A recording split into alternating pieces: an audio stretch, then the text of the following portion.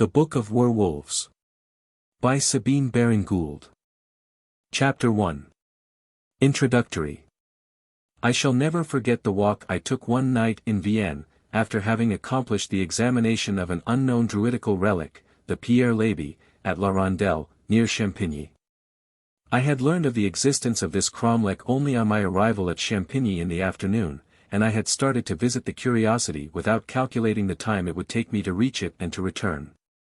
Suffice it to say that I discovered the venerable pile of grey stones as the sun set, and that I expended the last lights of evening in planning and sketching. I then turned my face homeward. My walk of about 10 miles had wearied me, coming at the end of a long day's posting, and I had lamed myself in scrambling over some stones to the Gaulish relic. A small hamlet was at no great distance, and I betook myself thither, in the hopes of hiring a trap to convey me to the post-house, but I was disappointed. Few in the place could speak French, and the priest, when I applied to him, assured me that he believed there was no better conveyance in the place than a common charrue with its solid wooden wheels, nor was a riding horse to be procured. The good man offered to house me for the night, but I was obliged to decline, as my family intended starting early on the following morning. Out spake then the mayor, "Monsieur can never go back tonight across the flats, because of the," and his voice dropped, "the loups-garou. He says that he must return," replied the priest in patois. "But who will go with him?" "Ah, ha! Le cure. It is all very well for one of us to accompany him, but think of the coming back alone." "Then two must go with him," said the priest, "and you can take care of each other as you return." "Picou tells me that he saw the werewolf only this day night," said a peasant. "He was down by the hedge of his buckwheat field, and the sun had set, and he was thinking of coming home, when he heard a rustle on the far side of the hedge. He looked over, and there stood the wolf as big as a calf against the horizon, its tongue out, and its eyes glaring like marsh fires. Mon Dieu! Catch me going over the marais tonight. Why, what could two men do if they were attacked by that wolf fiend?" "It is tempting Providence," said one of the elders of the village. "No man must expect the help of God if he throws himself wilfully in the way of danger. Is it not so, Le cure? I heard you say as much from the pulpit on the first Sunday in Lent, preaching from the Gospel." "That is true," observed several, shaking their heads. "His tongue hanging out, and his eyes glaring like marsh fires," said the confidant of Picou. "Mon Dieu! If I met the monster, I should run," quoth another. "I quite believe you, Courtrais, I can answer for it that you would," said the mayor. "As big as a calf," threw in Picou's friend. "If the loup-garou were only a natural wolf, why then, you see," the mayor cleared his throat, "you see we should think nothing of it, but, le cure, it is a fiend, a worse than fiend, a man-fiend, a worse than man-fiend, a man-wolf fiend." "But what is the young monsieur to do?" asked the priest, looking from one to another. "Never mind," said I, who had been quietly listening to their patois, which I understood. "Never mind. I will walk back by myself, and if I meet the loup-garou I will crop his ears and tail, and send them to le maire with my compliments." A sigh of relief from the assembly, as they found themselves clear of the difficulty. "Il est anglais," said the mayor, shaking his head, as though he meant that an Englishman might face the devil with impunity. A melancholy flat was the marais, looking desolate enough by day, but now, in the gloaming, tenfold as desolate. The sky was perfectly clear, and of a soft, blue-grey tinge, illumined by the new moon, a curve of light approaching its western bed. To the horizon reached a fun, blacked with pools of stagnant water, from which the frogs kept up an incessant trill through the summer night. Heath and fern covered the ground, but near the water grew dense masses of flag and bulrush, amongst which the light wind sighed wearily. Here and there stood a sandy knoll, capped with firs, looking like black splashes against the grey sky. Not a sign of habitation anywhere, the only trace of men being the white, straight road extending for miles across the fun. That this district harbored wolves is not improbable, and I confess that I armed myself with a strong stick at the first clump of trees through which the road dived. This was my first introduction to werewolves, and the circumstance of finding the superstition still so prevalent, first gave me the idea of investigating the history and the habits of these mythical creatures. I must acknowledge that I have been quite unsuccessful in obtaining a specimen of the animal, but I have found its traces in all directions. And just as the paleontologist has constructed the labyrinthodon out of its footprints in marl, and one splinter of bone, so may this monograph be complete and accurate. Although I have no chained werewolf before me which I may sketch and describe from the life. The traces left are indeed numerous enough, and though perhaps like the dodo or the dinormus, the werewolf may have become extinct in our age, yet he has left his stamp on classic antiquity, he has trodden deep in northern snows. Has ridden roughshod over the medievals, and has howled amongst oriental sepulchres. He belonged to a bad breed, and we are quite content to be freed from him and his kindred, the vampire and the ghoul. Yet who knows? We may be a little too hasty in concluding that he is extinct. He may still prowl in Abyssinian forests, range still over Asiatic steppes, and be found howling dismally in some padded room of a Hanwell or a Bedlam. In the following pages I design to investigate the notices of werewolves to be found in the ancient writers of classic antiquity, those contained in the northern sagas, and, lastly, the numerous details afforded by the medieval authors. In connection with this I shall give a sketch of modern folklore relating to lycanthropy. It will then be seen that under the veil of mythology lies a solid reality, that a floating superstition holds in solution a positive truth. This I shall show to be an innate craving for blood implanted in certain natures, restrained under ordinary circumstances, but breaking forth occasionally, accompanied with hallucination, leading in most cases to cannibalism. I shall then give instances of persons thus afflicted, who were believed by others, and who believed themselves, to be transformed into beasts, and who, in the paroxysms of their madness, committed numerous murders, and devoured their victims. I shall next give instances of persons suffering from the same passion for blood, who murdered for the mere gratification of their natural cruelty, but who were not subject to hallucinations, nor were addicted to cannibalism. I shall also give instances of persons filled with the same propensities who murdered and ate their victims, but who were perfectly free from hallucination. How do you find this book? Any thoughts about the book or the author? Any suggestion for improvement? Please take a moment to share your thoughts in a comment. If you like it, share it with your friends who might enjoy it as well. Subscribe to keep in touch. Visit CompleteAudiobooks.com for more quality content. Chapter 2. Lycanthropy among the Ancients. Definition of lycanthropy. Marcellus Sedites Virgil Herodotus Ovid Pliny Agrippa's story from Petronius Arcadian legends. Explanation offered. What is lycanthropy?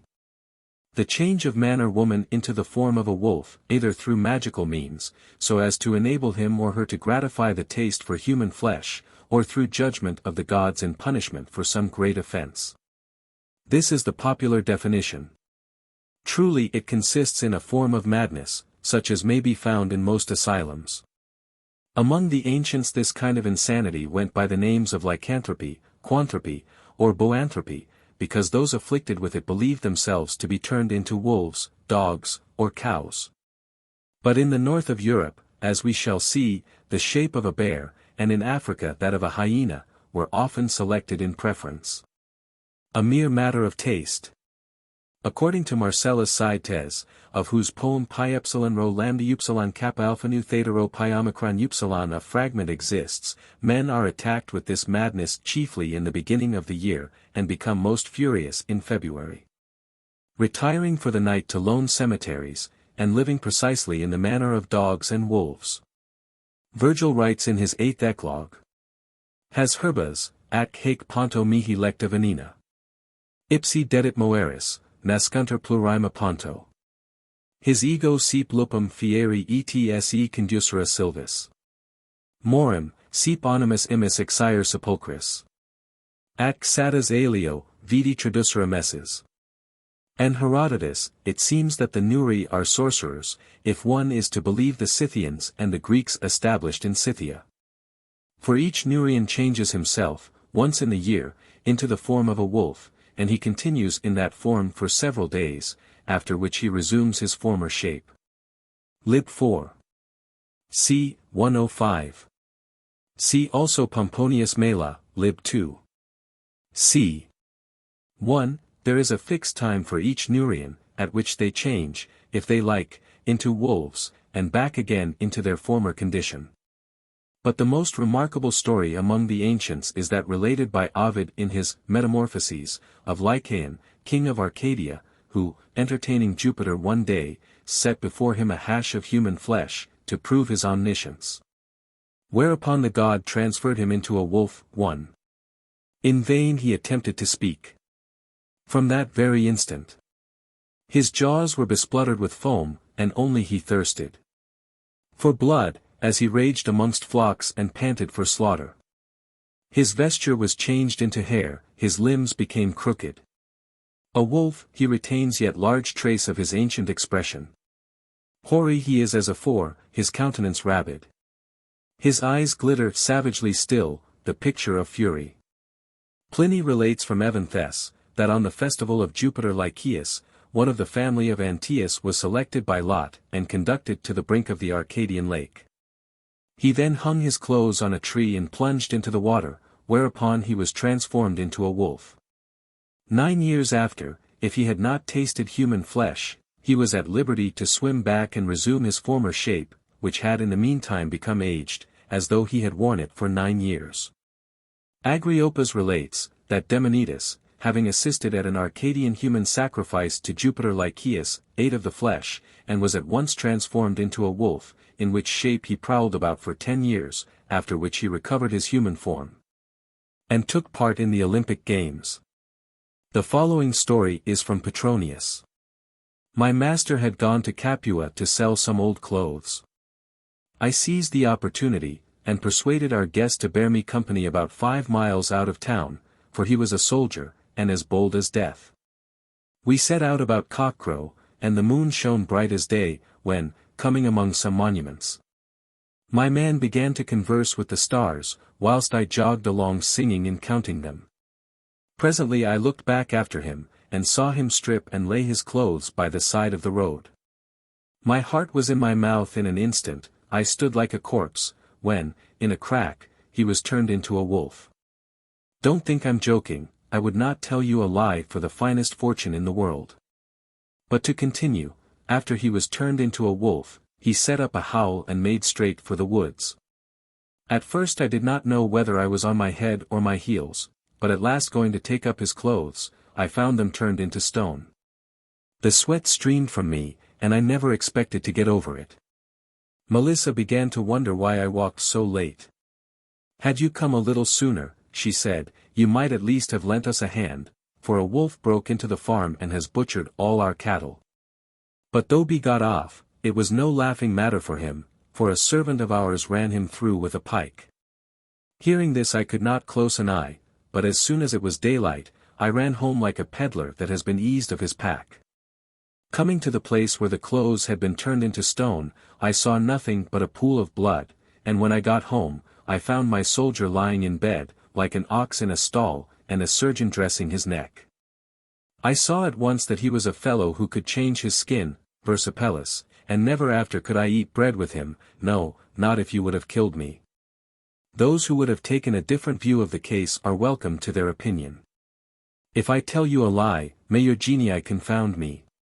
As every one knows, Jupiter changed himself into a bull, Hecuba became a bitch, Actaeon a stag, the comrades of Ulysses were transformed into swine. And the daughters of Proteus fled through the fields believing themselves to be cows, and would not allow anyone to come near them, lest they should be caught and yoked. Augustine declared, in his De Civitate Dei, that he knew an old woman who was said to turn men into asses by her enchantments. Apuleius has left us his charming romance of the Golden Ass, in which the hero, through injudicious use of a magical salve, is transformed into that long-eared animal. It is to be observed that the chief seat of lycanthropy was Arcadia, and it has been very plausibly suggested that the cause might be traced to the following circumstance: the natives were a pastoral people, and would consequently suffer very severely from the attacks and depredations of wolves. They would naturally institute a sacrifice to obtain deliverance from this pest, and security for their flocks. This sacrifice consisted in the offering of a child, and it was instituted by Lycaon. From the circumstance of the sacrifice being human, and from the peculiarity of the name of its originator, rose the myth. But, on the other hand, the story is far too widely spread for us to attribute it to an accidental origin, or to trace it to a local source. Half the world believes, or believed in, werewolves. And they were supposed to haunt the Norwegian forests by those who had never remotely been connected with Arcadia, and the superstition had probably struck deep its roots into the Scandinavian and Teutonic minds, ages before Lycaon existed. And we have only to glance at Oriental literature, to see it as firmly engrafted in the imagination of the Easterns. Chapter 3. The Werewolf in the North. Norse traditions, manner in which the change was effected, Voelunderkvida, instances from the Volsung saga, Rolf's saga, Kraka, Feroi's poem, Helga Kvida, Vatnsdæla saga, Erbygja saga. In Norway and Iceland certain men were said to be Egi Einhamir. Not of one skin, an idea which had its roots in paganism. The full form of this strange superstition was, that men could take upon them other bodies, and the natures of those beings whose bodies they assumed. The second adopted shape was called by the same name as the original shape, hamr, and the expression made use of to designate the transition from one body to another, was at skipta homum, or at hamas. Whilst the expedition made in the second form, was the hamfer. By this transfiguration extraordinary powers were acquired, the natural strength of the individual was doubled, or quadrupled. He acquired the strength of the beast in whose body he travelled, in addition to his own, and a man thus invigorated was called hamramr.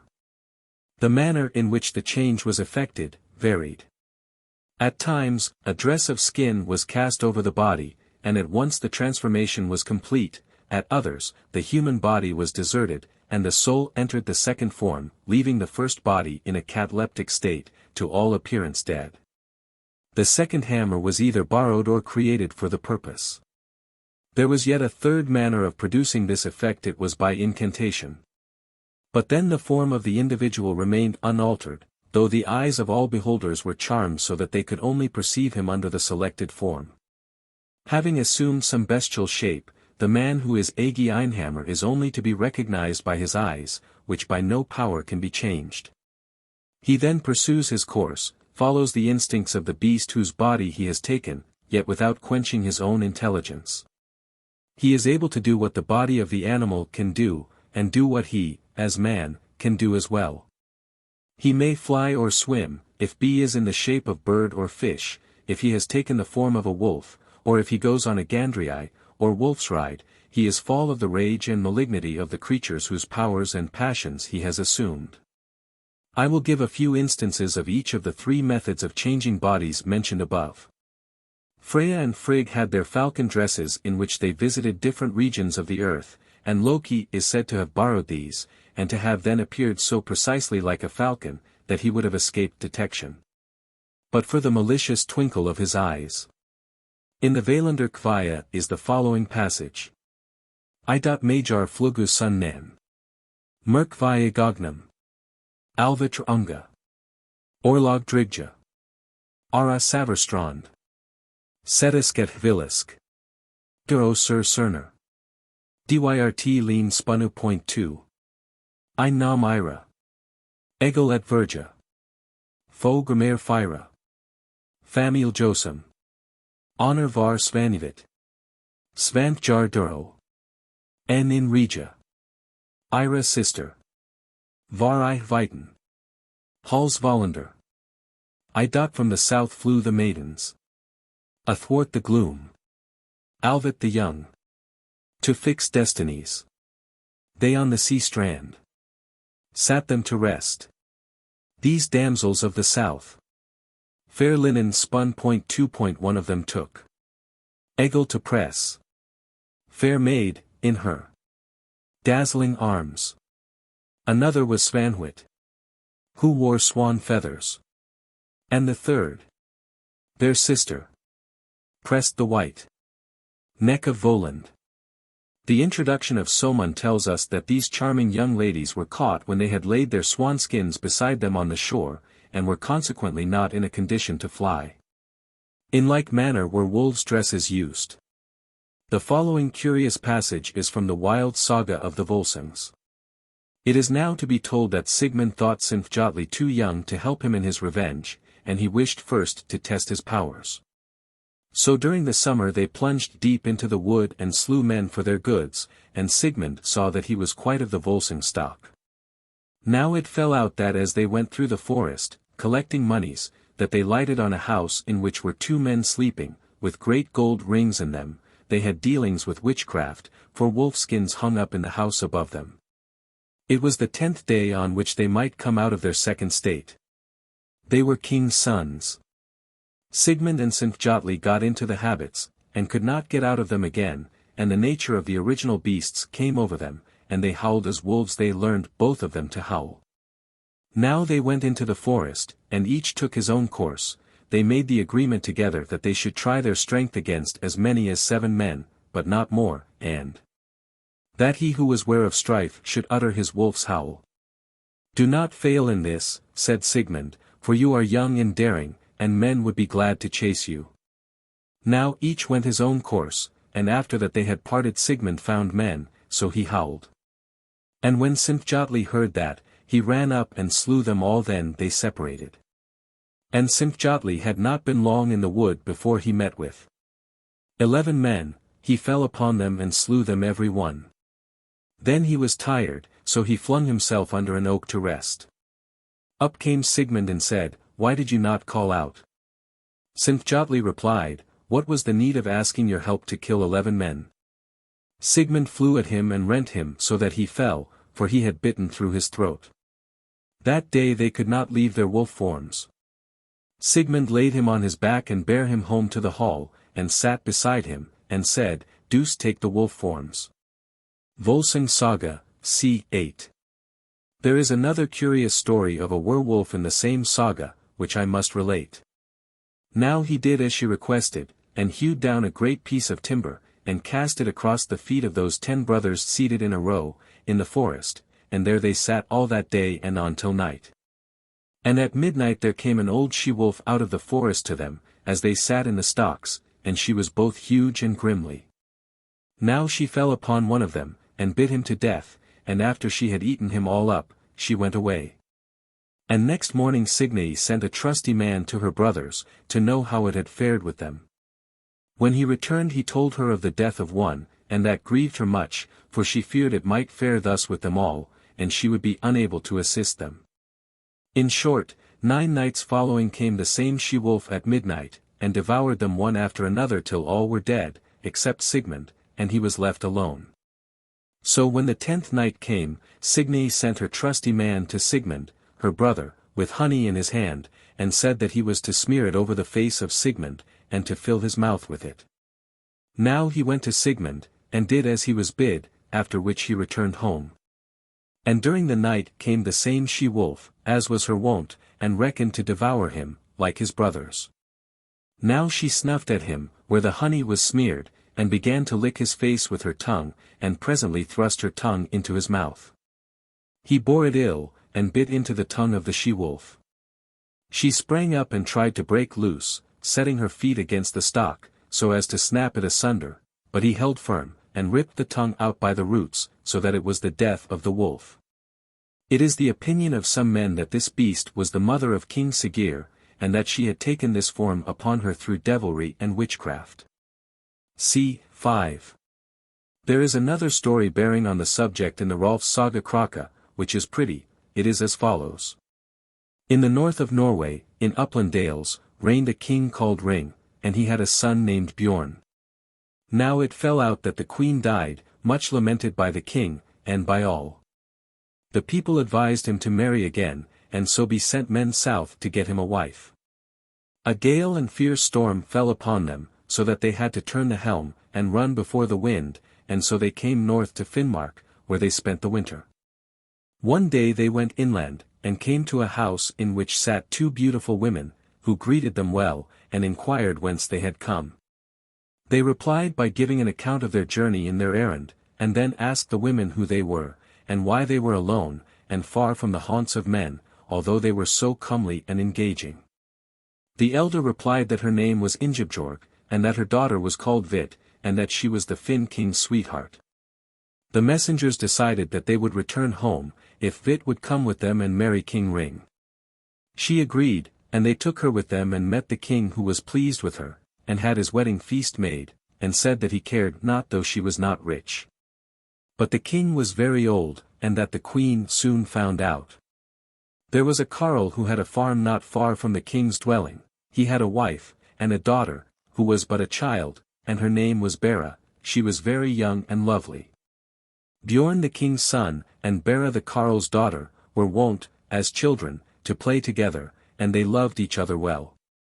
The carle was well-to-do, he had been out harrying in his young days, and he was a doughty champion. Bjorn and Bera loved each other more and more, and they were often together. Time passed, and nothing worth relating occurred, but Bjorn, the king's son, waxed strong and tall, and he was well skilled in all manly exercises. King Ring was often absent for long, harrying foreign shores, and Vit remained at home and governed the land. She was not liked of the people. She was always very pleasant with Bjorn, but he cared little for her. It fell out once that the King Ring went abroad, and he spake with his queen that Bjorn should remain at home with her, to assist in the government, for he thought it advisable, the queen being haughty and inflated with pride. The king told his son Bjorn that he was to remain at home, and rule the land with the queen. Bjorn replied that he disliked the plan, and that he had no love for the queen, but the king was inflexible, and left the land with a great following. Bjorn walked home after his conversation with the king, and went up to his place, ill-pleased and red as blood. The queen came to speak with him, and to cheer him, and spake friendly with him, but he bade her be of. She obeyed him that time. She often came to talk with him, and said how much pleasanter it was for them to be together, than to have an old fellow like Ring in the house. Bjorn resented this speech, and struck her a box in the ear, and bade her depart, and he spurned her from him. She replied that this was ill done to drive and thrust her away, and, you think it better, Bjorn, to sweetheart a carle's daughter, than to have my love and favor, a fine piece of condescension and a disgrace it is to you. But, before long, something will stand in the way of your fancy, and your folly. Then she struck at him with a wolfskin glove, and said, that he should become a rabid and grim wild bear. And you shall eat nothing but your father's sheep, which you shall slay for your food, and never shall you leave this state. After that, Bjorn disappeared, and none knew what had become of him. And men sought but found him not, as was to be expected. We must now relate how that the king's sheep were slaughtered, 60 at a time, and it was all the work of a grey bear, both huge and grimly. One evening it chanced that the carle's daughter saw this savage bear coming towards her, looking tenderly at her, and she fancied that she recognized the eyes of Bjorn, the king's son, so she made a slight attempt to escape. Then the beast retreated, but she followed it, till she came to a cave. Now when she entered the cave there stood before her a man, who greeted Bera, the carle's daughter, and she recognized him, for he was Bjorn, Ring's son. Overjoyed were they to meet. So they were together in the cave a while, for she would not part from him when she had the chance of being with him. But he said that this was not proper that she should be there by him, for by day he was a beast, and by night a man. Ring returned from his harrying, and he was told the news, of what had taken place during his absence. How that Bjorn, his son, had vanished, and also, how that a monstrous beast was up the country, and was destroying his flocks. The queen urged the king to have the beast slain, but he delayed a while. One night, as Bera and Bjorn were together, he said to her, "Methinks tomorrow will be the day of my death, for they will come out to hunt me down. But for myself I care not, for it is little pleasure to live with this charm upon me, and my only comfort is that we are together, but now our union must be broken. I will give you the ring which is under my left hand. You will see the troop of hunters tomorrow coming to seek me, and when I am dead go to the king, and ask him to give you what is under the beast's left front leg. He will consent." He spoke to her of many other things, till the bear's form stole over him, and he went forth a bear. She followed him, and saw that a great body of hunters had come over the mountain ridges, and had a number of dogs with them. The bear rushed away from the cavern, but the dogs and the king's men came upon him, and there was a desperate struggle. He wearied many men before he was brought to bay, and had slain all the dogs. But now they made a ring about him, and he ranged around it, but could see no means of escape, so he turned to where the king stood, and he seized a man who stood next him, and rent him asunder. Then was the bear so exhausted that he cast himself down flat, and, at once, the men rushed in upon him and slew him. The carle's daughter saw this, and she went up to the king, and said, Sire, wilt thou grant me that which is under the bear's left foreshoulder? The king consented. By this time his men had nearly flayed the bear. Bera went up and plucked away the ring, and kept it, but none saw what she took, nor had they looked for anything.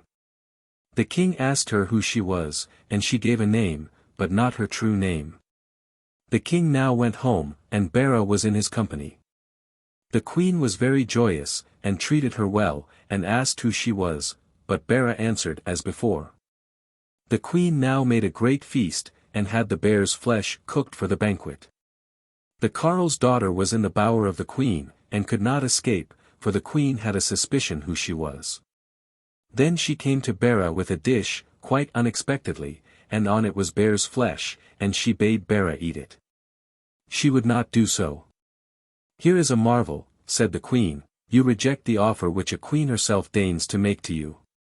Take it at once, or something worse will befall you. She bit before her, and she ate of that bite.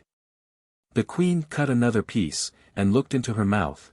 She saw that one little grain of the bite had gone down, but Bera spat out all the rest from her mouth, and said she would take no more, though she were tortured or killed. Maybe you have had sufficient, said the queen, and she laughed. Rolf's Saga Kraka, c. 24-27, condensed. In the Feroe Song of Finnar hin Free, we have the following verse. Hegar Finnar Hedasar. Manspel var at mani. Skapti hen seg I vargliki, hen feldi alveal flary. When this peril Finn saw, that witchcraft did him harm. Then he changed himself into a werewolf, he slew many thus. The following is from the second Kriya of Helga Hundingsbana, Strophe 31. May the blade bite, which thou brandishest, only on thyself. When it chimes on thy head, then avenged will be the death of Helgi.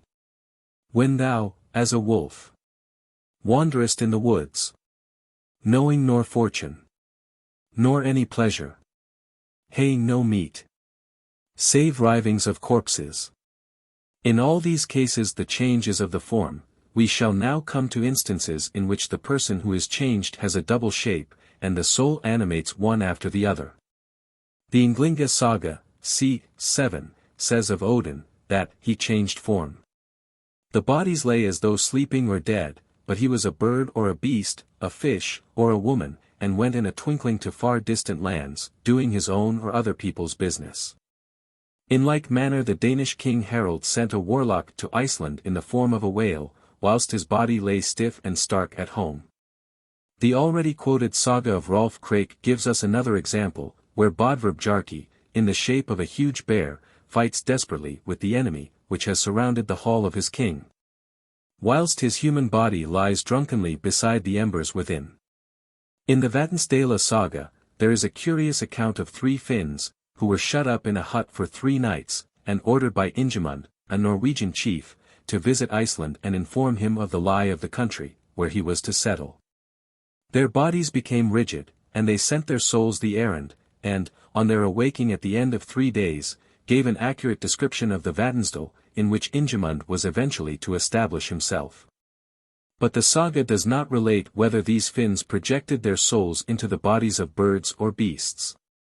The third manner of transformation mentioned, was that in which the individual was not changed himself, but the eyes of others were bewitched, so that they could not detect him, but saw him only under a certain form. Of this there are several examples in the sagas, as, for instance, in the Hromundur Saga Grape Sonar, and in the Fostbra Saga. But I will translate the most curious, which is that of Odd, Katla's son, in the Erbygja saga, c. 20. Geirrid, housewife in Mafvali, sent word into Bolstad, that she was ware of the fact that Odd, Katla's son, had hewn off Aud's hand. Now when Thorin and Arnkel heard that, they rode from home with 12 men. They spent the night in Mafvali, and rode on next morning to Holt, and Odd was the only man in the house. Katla sat on the high seat spinning yarn, and she bade Odd sit beside her. Also, she bade her women sit each in her place, and hold their tongues. For, said she, I shall do all the talking. Now when Arnkel and his company arrived, they walked straight in, and when they came into the chamber, Katla greeted Arnkel, and asked the news. He replied that there was none, and he inquired after Odd. Katla said that he had gone to Breidavik. We shall ransack the house though, quoth Arnkel. Be it so, replied Katla, and she ordered a girl to carry a light before them, and unlock the different parts of the house. All they saw was Katla spinning yarn off her distaff. Now they search the house, but find no Odd, so they depart. But when they had gone a little way from the garth, Arnkel stood still and said, How know we but that Katla has hoodwinked us, and that the distaff in her hand was nothing more than Odd? Not impossible, said Thorin, let us turn back. They did so, and when those at Holt raw that they were returning, Katla said to her maids, Sit still in your places, Odd and I shall go out. Now as they approached the door, she went into the porch, and began to comb and clip the hair of her son Odd. Arnkel came to the door and saw where Katla was, and she seemed to be stroking her goat, and disentangling its mane and beard and smoothing its wool. So he and his men went into the house, but found not Odd. Katla's distaff lay against the bench, so they thought that it could not have been Odd, and they went away. However, when they had come near the spot where they had turned before, Arnkel said, Think you not that Odd may have been in the goat's form? There is no saying, replied Thorin, but if we turn back we will lay hands on Katla. We can try our luck again, quoth Arnkel, and see what comes of it. So they returned. Now when they were seen on their way back, Katla bade Odd follow her. And she led him to the ash heap, and told him to lie there and not to stir on any account. But when Arnkel and his men came to the farm, they rushed into the chamber, and saw Katla seated in her place, spinning.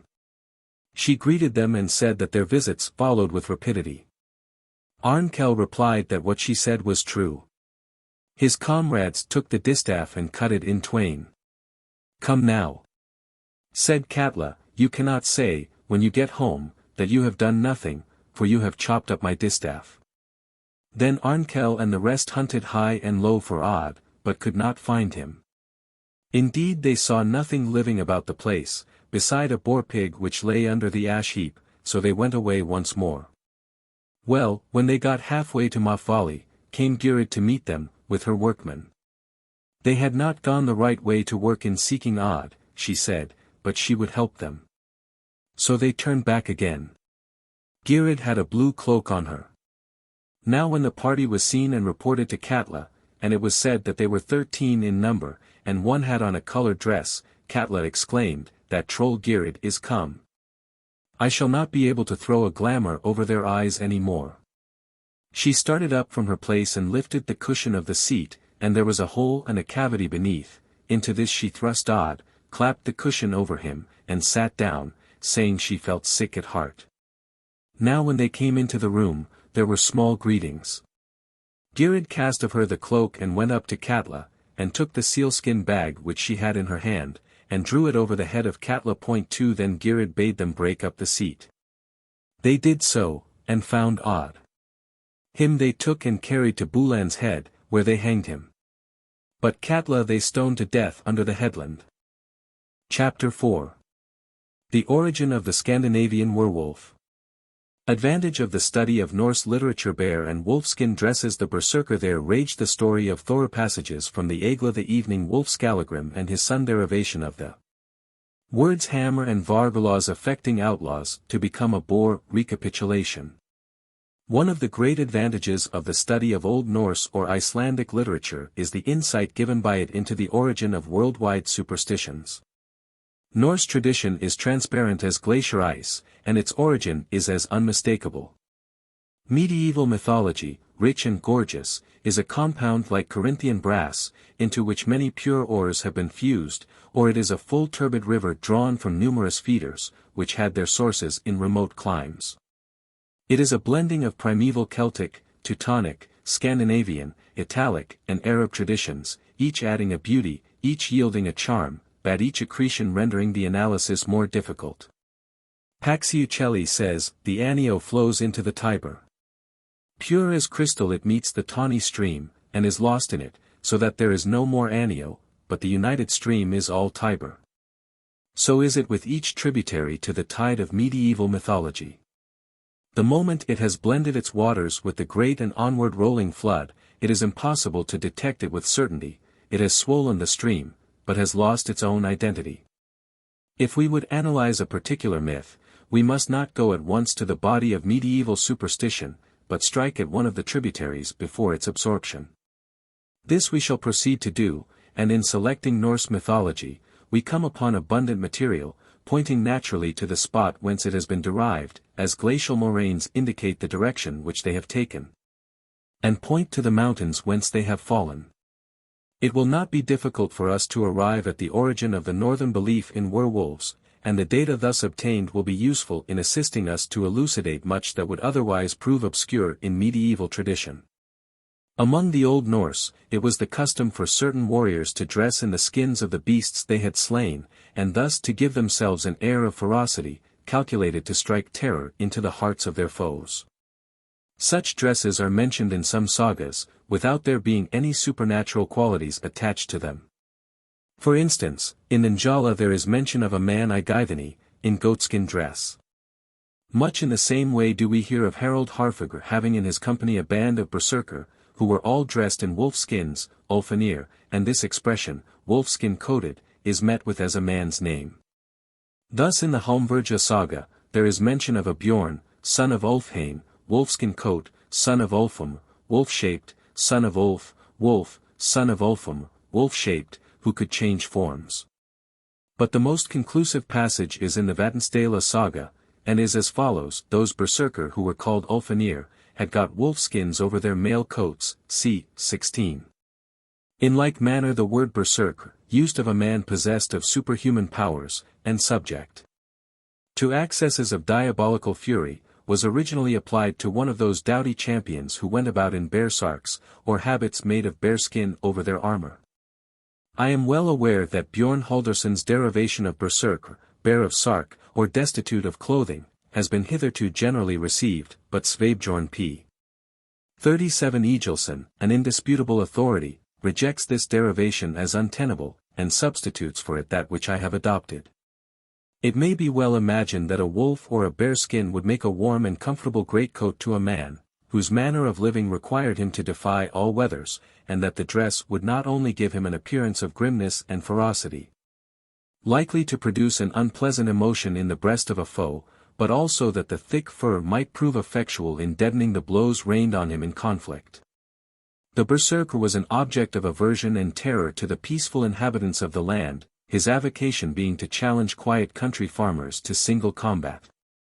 As the law of the land stood in Norway, a man who declined to accept a challenge, forfeited all his possessions, even to the wife of his bosom, as a poltroon unworthy of the protection of the law. And every item of his property passed into the hands of his challenger. The berserker accordingly had the unhappy man at his mercy. If he slew him, the farmer's possessions became his, and if the poor fellow declined to fight, he lost all legal right to his inheritance. A berserker would invite himself to any feast, and contribute his quota to the hilarity of the entertainment, by snapping the backbone, or cleaving the skull, of some merrymaker who incurred his displeasure, or whom he might single out to murder. For no other reason than a desire to keep his hand in practice. It may well be imagined that popular superstition went along with the popular dread of these wolf and bear-skinned rovers, and that they were believed to be endued with the force, as they certainly were with the ferocity, of the beasts whose skins they wore. Nor would superstition stop there, but the imagination of the trembling peasants would speedily invest these unscrupulous disturbers of the public peace with the attributes hitherto appropriated to trolls and Jotuns. The incident mentioned in the Volsung saga, of the sleeping men being found with their wolf skins hanging to the wall above their heads, is divested of its improbability, if we regard these skins as worn over their armor. And the marvelous in the whole story is reduced to a minimum, when we suppose that Sigmund and Sinfjotli stole these for the purpose of disguising themselves, whilst they lived a life of violence and robbery. In a similar manner the story of the northern Beauty and Beast, in Rolf's Saga Kraka, is rendered less improbable, on the supposition that Bjorn was living as an outlaw among the mountain fastnesses in a bearskin dress, which would effectually disguise him all but his eyes, which would gleam out of the sockets in his hideous visor, unmistakably human. His very name, Bjorn, signifies a bear, and these two circumstances may well have invested a kernel of historic fact with all the romance of fable. And if divested of these supernatural embellishments, the story would resolve itself into the very simple fact of there having been a King Ring of the Updales, who was at variance with his son, and whose son took to the woods, and lived a berserker life, in company with his mistress, till he was captured and slain by his father. I think that the circumstance insisted on by the saga writers, of the eyes of the person remaining unchanged, is very significant, and points to the fact that the skin was merely drawn over the body as a disguise. But there was other ground for superstition to fasten on the berserker, and invest them with supernatural attributes. No fact in connection with the history of the Northmen is more firmly established, on reliable evidence, than that of the berserker rage being a species of diabolical possession. The berserker were said to work themselves up into a state of frenzy, in which a demoniacal power came over them, impelling them to acts from which in their sober senses they would have recoiled. They acquired superhuman force, and were as invulnerable and as insensible to pain as the Jansenist convulsionists of S. Medit. No sword would wound them, no fire would burn them, a club alone could destroy them, by breaking their bones, or crushing in their skulls. Their eyes glared as though a flame burned in the sockets, they ground their teeth, and frothed at the mouth.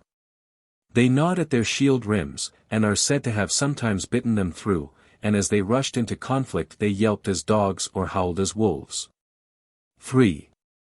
According to the unanimous testimony of the Old Norse historians, the berserker rage was extinguished by baptism, and as Christianity advanced, the number of these berserker decreased. But it must not be supposed that this madness or possession came only on those persons who predisposed themselves to be attacked by it.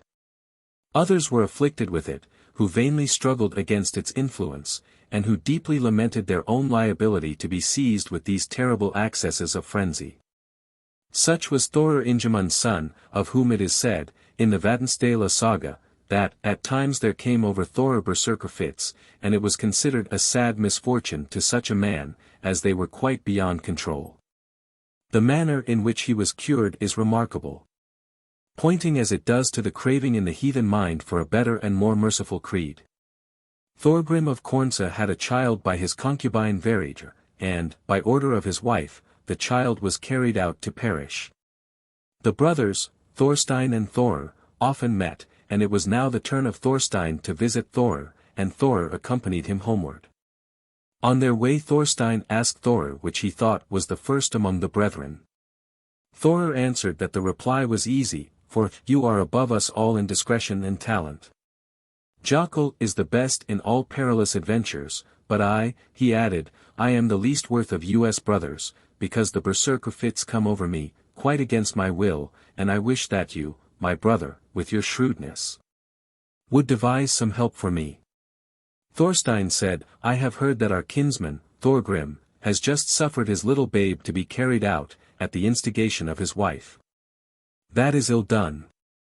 I think also that it is a grievous matter for you to be different in nature from other men. Thorir asked how he could obtain release from his affliction. Then said Thorstein, Now will I make a vow to him who created the sun, for I ween that he is most able to take the ban of you, and I will undertake for his sake, in return, to rescue the babe and to bring it up for him. Till he who created man shall take it to himself, for this I reckon he will do. After this they left their horses and sought the child, and a thrall of Thor had found it near the Marram River. They saw that a kerchief had been spread over its face, but it had rumpled it up over its nose. The little thing was all but dead, but they took it up and flitted it home to Thor's house, and he brought the lad up, and called him Thorkel Rumple. As for the berserker fits, they came on him no more. C. 37. But the most remarkable passages bearing on our subject will be found in the Egla. There was a man, Ulf, the wolf, by name, son of Jalfi and Halbra. Ulf was a man so tall and strong that the like of him was not to be seen in the land at that time. And when he was young he was out Viking expeditions and harrying. He was a great landed proprietor. It was his wont to rise early, and to go about the men's work, or to the smithies, and inspect all his goods and his acres, and sometimes he talked with those men who wanted his advice, for he was a good adviser, he was so clear-headed. However, every day, when it drew towards dusk, he became so savage that few dared exchange a word with him, for he was given to dozing in the afternoon. People said that he was much given to changing form, Hamram, so he was called the evening wolf, Kveldolfr. C. 1. In this and the following passages, I do not consider Hamramerdo have its primary signification of actual transformation, but simply to mean subject to fits of diabolical possession, under the influence of which the bodily powers were greatly exaggerated. I shall translate pretty freely from this most interesting saga, as I consider that the description given in it of Kveldulf in his fits greatly elucidates our subject. Kveldulf and Skallagrim got news during summer of an expedition.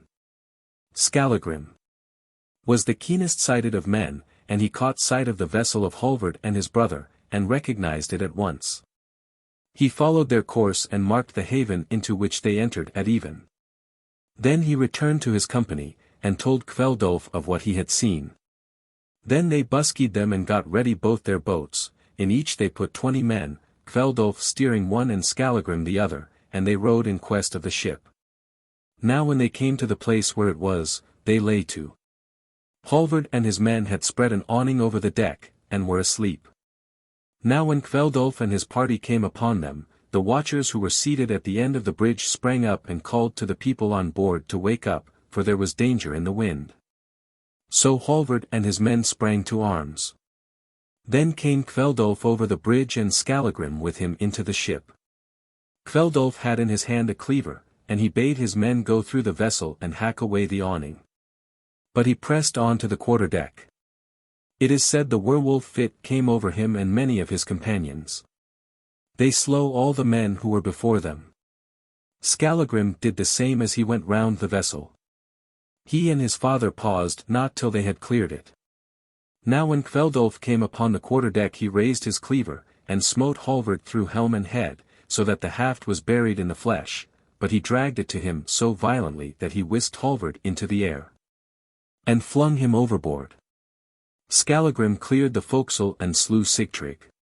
Many men flung themselves overboard, but Skallagrim's men took to the boat and rowed about, killing all they found. Thus perished Halvard with 50 men. Skallagrim and his party took the ship and all the goods which had belonged to Halvard and flitted it and the wares to their own vessel, and then exchanged ships, lading their capture, but quitting their own. After which they filled their old ship with stones, brake it up and sank it. A good breeze sprang up, and they stood out to sea.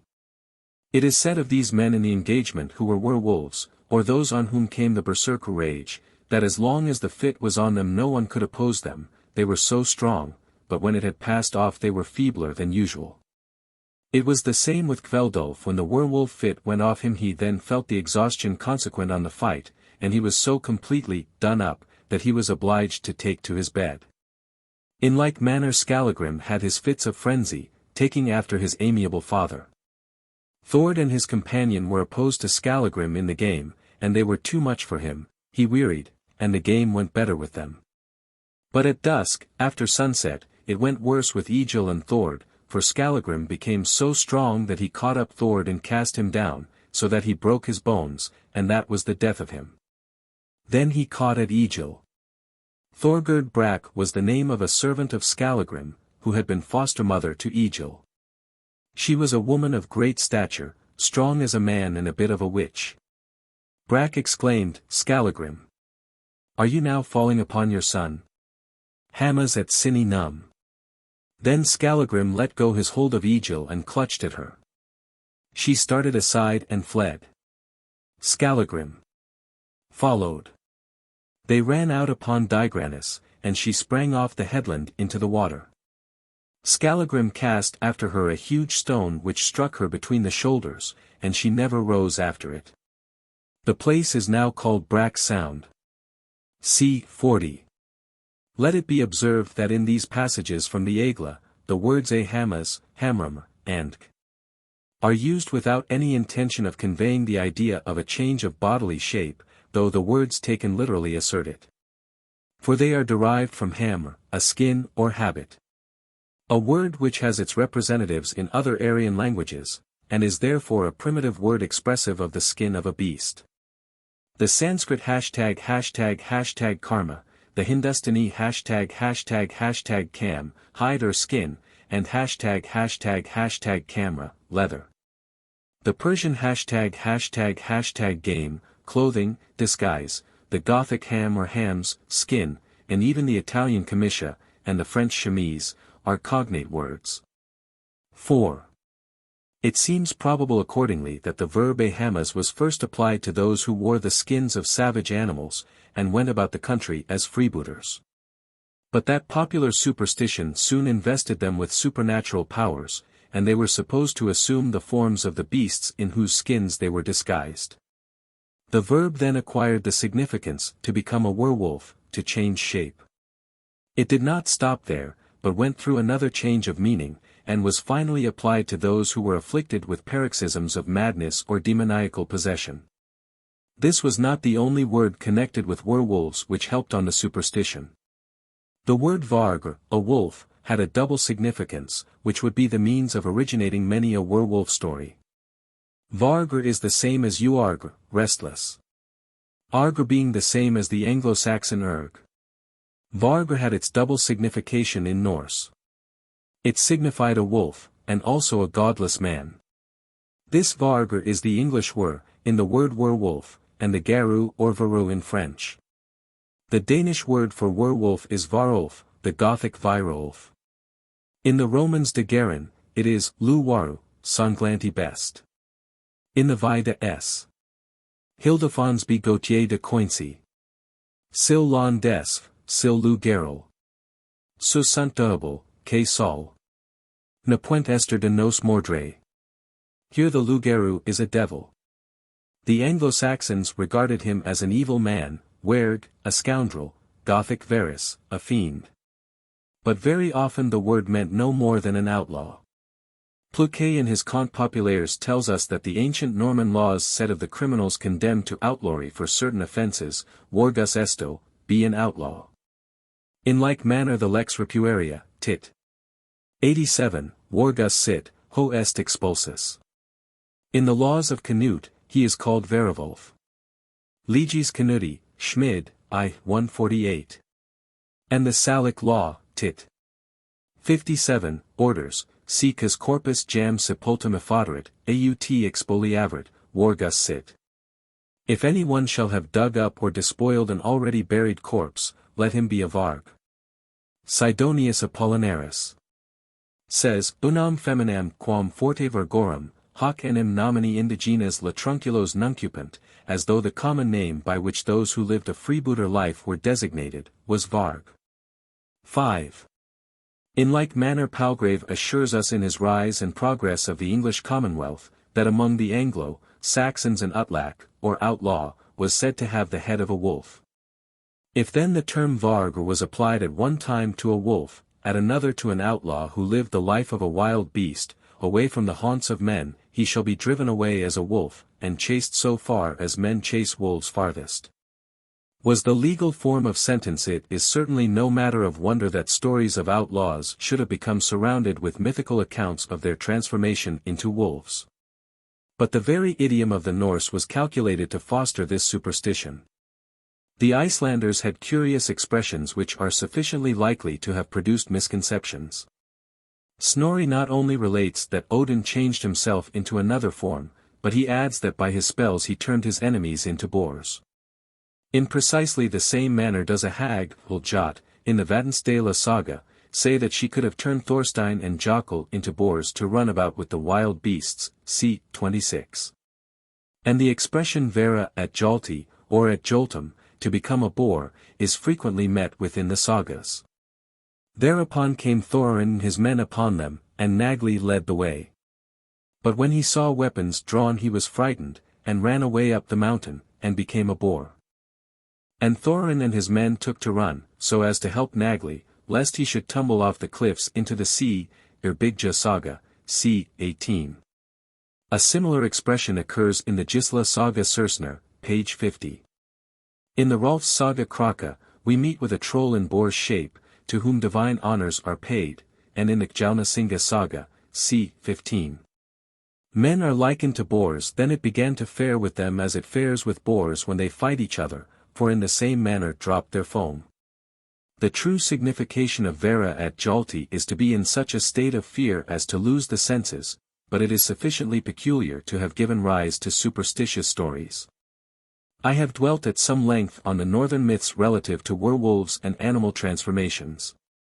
Because I have considered the investigation of these all important towards the elucidation of the truth which lies at the bottom of medieval superstition, and which is nowhere so obtainable as through the Norse literature.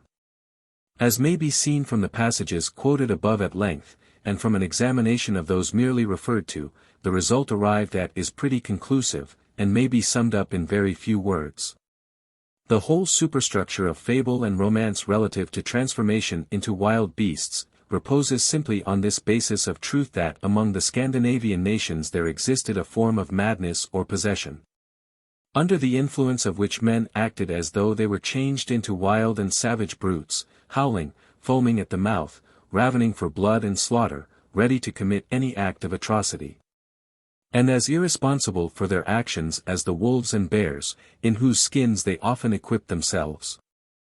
The manner in which this fact became invested with supernatural adjuncts I have also pointed out, to wit, the change in the significance of the word designating the madness, the double meaning of the word varg, and above all, the habits and appearance of the maniacs. We shall see instances of berserker rage reappearing in the Middle Ages, and late down into our own times, not exclusively in the north, but throughout France, Germany, and England. And instead of rejecting the accounts given by chroniclers as fabulous, because there is much connected with them which seems to be fabulous, we shall be able to refer them to their true origin. It may be accepted as an axiom, that no superstition of general acceptance is destitute of a foundation of truth. And if we discover the myth of the werewolf to be widely spread, not only throughout Europe, but through the whole world, we may rest assured that there is a solid core of fact, round which popular superstition has crystallized. And that fact is the existence of a species of madness, during the accesses of which the person afflicted believes himself to be a wild beast, and acts like a wild beast. In some cases this madness amounts apparently to positive possession, and the diabolical acts into which the possessed is impelled are so horrible, that the blood curdles in reading them, and it is impossible to recall them without a shudder. Chapter 5. The Werewolf in the Middle Ages. Stories from Olaus Magnus of Livonian werewolf story from Bishop Magellus story of Albertus Pericoptius similar occurrence at Prague St. Patrick strange incident related by John of Nuremberg Bisclaver Kurland werewolves Pierre Vidal Pavian Lycanthropist Bodin stories Forestus account of a lycanthropist Neapolitan werewolf. Olaus Magnus relates that, in Prussia, Livonia, and Lithuania, although the inhabitants suffer considerably from the rapacity of wolves throughout the year, in that these animals rend their cattle, which are scattered in great numbers through the woods. Whenever they stray in the very least, yet this is not regarded by them as such a serious matter as what they endure from men turned into wolves. On the feast of the Nativity of Christ, at night, such a multitude of wolves transformed from men gather together in a certain spot, arranged among themselves, and then spread to rage with wondrous ferocity against human beings. And those animals which are not wild, that the natives of these regions suffer more detriment from these, than they do from true and natural wolves. For when a human habitation has been detected by them isolated in the woods, they besiege it with atrocity, striving to break in the doors, and in the event of their doing so, they devour all the human beings, and every animal which is found within. They burst into the beer cellars, and there they empty the tuns of beer or mead, and pile up the empty casks one above another in the middle of the cellar, thus showing their difference from natural and genuine wolves. Between Lithuania, Livonia, and Courland are the walls of a certain old ruined castle. At this spot congregate thousands, on a fixed occasion, and try their agility in jumping. Those who are unable to bound over the wall, as is often the case with the fattest, are fallen upon with scourges by the captains and slain. 6 Olus relates also in c. 47. The story of a certain nobleman who was traveling through a large forest with some peasants in his retinue who dabbled in the black art. They found no house where they could lodge for the night, and were well nigh famished. Then one of the peasants offered, if all the rest would hold their tongues as to what he should do, that he would bring them a lamb from a distant flock. He thereupon retired into the depths of the forest and changed his form into that of a wolf, fell upon the flock, and brought a lamb to his companions in his mouth. They received it with gratitude. Then he retired once more into the thicket, and transformed himself back again into his human shape. The wife of a nobleman in Livonia expressed her doubts to one of her slaves whether it were possible for man or woman thus to change shape. The servant at once volunteered to give her evidence of the possibility. He left the room, and in another moment a wolf was observed running over the country. The dogs followed him, and notwithstanding his resistance, tore out one of his eyes. Next day the slave appeared before his mistress blind of an eye. B.P. Magellus 7 and Caspar Pusser 8 relate the following circumstances of the Livonians. At Christmas a boy lame of a leg goes round the country summoning the devil's followers, who are countless, to a general conclave. Whoever remains behind, or goes reluctantly, is scourged by another with an iron whip till the blood flows, and his traces are left in blood. The human form vanishes, and the whole multitude become wolves. Many thousands assemble. Foremost goes the leader armed with an iron whip, and the troop follow, firmly convinced in their imaginations that they are transformed into wolves. They fall upon herds of cattle and flocks of sheep, but they have no power to slay men. When they come to a river, the leader smites the water with his scourge, and it divides, leaving a dry path through the midst, by which the pack may go. The transformation lasts during 12 days, at the expiration of which period the wolfskin vanishes, and the human form reappears. This superstition was expressly forbidden by the Church. Credidisti, quod quidem credere solent, ut illique a vulgo parsi vocanter, ipsi, vel sint vel possent hoc facere quod credunter, id est, dum aliquis homo nascitur, edi tunc valiant illum designar ad hoc quod velant. Ut quandicunc homo al volurit, in lupum transformari possit, quod vulgaris stultitia, werewolf vocat, aut in alium aliquum figurum. A.P. Burchard. Died in 1024. In like manner did S. Boniface preach against those who believed superstitiously in its strigas ed fictos lupos. Serm. Apud Mart. E.T. Durand. 9, 217. In a dissertation by Muller 9 we learn, on the authority of Claverius and Dan Haverus, academic, Hamlet. Page 2, that a certain Albertus Pericoptius in Muscovy was wont to tyrannize over and harass his subjects in the most unscrupulous manner. One night when he was absent from home, his whole herd of cattle, acquired by extortion, perished. On his return he was informed of his loss, and the wicked man broke out into the most horrible blasphemies, exclaiming, "Let him who has slain, eat. If God chooses, let him devour me as well." As he spoke, drops of blood fell to earth, and the nobleman, transformed into a wild dog, rushed upon his dead cattle, tore and mangled the carcasses and began to devour them. Possibly he may be devouring them still, ac forsen hodie pacitor. His wife, then near her confinement, died of fear. Of these circumstances there were not only ear but also eyewitnesses. Non aboritus tantum, sed etios sedatus excipi, quat naro. Similarly it is related of a nobleman in the neighborhood of Prague, that he robbed his subjects of their goods and reduced them to penury through his exactions. He took the last cow from a poor widow with 5 children, but as a judgment, all his own cattle died. He then broke into fearful oaths, and God transformed him into a dog. His human head, however, remained. Patrick is said to have changed Vereticus, King of Wales, into a wolf, and Natalis, the abbot, to have pronounced anathema upon an illustrious family in Ireland. In consequence of which, every male and female take the form of wolves for 7 years and live in the forests and career over the bogs, howling mournfully, and appeasing their hunger upon the sheep of the peasants.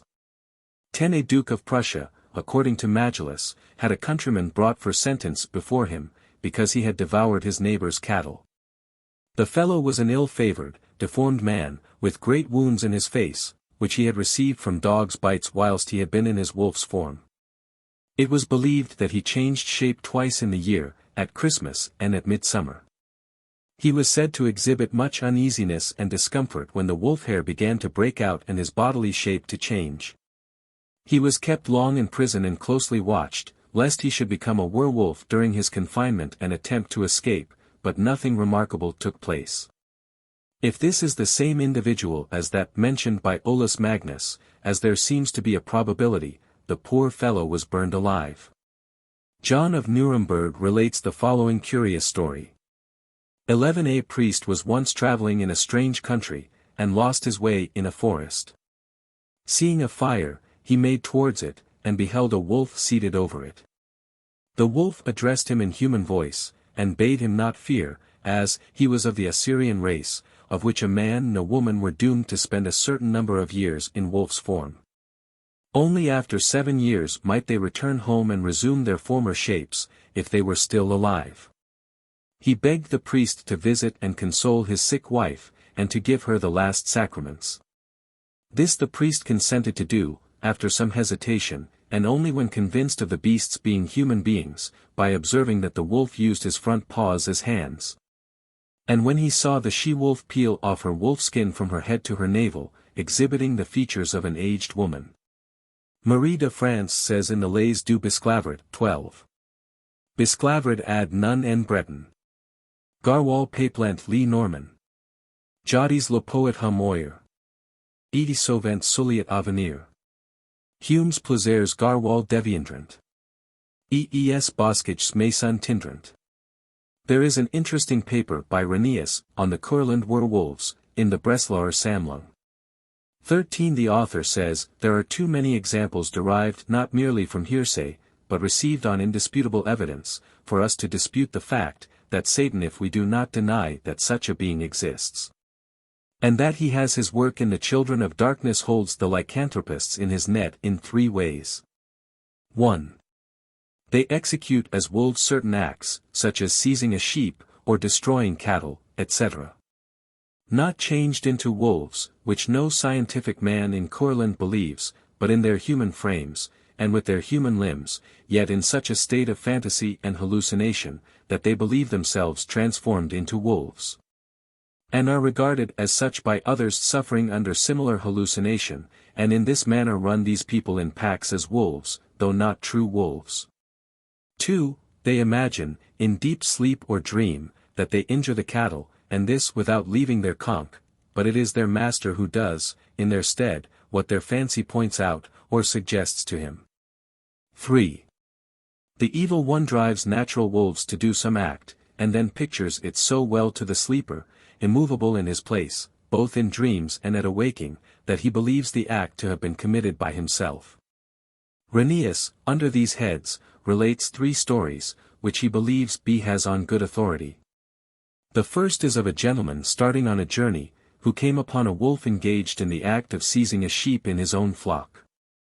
He fired at it, and wounded it, so that it fled howling to the thicket. When the gentleman returned from his expedition he found the whole neighborhood impressed with the belief that he had, on a given day and hour, shot at one of his tenants, a publican, Mickle. On inquiry, the man's wife, called Leba, related the following circumstances, which were fully corroborated by numerous witnesses. When her husband had sown his rye he had consulted with his wife how he was to get some meat. so as to have a good feast.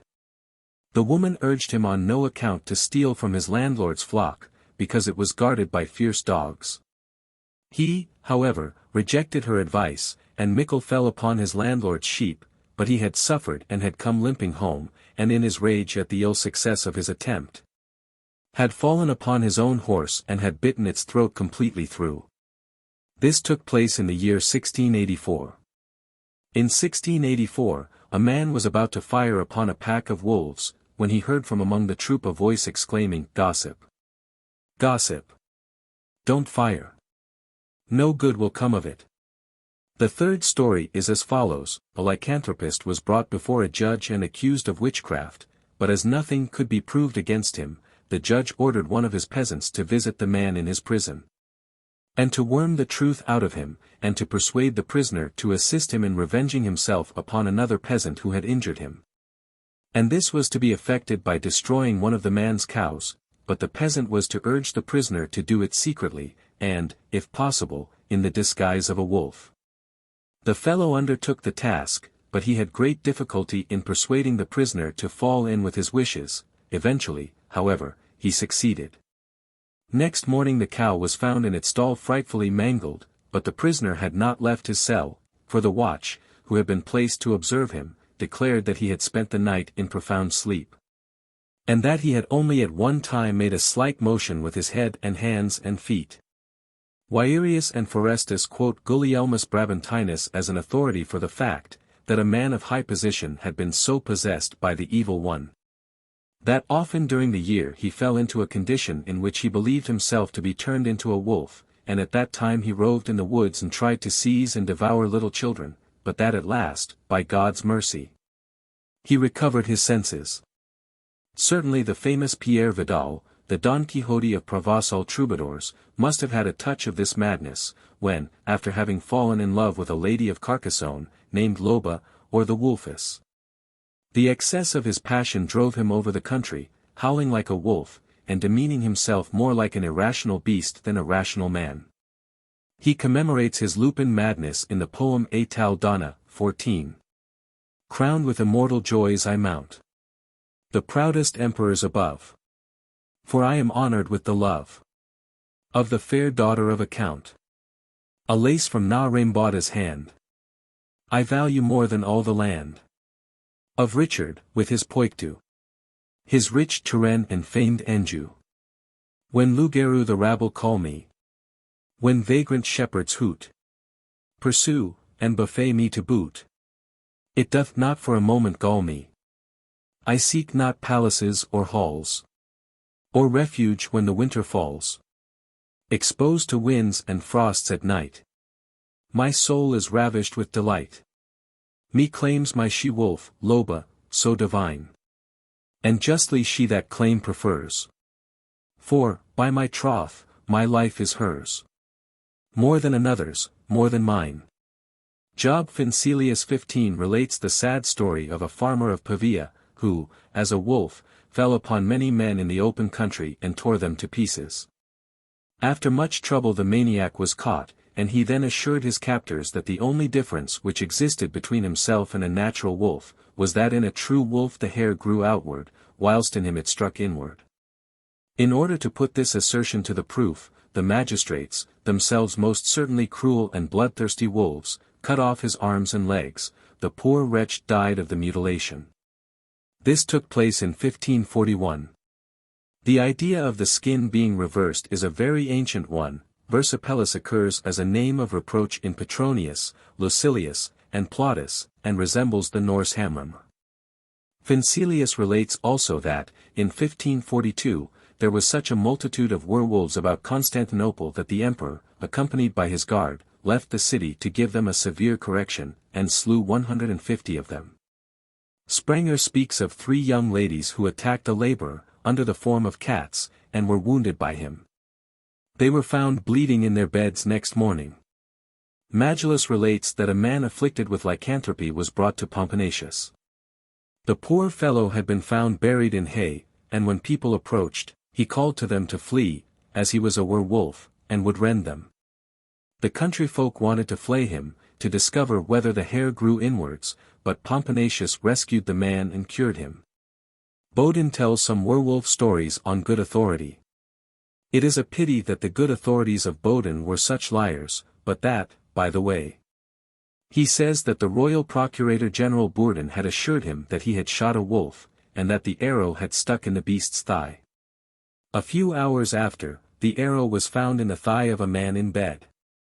In Vernon, about the year 1566, the witches and warlocks gathered in great multitudes, under the shape of cats. 4 or 5 men were attacked in a lone place by a number of these beasts. The men stood their ground with the utmost heroism, succeeded in slaying one puss, and in wounding many others. Next day a number of wounded women were found in the town, and they gave the judge an accurate account of all the circumstances connected with their wounding.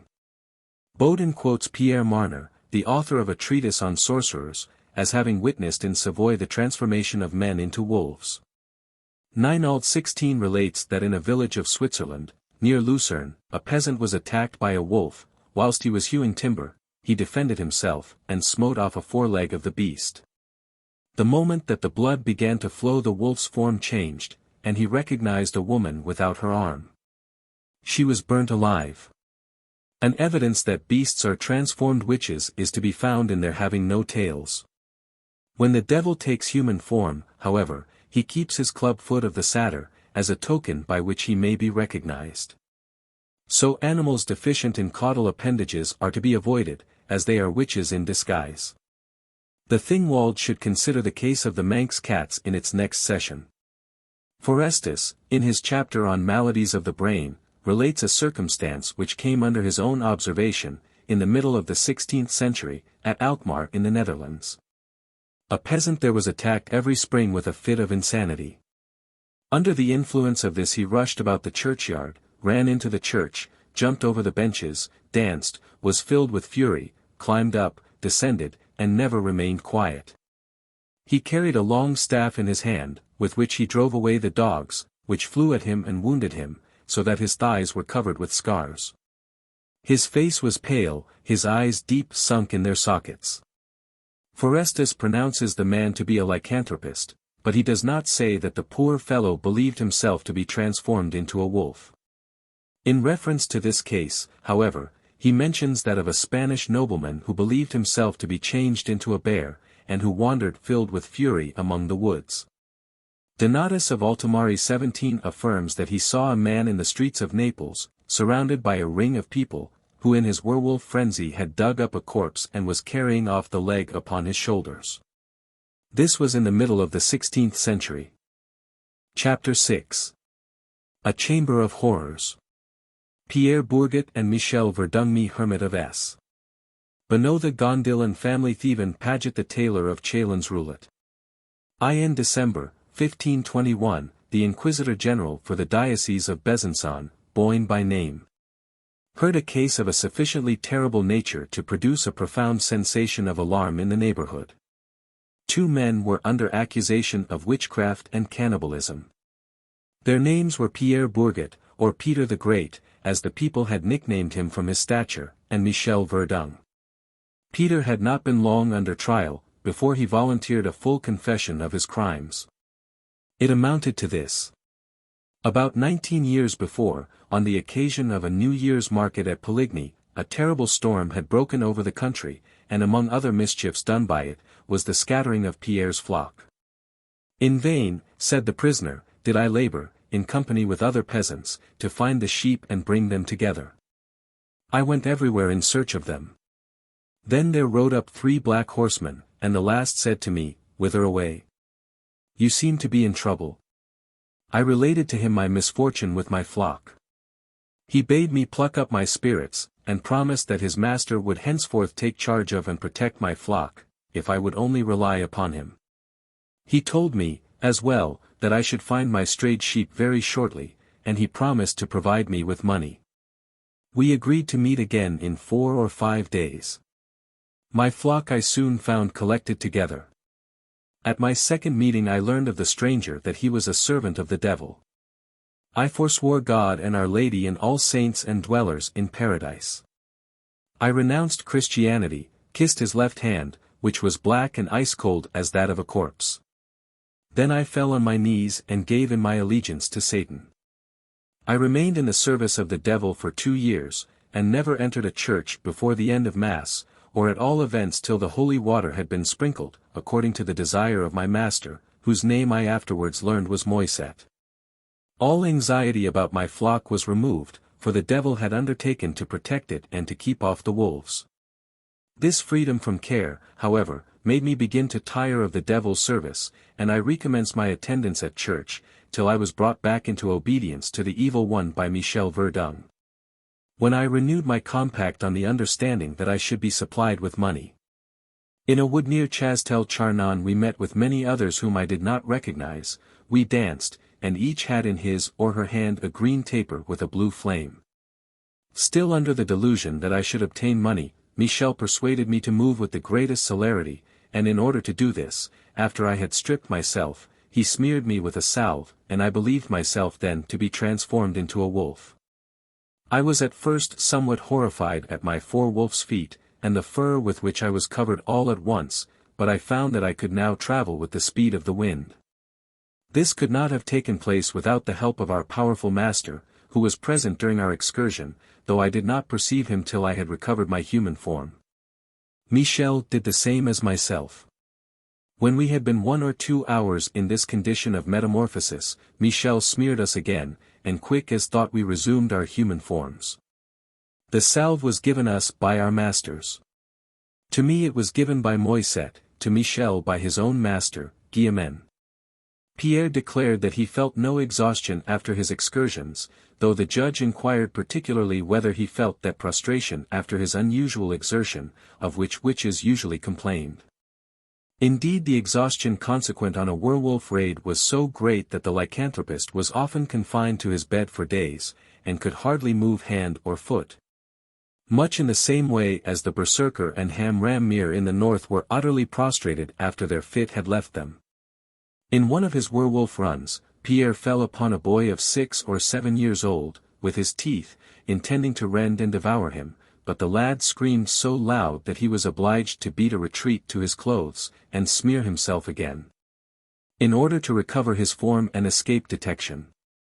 He and Michel, however, one day tore to pieces a woman as she was gathering peas, and A.M. de Chusny, who came to her rescue, was attacked by them and killed. On another occasion they fell upon a little girl of 4 years old, and ate her up, with the exception of one arm. Michel thought the flesh most delicious. Another girl was strangled by them, and her blood lapped up. Of a third they ate merely a portion of the stomach.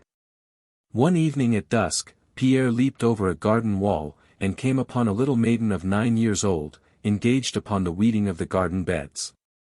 She fell on her knees and entreated Pierre to spare her, but he snapped the neck, and left her a corpse, lying among her flowers. On this occasion he does not seem to have been in his wolf's shape. He fell upon a goat which he found in the field of Pierre Larigon, and bit it in the throat, but he killed it with a knife. Michel was transformed in his clothes into a wolf, but Pierre was obliged to strip, and the metamorphosis could not take place with him unless he were stark naked. He was unable to account for the manner in which the hair vanished when he recovered his natural condition. The statements of Pierre Bourget were fully corroborated by Michel Verdung. Towards the close of the autumn of 1573, the peasants of the neighborhood of Dole, in Franche-Comté, were authorized by the Court of Parliament at Dole, to hunt down the werewolves which infested the country. The authorization was as follows, according to the advertisement made to the Sovereign Court of Parliament at Dole, that, in the territories of Espagny, Salvange, Corchopon, and the neighboring villages, has often been seen and met. For some time past, a werewolf, who, it is said, has already seized and carried off several little children, so that they have not been seen since, and since he has attacked and done injury in the country to some horsemen, who kept him of only with great difficulty and danger to their persons, the said court, desiring to prevent any greater danger, has permitted, and does permit, those who are abiding or dwelling in the said places and others, Notwithstanding all edicts concerning the chase, to assemble with pikes, halberts, arquebus, and sticks, to chase and to pursue the said werewolf in every place where they may find or seize him. To tie and to kill, without incurring any pains or penalties. Given at the meeting of the said court, on the 13th day of the month September, 1573. It was some time, however, before the loup-garou was caught. In a retired spot near a manges, half shrouded in trees, stood a small hovel of the rudest construction. Its roof was of turf, and its walls were blotched with lichen. The garden to this cot was run to waste, and the fence round it broken through. As the hovel was far from any road, and was only reached by a path over moorland and through forest, it was seldom visited, and the couple who lived in it were not such as would make many friends. The man, Gilles Garnier, was a sombre, ill-looking fellow, who walked in a stooping attitude, and whose pale face, livid complexion, and deep-set eyes under a pair of coarse and bushy brows, which met across the forehead, were sufficient to repel any one from seeking his acquaintance. Gilles seldom spoke, and when he did it was in the broadest patois of his country. His long grey beard and retiring habits procured for him the name of the Hermit of St. Bonneau, though no one for a moment attributed to him any extraordinary amount of sanctity. The hermit does not seem to have been suspected for some time, but one day, as some of the peasants of Chastenoy were returning home from their work, through the forest, the screams of a child and the deep baying of a wolf, attracted their notice. And on running in the direction whence the cries sounded, they found a little girl defending herself against a monstrous creature, which was attacking her tooth and nail, and had already wounded her severely in 5 places. As the peasants came up, the creature fled on all fours into the gloom of the thicket. It was so dark that it could not be identified with certainty, and whilst some affirmed that it was a wolf, others thought they had recognized the features of the hermit. This took place on the November 8th. On the 14th a little boy of 10 years old was missing, who had been last seen at a short distance from the gates of Dole. The Hermit of S. Bonneau was now seized and brought to trial at Dole, when the following evidence was extracted from him and his wife, and substantiated in many particulars by witnesses. On the last day of Michaelmas, under the form of a wolf, at a mile from Dole, in the farm of Gorge, a vineyard belonging to Chastenoy, near the wood of La Serra, Gilles Gamier had attacked a little maiden of 10 or 12 years old, and had slain her with his teeth and claws.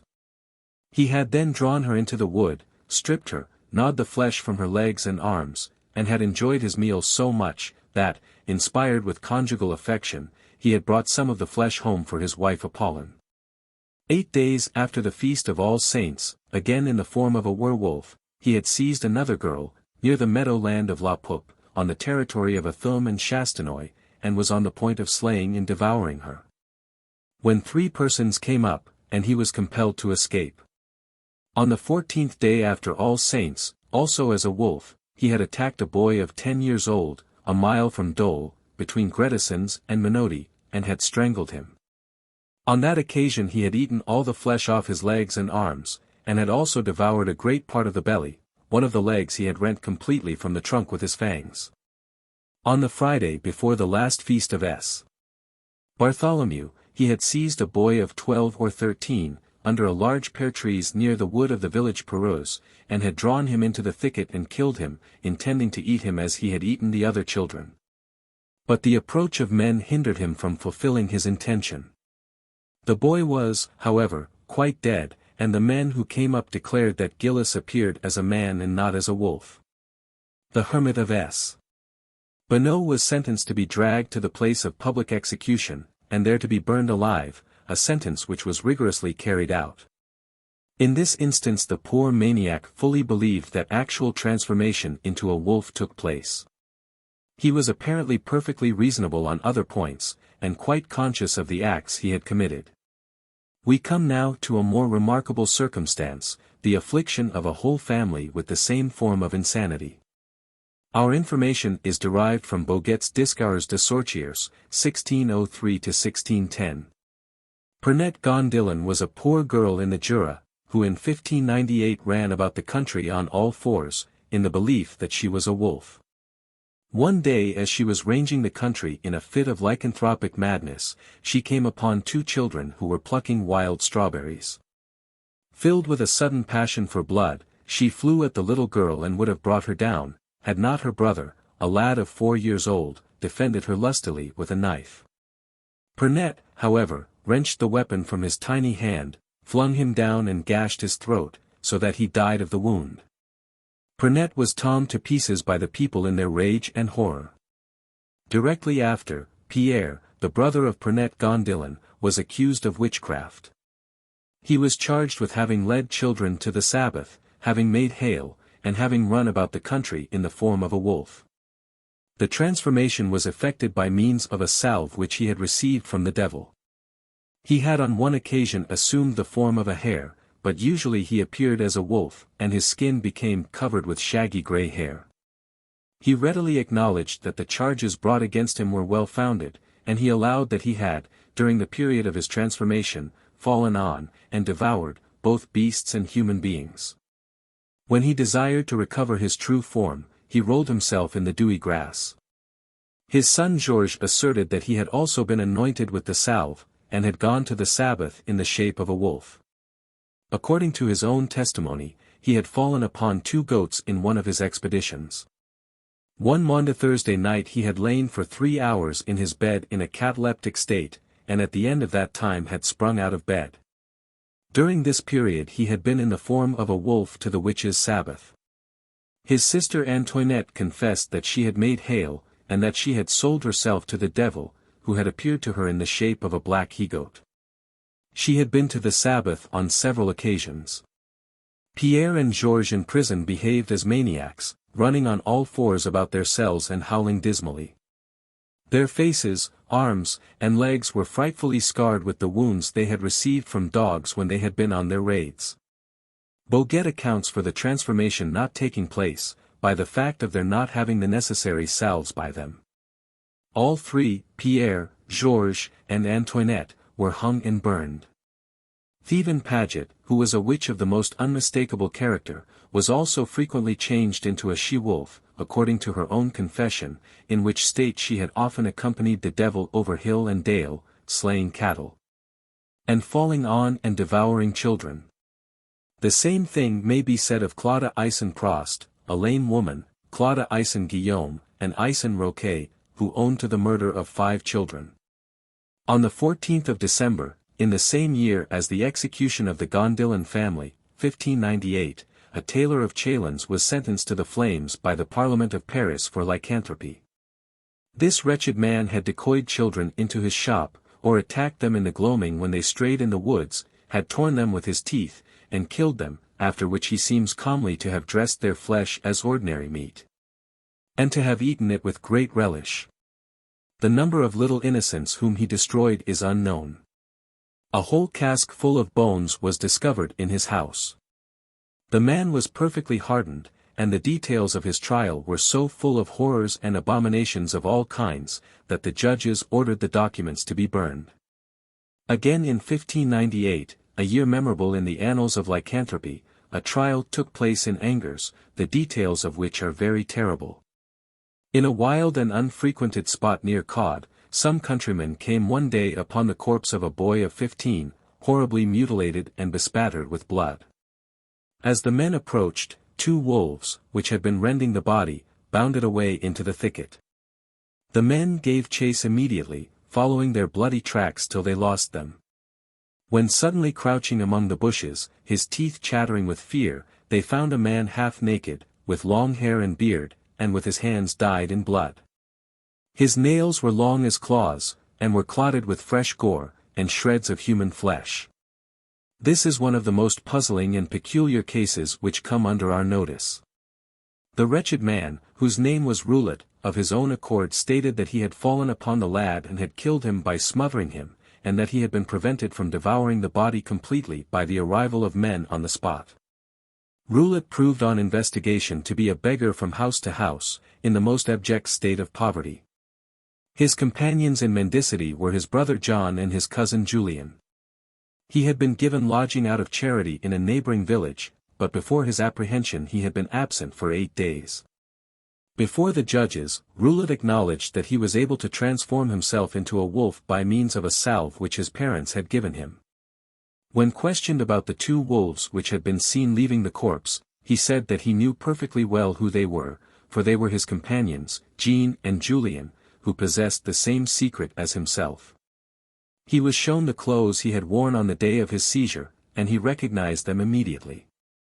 He described the boy whom he had murdered, gave the date correctly, indicated the precise spot where the deed had been done, and recognized the father of the boy as the man who had first run up when the screams of the lad had been heard. In prison, Roulet behaved like an idiot. When seized, his belly was distended and hard. In prison he drank one evening a whole pailful of water, and from that moment refused to eat or drink. His parents, on inquiry, proved to be respectable and pious people, and they proved that his brother John and his cousin Julien had been engaged at a distance on the day of Roulet's apprehension. "What is your name, and what your estate?"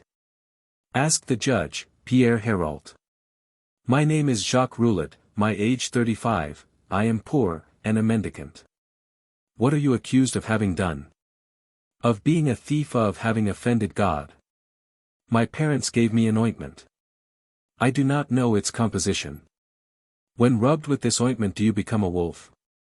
"No, but for all that, I killed and ate the child Cornier, I was a wolf." "Were you dressed as a wolf?"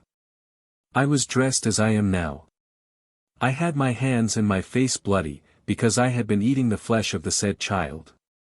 "Do your hands and feet become paws of a wolf?" "Yes, they do."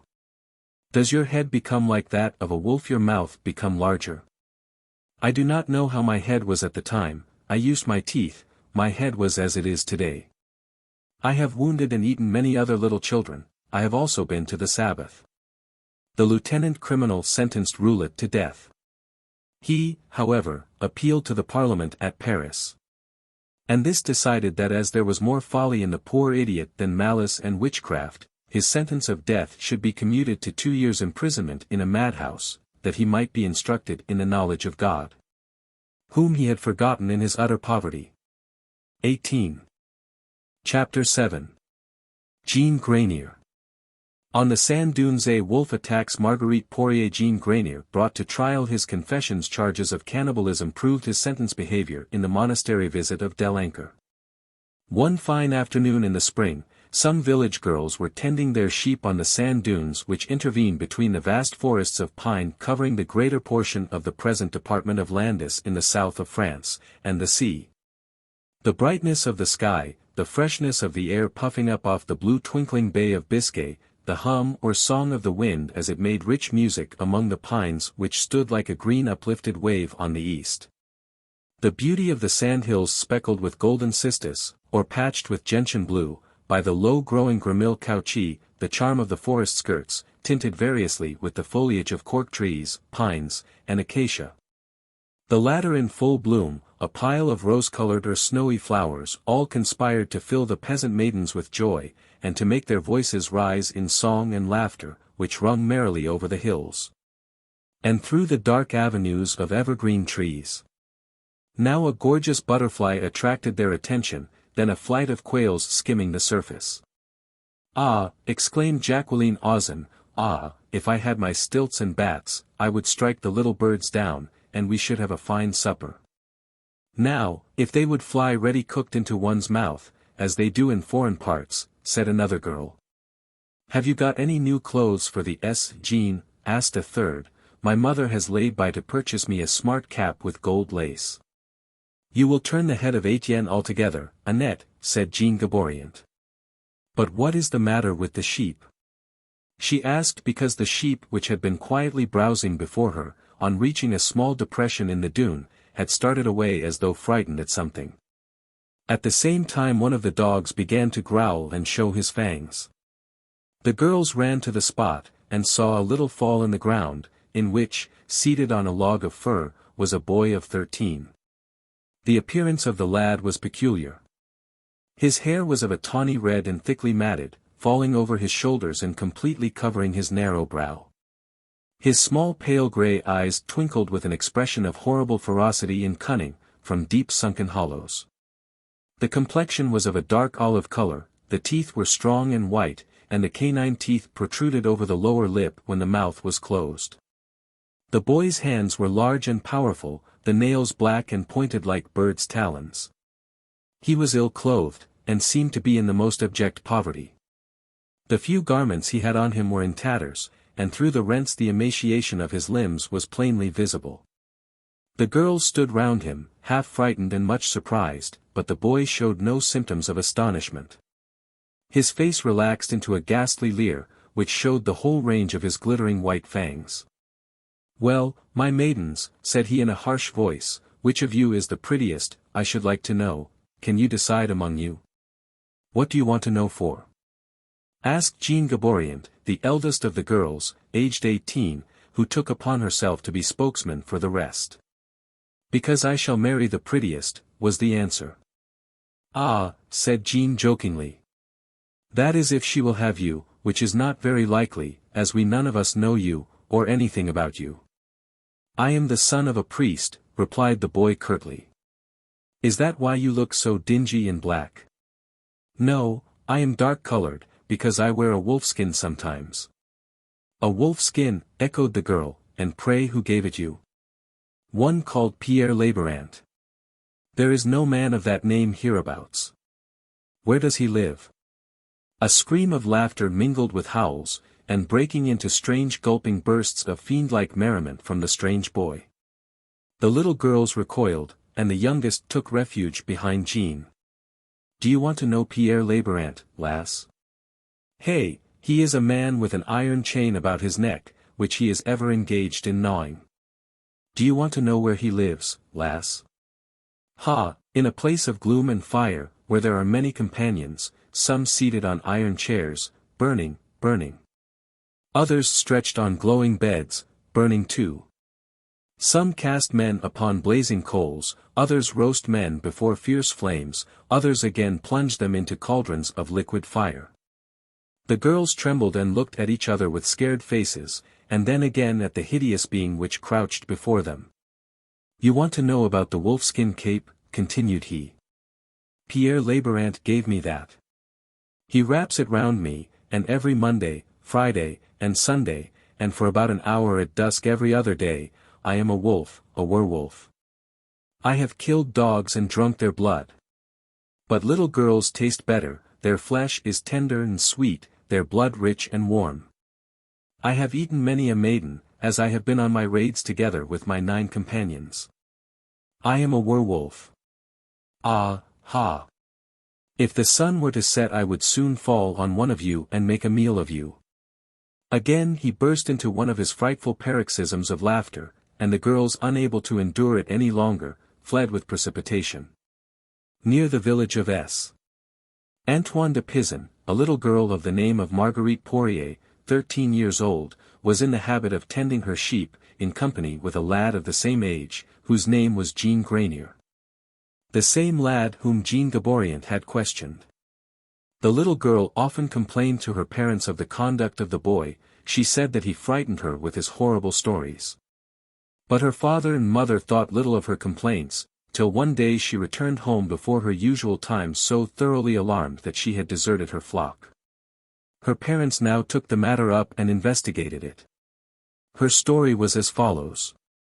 Jean had often told her that he had sold himself to the devil, and that he had acquired the power of ranging the country after dusk, and sometimes in broad day, in the form of a wolf.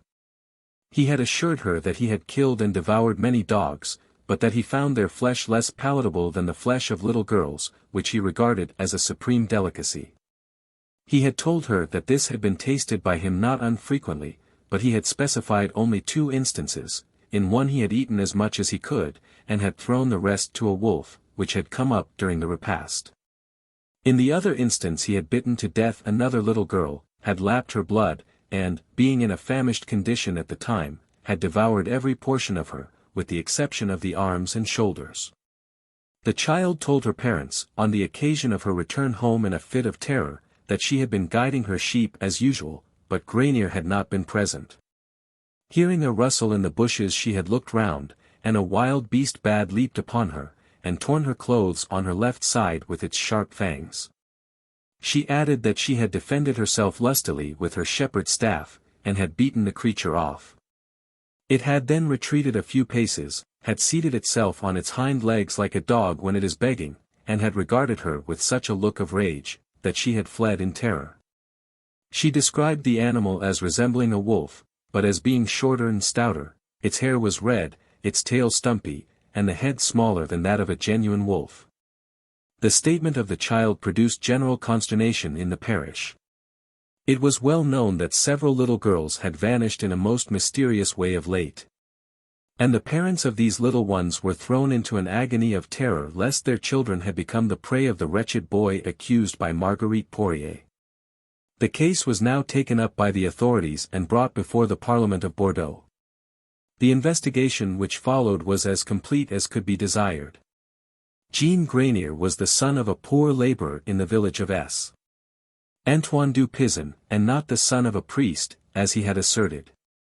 3 months before his seizure he had left home, and had been with several masters doing odd work, or wandering about the country begging. He had been engaged several times to take charge of the flocks belonging to farmers, and had as often been discharged for neglect of his duties.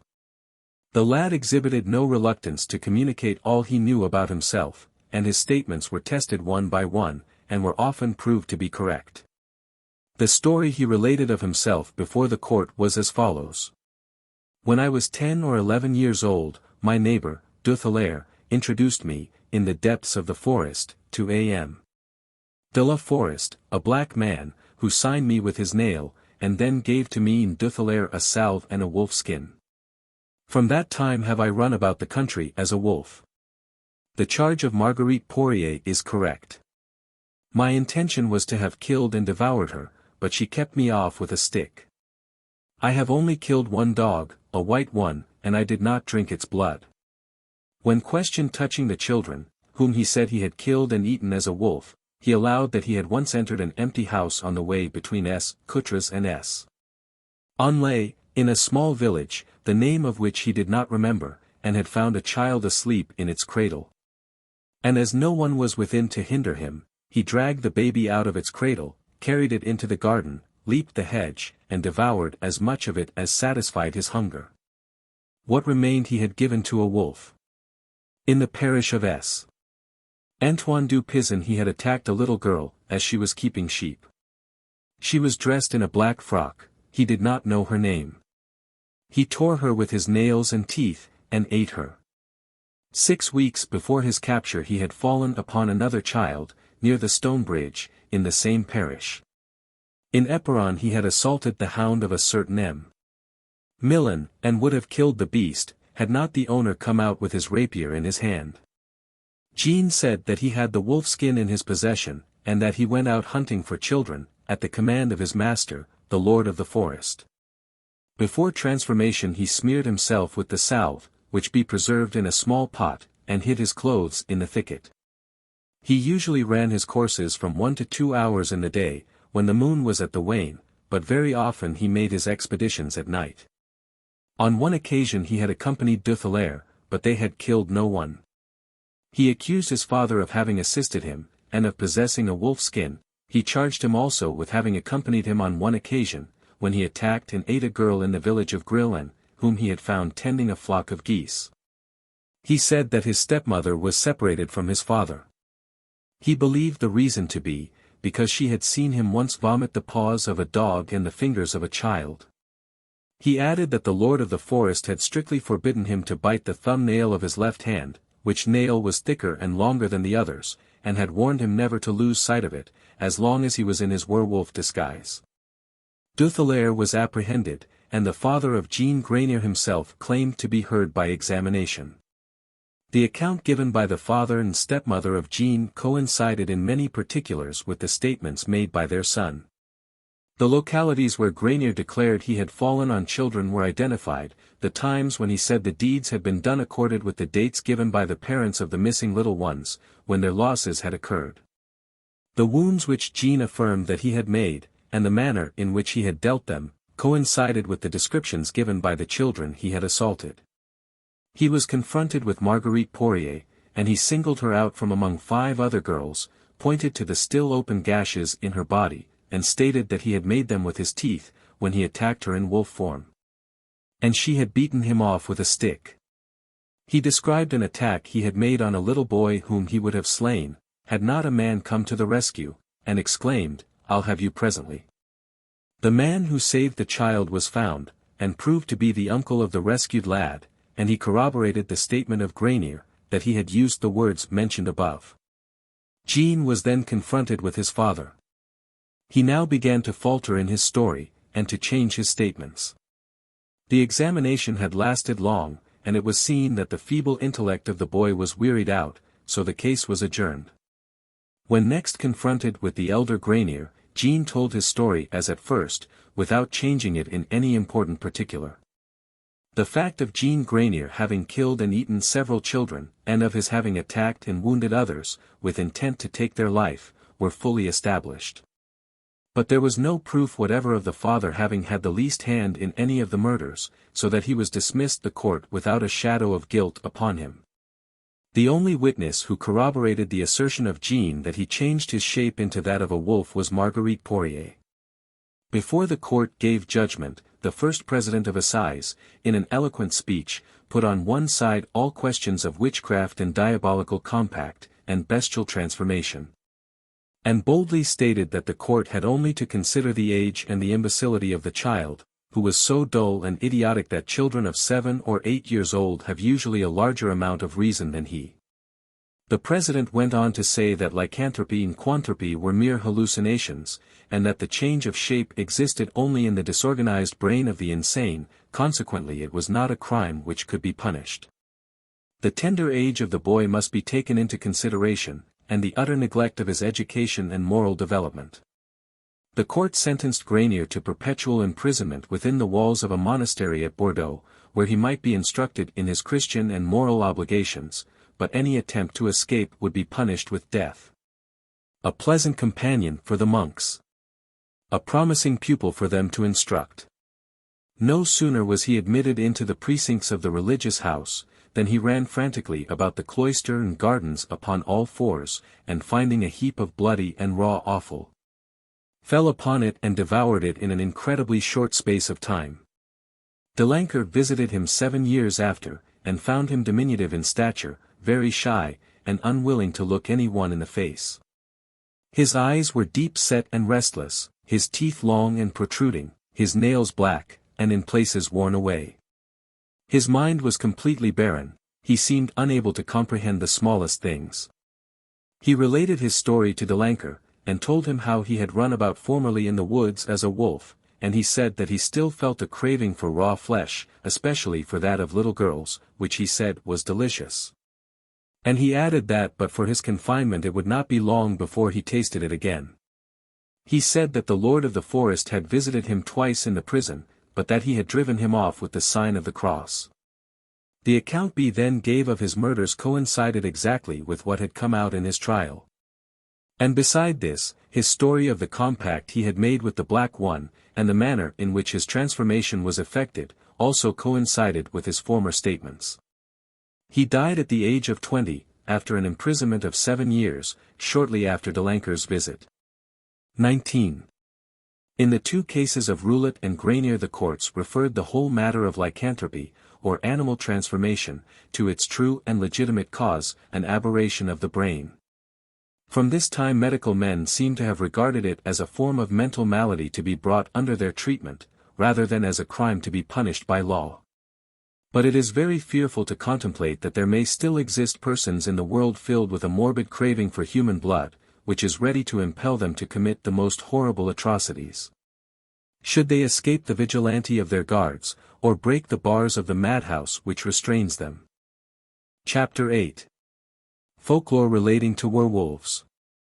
Barrenness of English folklore. Devonshire traditions. Derivation of werewolf cannibalism in Scotland. The Angus robber. The Carl of Perth. French superstitions. Norwegian traditions. Danish tales of werewolves. Holstein stories. The werewolf in the Netherlands. Among the Greeks, the Serbs, the White Russians, the Poles, The Russian receipt for becoming a werewolf. The Bohemian Vlkodlak Armenian story. Indian tales. Abyssinian Buddha's American transformation tales. A Slovakian household tale. Similar Greek, Bernays, and Icelandic tales. English folklore is singularly barren of werewolf stories, the reason being that wolves had been extirpated from England under the Anglo-Saxon kings, and therefore ceased to be objects of dread to the people. The traditional belief in werewolfism must, however, have remained long in the popular mind, though at present it has disappeared, for the word occurs in old ballads and romances. Thus in Kempion. Oh, was it werewolf in the wood? Or was it mermaid in the sea? Or was it man, or vile woman? My own true love, that misshaped thee. There is also the romance of William and the werewolf in Hartshorn. 20. But this professes to be a translation from the French. For he of French this fair tale first did translate. In Essay of English Men in English Spech.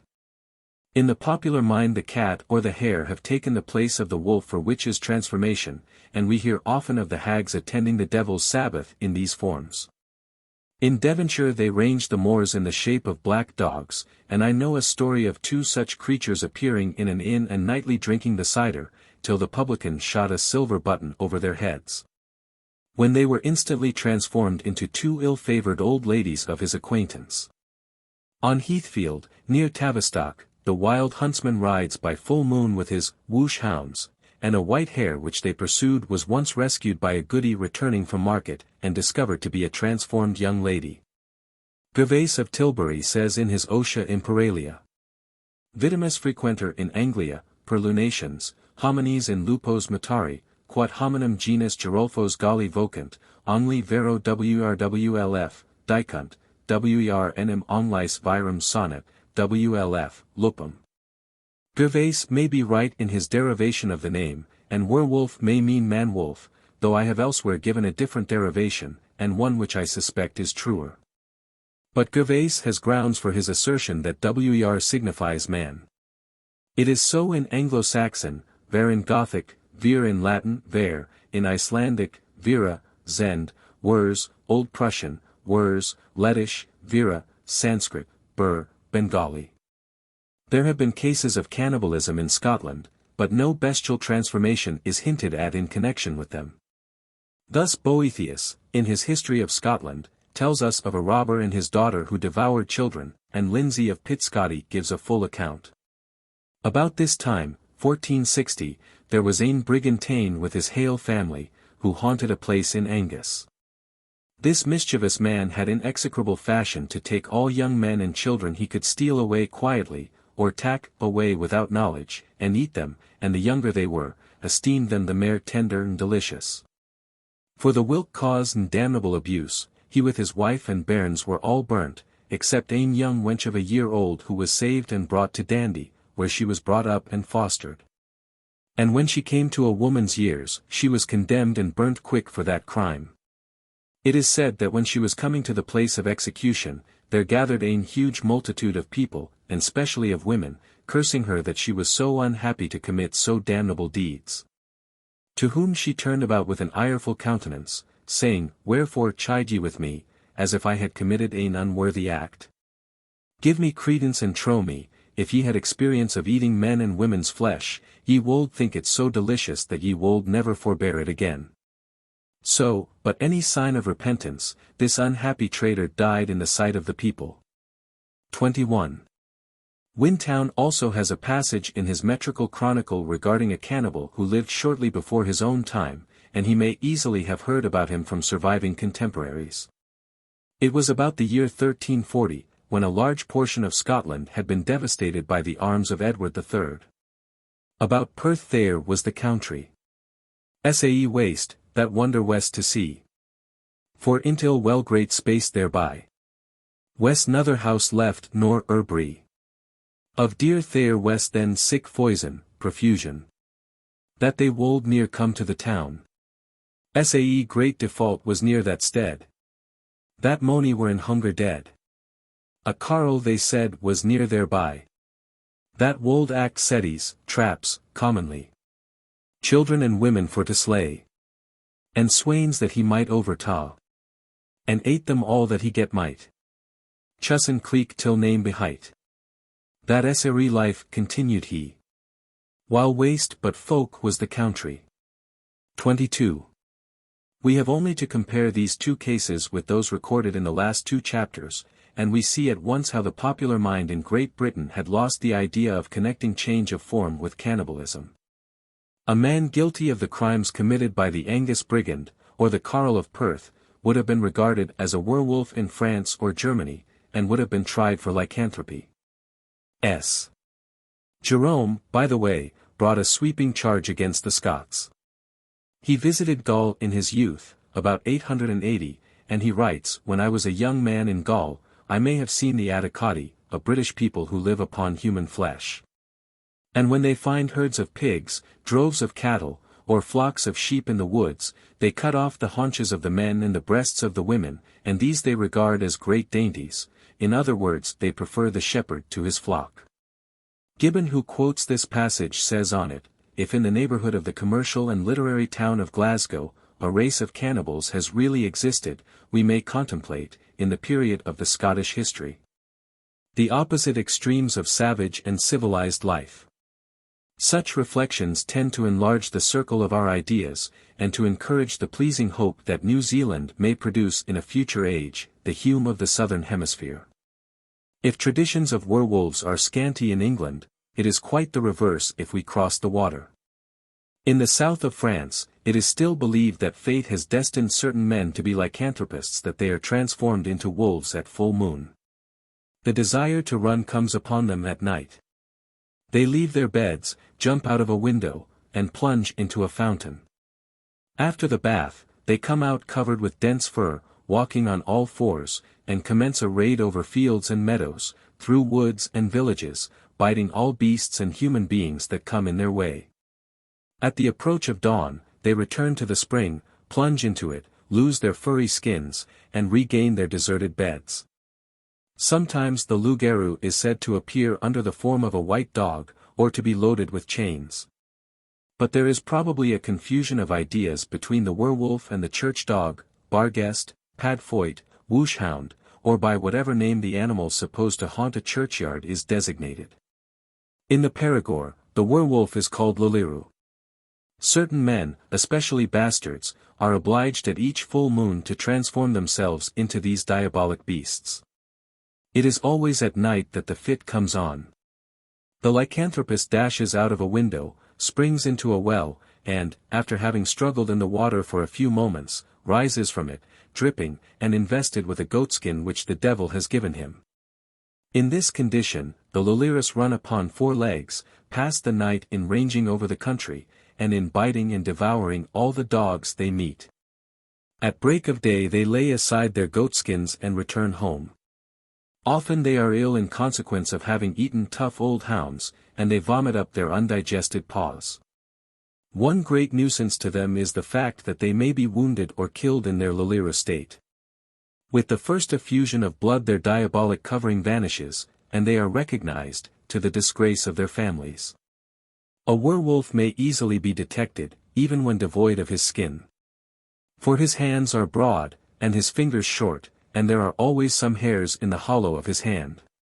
In Normandy, those who are doomed to be loups-garous, clothe themselves every evening with a skin called their heer or huer, which is a loan from the devil. When they run in their transformed state, the evil one accompanies them and scourges them at the foot of every cross they pass. The only way in which a werewolf can be liberated from this cruel bondage, is by stabbing him 3 times in the forehead with a knife. However, some people less addicted to allopathic treatment, consider that 3 drops of blood drawn by a needle, will be sufficient to procure release. According to an opinion of the vulgar in the same province, the loup-garou is sometimes a metamorphosis forced upon the body of a damned person, who, after having been tormented in his grave, has torn his way out of it. The first stage in the process consists in his devouring the cerecloth which enveloped his face. Then his moans and muffled howls ring from the tomb. Through the gloom of night, the earth of the grave begins to heave, and at last, with a scream, surrounded by a phosphorescent glare, and exhaling a foetid odor, he bursts away as a wolf. In Le Besson, They attribute to sorcerers the power of metamorphosing certain men into beasts, but the form of a dog is that principally affected by them. In Norway it is believed that there are persons who can assume the form of a wolf or a bear, husbjorn, and again resume their own. This property is either imparted to them by the trollmen, or those possessing it are themselves trolls. In a hamlet in the midst of a forest, there dwelt a categer named Lasse, and his wife. One day he went out in the forest to fell a tree, but had forgot to cross himself and say his paternoster, so that some troll or wolf witch, Varga Mor, obtained power over him and transformed him into a wolf. His wife mourned him for many years, but, one Christmas Eve, there came a beggar woman, very poor and ragged, to the door, and the good woman of the house took her in, fed her well, and entreated her kindly. At her departure the beggar woman said that the wife would probably see her husband again, as he was not dead, but was wandering in the forest as a wolf. Towards nightfall the wife went to her pantry to place in it a piece of meat for the morrow, when, on turning to go out, she perceived a wolf standing before her, raising itself with its paws on the pantry steps, regarding her with sorrowful and hungry looks. Seeing this she exclaimed, "If I were sure that thou wert my own Lasse, I would give thee a bit of meat." At that instant the wolfskin fell off, and her husband stood before her in the clothes he wore on the unlucky morning when she had last beheld him.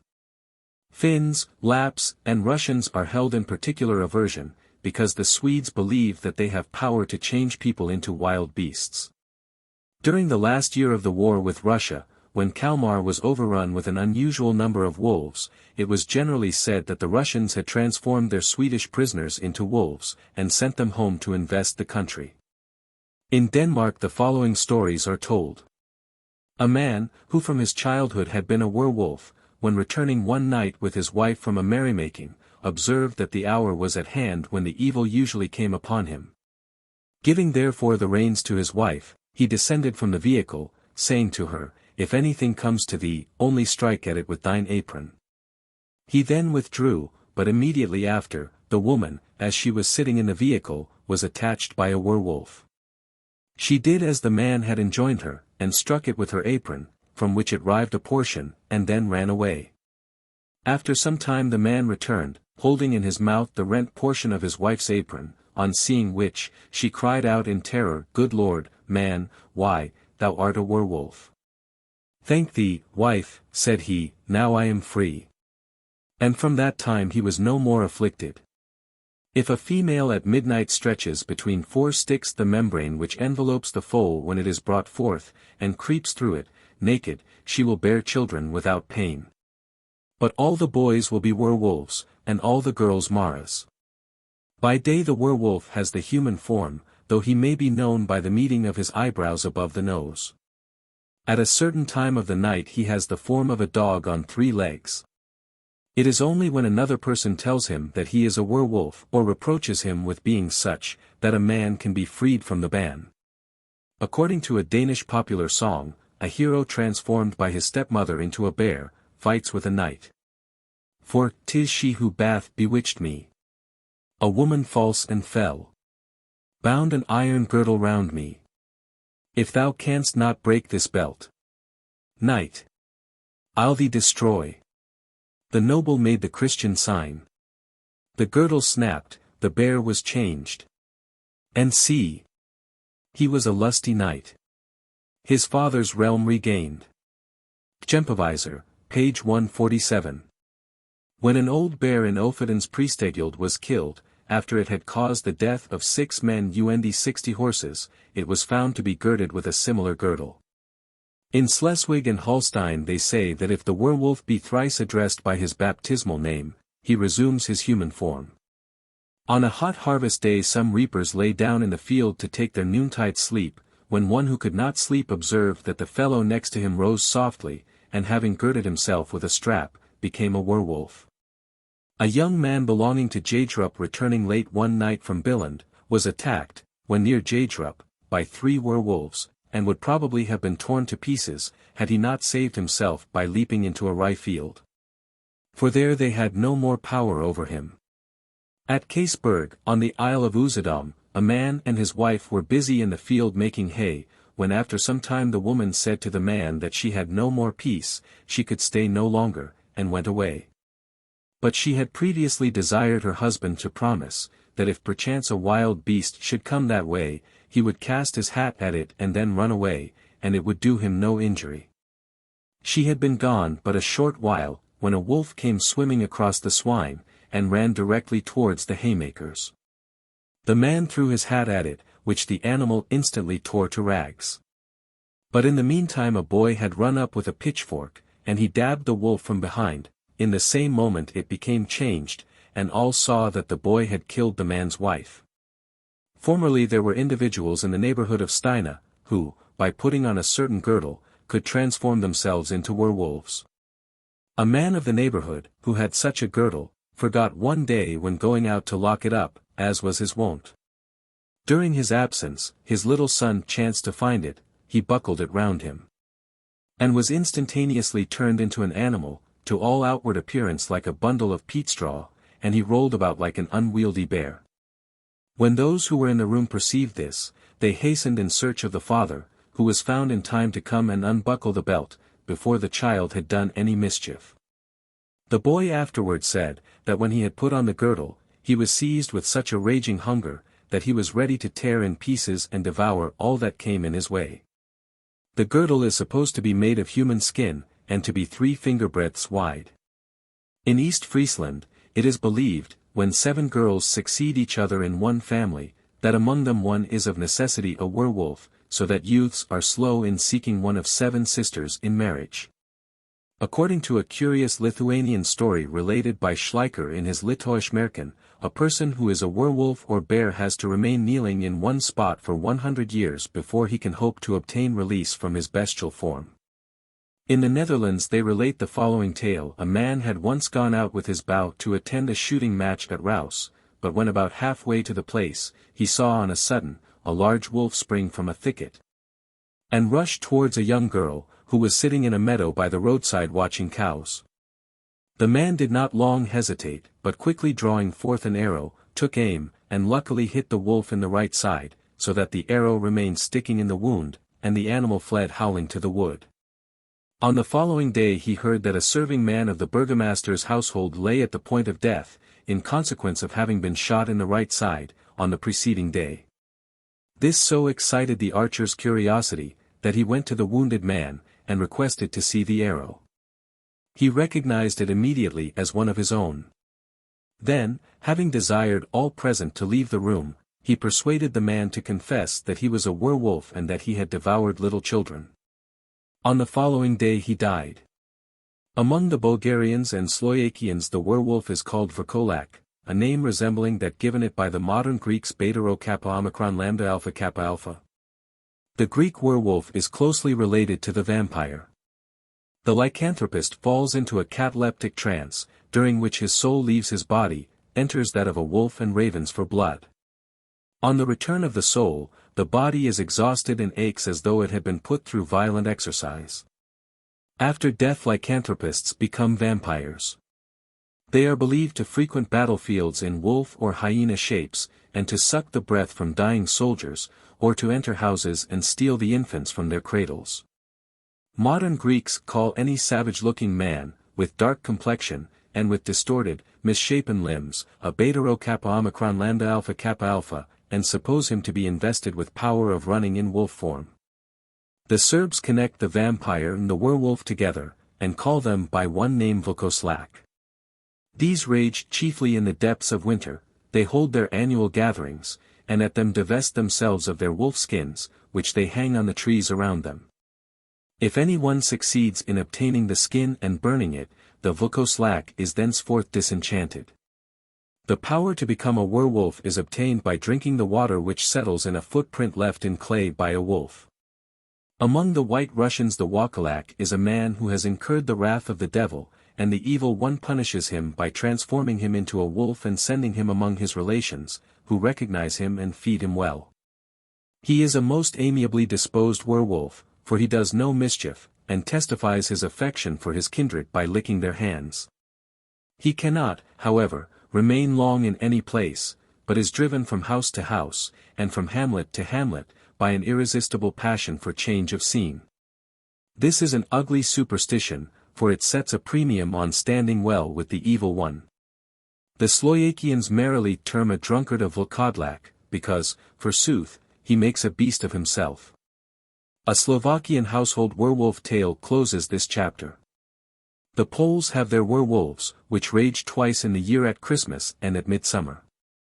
According to a Polish story, if a witch lays a girdle of human skin on the threshold of a house in which a marriage is being celebrated, the bride and bridegroom, and bridesmaids and groomsmen, should they step across it, are transformed into wolves. After 3 years, however, the witch will cover them with skins with the hair turned outward. Immediately they will recover their natural form. On one occasion, a witch cast a skin of 2 scanty dimensions over the bridegroom, so that his tail was left uncovered. He resumed his human form, but retained his lupin caudal appendage. The Russians call the werewolf oborot, which signifies one transformed. The following receipt is given by them for becoming one. He who desires to become an oborot, let him seek in the forest a hewn-down tree. Let him stab it with a small copper knife, and walk round the tree, repeating the following incantation. On the sea, on the ocean, on the island, on Bugin. On the empty pasture gleams the moon, on an ash stalk lying. In a green wood. In a gloomy vale. Toward the stalk wandereth a shaggy wolf. Horned cattle seeking for his sharp white fangs. But the wolf enters not the forest. But the wolf dives not into the shadowy vale. Moon, moon, gold-horned moon. Cheek the flight of bullets, blunt the hunter's knives.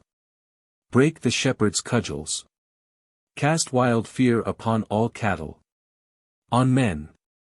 On all creeping things. That they may not catch the grey wolf. That they may not rend his warm skin. My word is binding, more binding than sleep. More binding than the promise of a hero.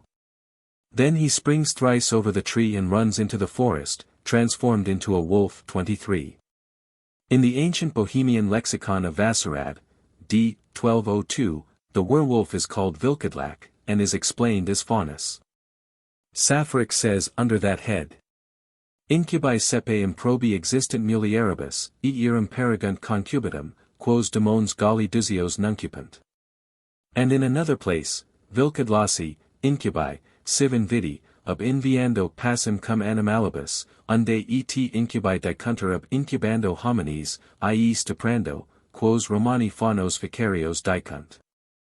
That the same belief in lycanthropy exists in Armenia is evident from the following story told by Haxthausen, in his Transcaucasia, Leipzig, I. 322, a man once saw a wolf, which had carried off a child, past him.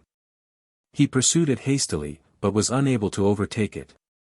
At last he came upon the hands and feet of a child, and a little further on he found a cave, in which lay a wolf-skin. This he cast into a fire, and immediately a woman appeared, who howled and tried to rescue the skin from the flames. The man, however, resisted, and, as soon as the hide was consumed, the woman had vanished in the smoke. In India, on account of the prevalence of the doctrine of metempsychosis, the belief in transformation is widely diffused. Traces of genuine lycanthropy are abundant in all regions whither Buddhism has reached. In Ceylon, in Tibet, and in China, we find it still forming a portion of the national creed. In the Panska Tantra is a story of an enchanted Brahmin's son, who by day was a serpent, by night a man. Vikramaditya's father, the son of Indra, was condemned to be an ass by day and a man by night. A modern Indian tale is to this effect: a prince marries a female ape, but his brothers wed handsome princesses. At a feast given by the queen to her stepdaughters, there appears an exquisitely beautiful lady in gorgeous robes. This is none other than the she-ape, who has laid aside her skin for the occasion. The prince slips out of the room and burns the skin, so that his wife is prevented from resuming her favorite appearance. Nathaniel Pierce 24 gives an account of an Abyssinian superstition very similar to that prevalent in Europe. He says that in Abyssinia the gold and silversmiths are highly regarded, but that the ironworkers are looked upon with contempt, as an inferior grade of beings. Their kinsmen even ascribed to them the power of transforming themselves into hyenas, or other savage beasts. All convulsions and hysterical disorders are attributed to the effect of their evil eye. The Amhara call them Buddha, the Tigray, Tebib. There are also Mohammedan and Jewish Buddhas. It is difficult to explain the origin of this strange superstition.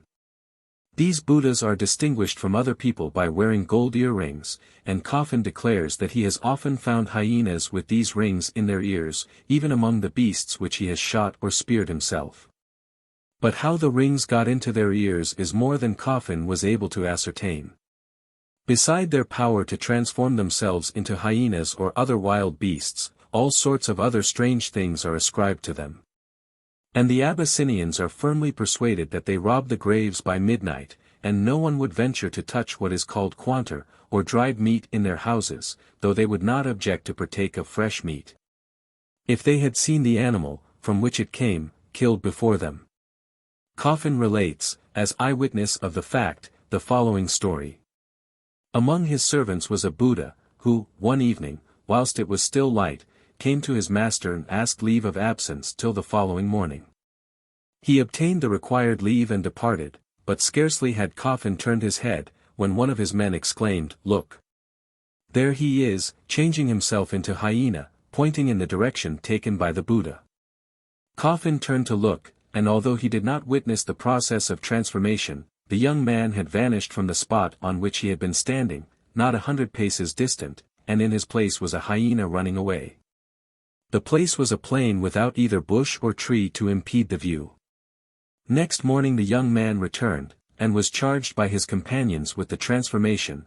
This he rather acknowledged than denied, for he excused himself on the plea that it was the habit of his class. This statement of Pearce is corroborated by a note contributed by Sir Gardner Wilkinson to Rawlinson's Herodotus, Book 4. Chapter 105. A class of people in Abyssinia are believed to change themselves into hyenas when they like. On my appearing to discredit it, I was told by one who lived for years there, that no well-informed person doubted it, and that he was once walking with one of them, when he happened to look away for a moment. And on turning again towards his companion, he saw him trotting off in the shape of a hyena. He met him afterwards in his old form. These worthies are blacksmiths, G.W. A precisely similar superstition seems to have existed in America, for Joseph Acosta, History Nat. De Inns, relates that the ruler of a city in Mexico, who was sent for by the predecessor of Montezuma, transformed himself, before the eyes of those who were sent to seize him, into an eagle, a tiger, and an enormous serpent. He yielded at last, and was condemned to death. No longer in his own house, he was unable to work miracles so as to save his life. The Bishop of Chiapa, a province of Guatemala, in a writing published in 1702, ascribes the same power to the Nawals, or national priests, who labored to bring back to the religion of their ancestors the children brought up as Christians by the government. After various ceremonies, when the child instructed advanced to embrace him, the Nawals suddenly assumed a frightful aspect, and under the form of a lion or tiger, appeared chained to the young Christian convert. Recul de Voyages, Tom. 2, 187. Among the North American Indians, the belief in transformation is very prevalent. The following story closely resembles one very prevalent all over the world. One Indian fixed his residence on the borders of the Great Bear Lake, taking with him only a dog big with young. In due time, this dog brought forth 8 pups. Whenever the Indian went out to fish, he tied up the pups, to prevent the straying of the litter. Several times, as he approached his tent, he heard noises proceeding from it, which sounded like the talking, the laughing, the crying, the wail, and the merriment of children, but, on entering it, he only perceived the pups tied up as usual. His curiosity being excited by the noises he had heard, he determined to watch and learn whence these sounds proceeded, and what they were. One day he pretended to go out to fish, but, instead of doing so, he concealed himself in a convenient place. In a short time he again heard voices, and, rushing suddenly into the tent, beheld some beautiful children sporting and laughing, with the dog skins lying by their side. He threw the dog skins into the fire, and the children, retaining their proper forms, grew up, and were the ancestors of the Dog-Rib Nation. Traditions of the North American Indians, by T. Jones, 1830, Volume 2. Page 18. In the same work is a curious story entitled The Mother of the World, which bears a close analogy to another worldwide myth. A woman marries a dog, by night the dog lays aside its skin, and appears as a man. This may be compared with the tale of Bjorn and Bera already given. I shall close this chapter with a Slovakian household tale given by T. Hanisch in the third volume of Zeitschrift für Deutsche Mythology. The Daughter of the Vokolak. There was once a father, who had 9 daughters, and they were all marriageable, but the youngest was the most beautiful. The father was a werewolf. One day it came into his head, what is the good of having to support so many girls, so he determined to put them all out of the way. He went accordingly into the forest to Hew wood, and he ordered his daughters to let one of them bring him his dinner. It was the eldest who brought it. "Why, how come you so early with the food?" asked the woodcutter. "Truly, father, I wish to strengthen you, lest you should fall upon us, if famished." "A good lass. Sit down whilst I eat." He ate, and whilst he ate he thought of a scheme. He rose and said, my girl, come, and I will show you a pit I have been digging." "And what is the pit for?"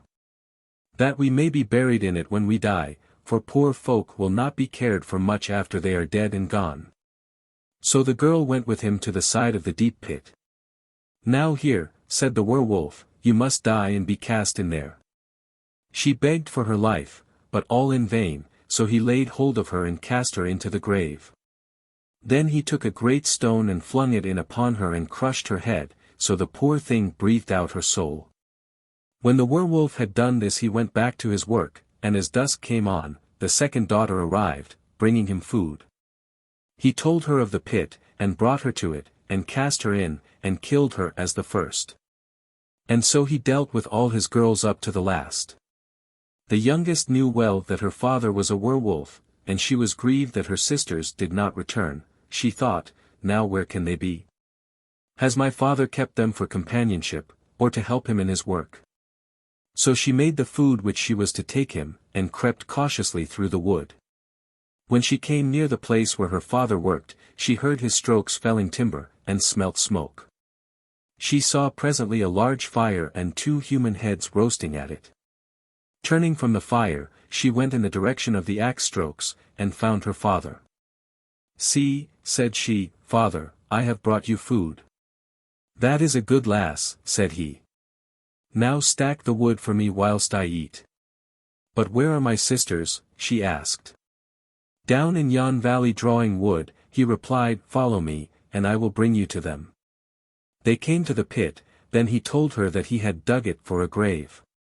"Now," said he, "you must die, and be cast into the pit with your sisters."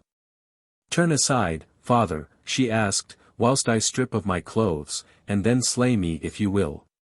He turned aside as she requested, and then chich. She gave him a push, and he tumbled headlong into the hole he had dug for her. She fled for her life, for the werewolf was not injured, and he soon would scramble out of the pit. Now she hears his howls resounding through the gloomy alleys of the forest, and swift as the wind she runs. She hears the tramp of his approaching feet, and the snuffle of his breath. Then she casts behind her her handkerchief. The werewolf seizes this with teeth and nails, and rends it till it is reduced to tiny ribbons. In another moment he is again in pursuit, foaming at the mouth, and howling dismally, whilst his red eyes gleam like burning coals. As he gains on her, she casts behind her her gown, and bids him tear that. He seizes the gown and rives it to shreds, then again he pursues. This time she casts behind her her apron, next her petticoat, then her shift, and at last runs much in the condition in which she was born. Again the werewolf approaches. She bounds out of the forest into a hayfield, and hides herself in the smallest heap of hay. Her father enters the field, runs howling about it in search of her, cannot find her, and begins to upset the different haycocks, all the while growling and gnashing his gleaming white fangs in his rage at her having escaped him. The foam flakes drop at every step from his mouth, and his skin is reeking with sweat. Before he has reached the smallest bundle of hay his strength leaves him, he feels exhaustion begin to creep over him, and he retires to the forest. The king goes out hunting every clay, one of his dogs carries food to the hayfield, which has most unaccountably been neglected by the haymakers for 3 days. The king, following the dog, discovers the fair damsel, not exactly in the straw, but up to her neck in hay. She is carried, hay and all, to the palace, where she becomes his wife, making only one stipulation before becoming his bride, and that is, that no beggar shall be permitted to enter the palace. After some years a beggar does get in, the beggar being, of course, none other than her werewolf father. He steals upstairs, enters the nursery, cuts the throats of the 2 children born by the queen to her lord, and lays the knife under her pillow. In the morning, the king, supposing his wife to be the murderess, drives her from home, with the dead princes hung about her neck. A hermit comes to the rescue, and restores the babies to life. The king finds out his mistake, is reunited to the lady out of the hay, and the werewolf is cast off a high cliff into the sea, and that is the end of him. The king, the queen, and the princes live happily, and may be living yet, for no notice of their death has appeared in the newspaper. This story bears some resemblance to one told by Vaughan Hahn in his Griechisch und Albanische Märchen. I remember having heard a very similar one in the Pyrenees, but the man who flies from the werewolf is one who, after having stripped off all his clothes, rushes into a cottage and jumps into a bed. The werewolf dares not, or cannot, follow. The cause of his flight was also different. He was a Freemason who had divulged the secret, and the werewolf was the master of his lodge in pursuit of him. In the Bernays story, there is nothing similar to the last part of the Slovakian tale, and in the Greek one the transformation and the pursuit are omitted, though the woman-eater is called dog's head. Much as an outlaw in the north of Europe was said to be wolf-headed. It is worthy of notice in the tale of the daughter of the Ulkolak, that the werewolf fit is followed by great exhaustion 25 and that the wolf is given clothes to tear, much as in the Danish stories already related. There does not seem to be any indication of his having changed his shape, at least no change is mentioned, his hands are spoken of, and he swears and curses his daughter in broad Slovakian. The fit very closely resembles that to which Skallagrim, the Icelander, was subject. It is a pity that the maid Brack in the Icelandic tale did not fall upon her legs like the young lady in the hay. Chapter 9. Natural Causes of Lycanthropy. Innate cruelty. Its 3 forms. Dummelaard Andreas Bichel, a Dutch priest. Other instances of inherent cruelty. Cruelty united to refinement. A Hungarian bather in blood. Suddenness with which the passion is developed. Cannibalism. In pregnant women, in maniacs. Hallucination. How produced selves. The story of Lucius. Self-deception. What I have related from the chronicles of antiquity, or from the traditional lore of the people, is veiled under the form of myth or legend. And it is only from Scandinavian descriptions of those afflicted with the wolf madness, and from the trials of those charged with the crime of lycanthropy in the later Middle Ages, that we can arrive at the truth respecting that form of madness which was invested by the superstitious with so much mystery. It was not till the close of the Middle Ages that lycanthropy was recognized as a disease. But it is one which has so much that is ghastly and revolting in its form, and it is so remote from all our ordinary experience, that it is not surprising that the casual observer should leave the consideration of it as a subject isolated and perplexing, and be disposed to regard as a myth that which the feared investigation might prove a reality. In this chapter one purpose briefly examining the conditions under which men have been regarded as werewolves.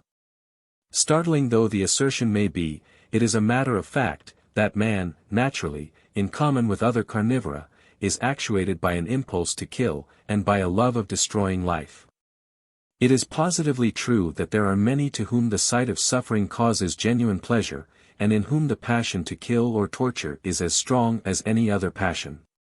Witness the number of boys who assemble around a sheep or pig when it is about to be killed, and who watch the struggle of the dying brute with hearts beating fast with pleasure, and eyes sparkling with delight. Often have I seen an eager crowd of children assembled around the slaughterhouses of French towns, absorbed in the expiring agonies of the sheep and cattle, and hushed into silence as they watched the flow of blood. The propensity, however, exists in different degrees. In some it is manifest simply as indifference to suffering, in others it appears as simple pleasure in seeing killed, and in others again it is dominant as an irresistible desire to torture and destroy. This propensity is widely diffused. It exists in children and adults, in the gross-minded and the refined. In the well-educated and the ignorant, in those who have never had the opportunity of gratifying it, and those who gratify it habitually, in spite of morality, religion, laws, so that it can only depend on constitutional causes. The sportsman and the fisherman follow a natural instinct to destroy, when they make wax on bird, beast, and fish. The pretense that the spoil is sought for the table cannot be made with justice. As the sportsman cares little for the game he has obtained, when once it is consigned to his pouch. The motive for his eager pursuit of bird or beast must be sought elsewhere. It will be found in the natural craving to extinguish life, which exists in his soul. Why does a child impulsively strike at a butterfly as it flits past him? He cares nothing for the insect when once it is beaten down at his feet, unless it be quivering in its agony, when he will watch it with interest. The child strikes at the fluttering creature because it has life in it, and he has an instinct within him impelling him to destroy life wherever he finds it. Parents and nurses know well that children by nature are cruel, and that humanity has to be acquired by education. A child will gloat over the sufferings of a wounded animal till his mother bids him put it out of its misery. An unsophisticated child would not dream of terminating the poor creature's agonies abruptly, any more than he would swallow whole a bonbon till he had well sucked it.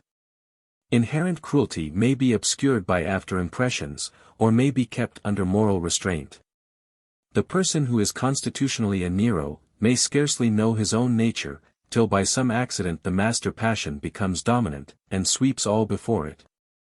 A relaxation of the moral check, a shock to the controlling intellect, an abnormal condition of body, are sufficient to allow the passion to assert itself. As I have already observed, this passion exists in different persons in different degrees. In some it is exhibited in simple want of feeling for other people's sufferings. This temperament may lead to crime, for the individual who is regardless of pain in another, will be ready to destroy that other, if it suit his own purposes. Such an one was the pauper Dumoulard, who was the murderer of at least 6 poor girls, and who attempted to kill several others. He seems not to have felt much gratification in murdering them, but to have been so utterly indifferent to their sufferings, that he killed them solely for the sake of their clothes, which were of the poorest description. He was sentenced to the guillotine, and executed in 1862.26. In others, the passion for blood is developed alongside with indifference to suffering. Thus Andreas Bichel enticed young women into his house, under the pretense that he was possessed of a magic mirror, in which he would show them their future husbands. When he had them in his power he bound their hands behind their backs, and stunned them with a blow. He then stabbed them and despoiled them of their clothes, for the sake of which he committed the murders. But as he killed the young women the passion of cruelty took possession of him, and he hacked the poor girls to pieces whilst they were still alive, in his anxiety to examine their insides. Catherine Seidel he opened with a hammer and a wedge, from her breast downwards, whilst still breathing. I may say, he remarked at his trial, that during the operation I was so eager, that I trembled all over, and I longed to rive off a piece and eat it. Andreas Bichel was executed in 1809. 27. Again, a third class of persons are cruel and bloodthirsty, because in them bloodthirstiness is a raging insatiable passion. In a civilized country those possessed by this passion are forced to control it through fear of the consequences, or to gratify it upon the brute creation.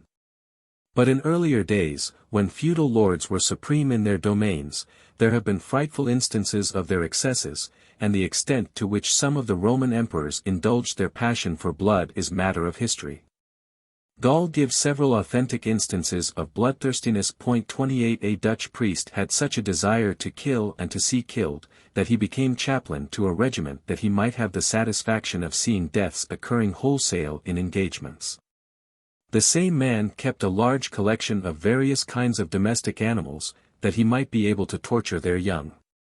He killed the animals for his kitchen, and was acquainted with all the hangmen in the country, who sent him notice of executions, and he would walk for days that he might have the gratification of seeing a man executed. In the field of battle the passion is variously developed, some feel positive delight in slaying, others are indifferent. An old soldier, who had been in Waterloo, informed me that to his mind there was no pleasure equal to running a man through the body, and that he could lie awake at night musing on the pleasurable sensations afforded him by that act. Highwaymen are frequently not content with robbery, but manifest a bloody inclination to torment and kill. John Rosbeck, for instance, is well known to have invented and exercised the most atrocious cruelties, merely that he might witness the sufferings of his victims, who were especially women and children. Neither fear nor torture could break him of the dreadful passion till he was executed. Gall tells of a violin player, who, being arrested, confessed to 34 murders, all of which he had committed, not from enmity or intent to rob, but solely because it afforded him an intense pleasure to kill. Spurzheim 29 tells of a priest at Strasbourg, who, though rich, and uninfluenced by envy or revenge, from exactly the same motive, killed 3 persons. Gall relates the case of a brother of the Duke of Bourbon, Condé, Count of Charleroi, who, from infancy, had an inveterate pleasure in torturing animals. Growing older, he lived to shed the blood of human beings, and to exercise various kinds of cruelty. He also murdered many from no other motive, and shot at slaters for the pleasure of seeing them fall from the roofs of houses. Louis XI of France caused the death of 4,000 people during his reign. He used to watch their executions from a neighboring lattice. He had gibbets placed outside his own palace, and himself conducted the executions. It must not be supposed that cruelty exists merely in the coarse and rude. It is quite as frequently observed in the refined and educated. Among the former it is manifest chiefly in insensibility to the sufferings of others, in the latter it appears as a passion, the indulgence of which causes intense pleasure. Those bloody tyrants, Nero and Caligula, Alexander Borgia, and Robespierre, whose highest enjoyment consisted in witnessing the agonies of their fellow-men, were full of delicate sensibilities and great refinement of taste and manner. I have seen an accomplished young woman of considerable refinement and of a highly strung nervous temperament, string flies with her needle on a piece of thread, and watch complacently their flutterings. Cruelty may remain latent till, by some accident, it is aroused, and then it will break forth in a devouring flame. It is the same with the passion for blood as with the passions of love and hate. We have no conception of the violence with which they can rage till circumstances occur which call them into action. Love or hate will be dominant in a breast which has been in serenity, till suddenly the spark falls, passion blazes forth, and the serenity of the quiet breast is shattered forever. A word, a glance, a touch, are sufficient to fire the magazine of passion in the heart, and to desolate forever an existence. It is the same with bloodthirstiness. It may lurk in the deeps of some heart very dear to us. It may smolder in the bosom which is most cherished by us, and we may be perfectly unconscious of its existence there. Perhaps circumstances will not cause its development. Perhaps moral principle may have bound it down with fetters it can never break. Michael Wagoner 30 relates a horrible story which occurred in Hungary, suppressing the name of the person, as it was that of a still powerful family in the country. It illustrates what I have been saying, and shows how trifling a matter may develop the passion in its most hideous proportions. Elizabeth was wont to dress well in order to please her husband, and she spent half the day over her toilet. On one occasion, a lady's maid saw something wrong in her headdress, and as a recompense for observing it, received such a severe box on the ears that the blood gushed from her nose, and spurted on to her mistress's face. When the blood drops were washed off her face, her skin appeared much more beautiful, whiter and more transparent on the spots where the blood had been. Elizabeth formed the resolution to bathe her face and her whole body in human blood so as to enhance her beauty. 2 old women and a certain Fitzko assisted her in her undertaking. This monster used to kill the luckless victim, and the old women caught the blood, in which Elizabeth was wont to bathe at the hour of 4 in the morning. After the bath she appeared more beautiful than before. She continued this habit after the death of her husband, 1604, in the hopes of gaining new suitors. The unhappy girls who were allured to the castle, under the plea that they were to be taken into service there, were locked up in a cellar. Here they were beaten till their bodies were swollen. Elizabeth not unfrequently tortured the victims herself, often she changed their clothes which dripped with blood, and then renewed her cruelties. The swollen bodies were then cut up with razors. Occasionally she had the girls burned, and then cut up, but the great majority were beaten to death. At last her cruelty became so great, that she would stick needles into those who sat with her in a carriage, especially if they were of her own sex. One of her servant girls she stripped naked, smeared her with honey, and so drove her out of the house. When she was ill, and could not indulge her cruelty, she bit a person who came near her sick bed as though she were a wild beast. She caused, in all, the death of 650 girls, some in Skida, on the neutral ground, where she had a cellar constructed for the purpose, others in different localities, for murder and bloodshed became with her a necessity. When at last the parents of the lost children could no longer be cajoled, the castle was seized, and the traces of the murders were discovered. Her accomplices were executed, and she was imprisoned for life. An equally remarkable example will be found in the account of the Mareschal de Retz given at some length in the sequel. He was an accomplished man, a scholar, an able general, and a courtier. But suddenly the impulse to murder and destroy came upon him whilst sitting in the library reading Suetonius. He yielded to the impulse, and became one of the greatest monsters of cruelty the world has produced. The case of Swiatek, the Galician cannibal, is also to the purpose. This man was a harmless pauper, till one day accident brought him to the scene of a conflagration. Hunger impelled him to taste of the roast fragments of a human being who had perished in the fire, and from that moment he ravened for man's flesh. M. Bertrand was a French gentleman of taste and education. He one day lounged over the churchyard wall in a quiet country village and watched a funeral. Instantly an overwhelming desire to dig up and rend the corpse which he had seen committed to the ground came upon him, and for years he lived as a human hyena, preying upon the dead. His story is given in detail in the 15th chapter. An abnormal condition of body sometimes produces this desire for blood. It is manifest in certain cases of pregnancy, when the constitution loses its balance, and the appetite becomes diseased. Schenk 31 gives instances. A pregnant woman saw a baker carrying loaves on his bare shoulder. She was at once filled with such a craving for his flesh that she refused to taste any food till her husband persuaded the baker, by the offer of a large sum, to allow his wife to bite him. The man yielded, and the woman fleshed her teeth in his shoulder twice, but he held out no longer. The wife bore twins on 3 occasions, twice living, the third time dead. A woman in an interesting condition, near Andernach on the Rhine, murdered her husband, to whom she was warmly attached, ate half his body, and salted the rest.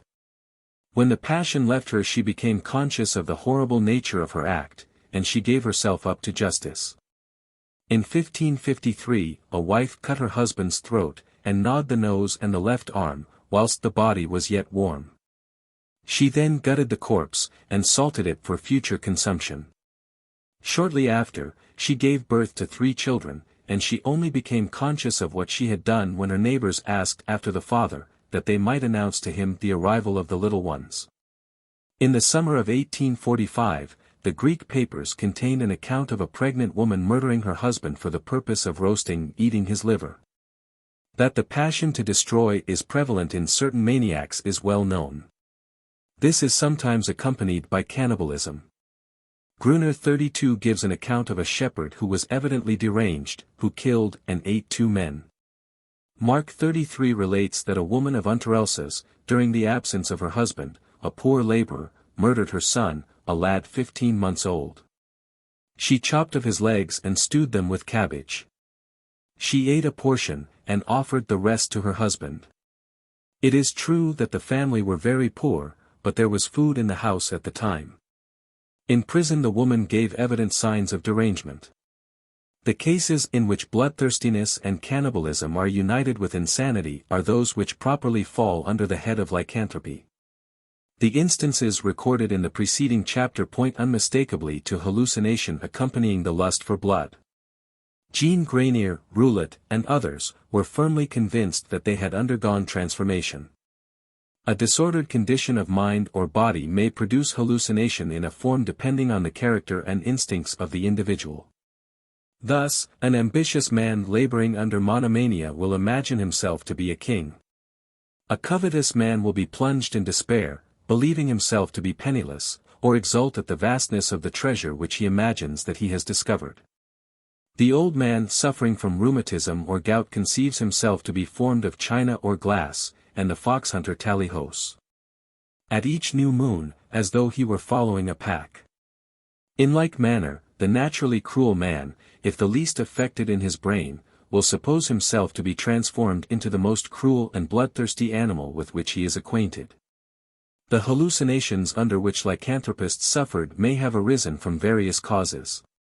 The older writers, as Forestus and Burton, regard the werewolf mania as a species of melancholy madness, and some do not deem it necessary for the patient to believe in his transformation for them to regard him as a lycanthropist. In the present state of medical knowledge, we know that very different conditions may give rise to hallucinations. In fever cases the sensibility is so disturbed that the patient is often deceived as to the space occupied by his limbs, and he supposes them to be preternaturally distended or contracted. In the case of typhus, it is not uncommon for the sick person, with deranged nervous system, to believe himself to be double in the bed, or to be severed in half, or to have lost his limbs. He may regard his members as composed of foreign and often fragile materials, as glass, or he may so lose his personality as to suppose himself to have become a woman. A monomaniac who believes himself to be someone else, seeks to enter into the feelings, thoughts, and habits of the assumed personality, and from the facility with which this is effected, he draws an argument, conclusive to himself, of the reality of the change. He thenceforth speaks of himself under the assumed character, and experiences all its needs, wishes, passions, and the like. The closer the identification becomes, the more confirmed is the monomaniac in his madness, the character of which varies with the temperament of the individual. If the person's mind be weak, or rude and uncultivated, the tenacity with which he clings to his metamorphosis is feebler, and it becomes more difficult to draw the line between his lucid and insane utterances. Thus Jean Grenier, who labored under this form of mania, said in his trial much that was true, but it was mixed with the ramblings of insanity. Hallucination may also be produced by artificial means, and there are evidences afforded by the confessions of those tried for lycanthropy, that these artificial means were employed by them. I refer to the salve so frequently mentioned in witch and werewolf trials. The following passage is from the charming Golden Ass of Apuleius. It proves that salves were extensively used by witches for the purpose of transformation, even in his day. Fotis showed me a crack in the door, and bade me look through it. Upon which I looked and saw Pamphile first divest herself of all her garments, and then, having unlocked a chest, take from it several little boxes, and open one of the latter, which contained a certain ointment. Rubbing this ointment a good while previously between the palms of her hands, she anointed her whole body, from the very nails of her toes to the hair on the crown of her head, and when she was anointed all over, she whispered many magic words to a lamp, as if she were talking to it. Then she began to move her arms, first with tremulous jerks, and afterwards by a gentle undulating motion, till a glittering, downy surface by degrees overspread her body, feathers and strong quills burst forth suddenly. Her nose became a hard crooked beak, her toes changed to curved talons, and Pamphile was no longer Pamphile, but it was an owl I saw before me. And now, uttering a harsh, querulous scream, leaping from the ground by little and little, in order to try her powers, and presently poising herself aloft on her pinions, she stretched forth her wings on either side to their full extent, and flew straight away. Having now been actually a witness of the performance of the magical art, and of the metamorphosis of Pamphile, I remained for some time in a stupefied state of astonishment.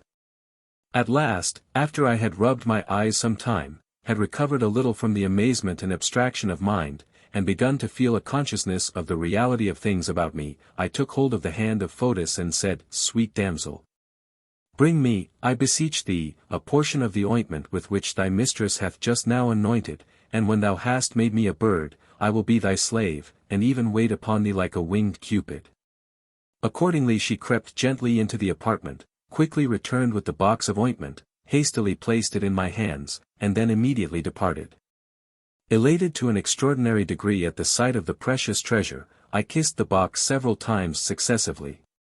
And uttering repeated aspirations in hopes of a prosperous flight, I stripped off my clothes as quick as possible, dipped my fingers greedily into the box, and having thence extracted a good large lump of ointment, rubbed it all over my body and limbs.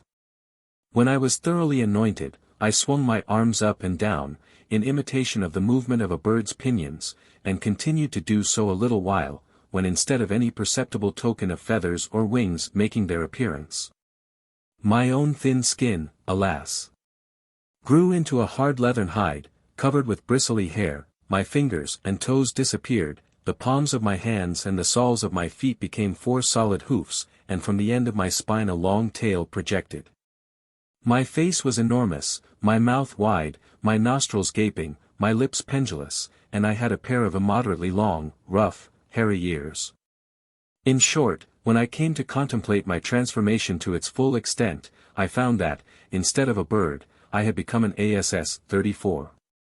Of what these magical salves were composed we know. They were composed of narcotics, to wit, Solanum somniferum, aconite, hyoscyamus, belladonna, opium, acarus vulgaris, siam. These were boiled down with oil, or the fat of little children who were murdered for the purpose. The blood of a bat was added, but its effects could have been nil. To these may have been added other foreign narcotics, the names of which have not transpired. Whatever may have been the cause of the hallucination, it is not surprising that the lycanthropist should have imagined himself transformed into a beast. The cases I have instanced are those of shepherds, who were by nature of their employment, brought into collision with wolves. And it is not surprising that these persons, in a condition liable to hallucinations, should imagine themselves to be transformed into wild beasts, and that their minds reverting to the injuries sustained from these animals, they should, in their state of temporary insanity, accuse themselves of the acts of rapacity committed by the beasts into which they believed themselves to be transformed. It is a well-known fact that men, whose minds are unhinged, will deliver themselves up to justice, accusing themselves of having committed crimes which have actually taken place. And it is only on investigation that their self-accusation proves to be false. And yet they will describe the circumstances with the greatest minuteness, and be thoroughly convinced of their own criminality. I need give but a single instance. In the War of the French Revolution, the Hermione frigate was commanded by Captain Pigot, a harsh man and a severe commander. His crew mutinied, and carried the ship into an enemy's port, having murdered the captain and several of the officers, under circumstances of extreme barbarity. One midshipman escaped, by whom many of the criminals, who were afterwards taken and delivered over to justice, one by one, were identified. Mr. Finlayson, the government actuary, who at that time held an official situation in the Admiralty, states, in my own experience I have known, on separate occasions, more than 6 sailors who voluntarily confessed to having struck the first blow at Captain Pigot. These men detailed all the horrid circumstances of the mutiny with extreme minuteness and perfect accuracy. Nevertheless, not one of them had ever been in the ship, nor had so much as seen Captain Pigot in their lives. They had obtained by tradition, from their messmates, the particulars of the story. When long on a foreign station, hungering and thirsting for home, their minds became enfeebled. At length they actually believed themselves guilty of the crime over which they had so long brooded, and submitted with a gloomy pleasure to being sent to England in irons, for judgment. p. 152 At the Admiralty we were always able to detect and establish their innocence, in defiance of their own solemn asseverations. London Judicial Gazette, January, 1803. Chapter 10. Mythological origin of the werewolf myth. Metempsychosis, sympathy between men and beasts. Finnbog and the Bear Osage and the Beaver, the connection of soul and body. Buddyism, case of Mr. Holloway. Popular ideas concerning the body, the derivation of the German Leichnam feather dresses, transmigration of souls. A Basque story from the Pantscatantra. Savage ideas regarding natural phenomena, thunder, lightning, and cloud. The origin of the dragon. John of Brompton's dragon, a waterspout. The legend of Typhoeus, allegorizing of the effects of a hurricane. Anthropomorphosis, the cirrus cloud, a heavenly swan. Urvasi, the storm cloud, a demon. Vritra and Roxkissa's story of a Brahmin and a Roxkissa's transformation into beasts forms an integral portion of all mythological systems. The gods of Greece were wont to change themselves into animals in order to carry out their designs with greater speed, security, and secrecy, than in human forms. In Scandinavian mythology, Odin changed himself into the shape of an eagle, Loki into that of a salmon. Eastern religions abound in stories of transformation.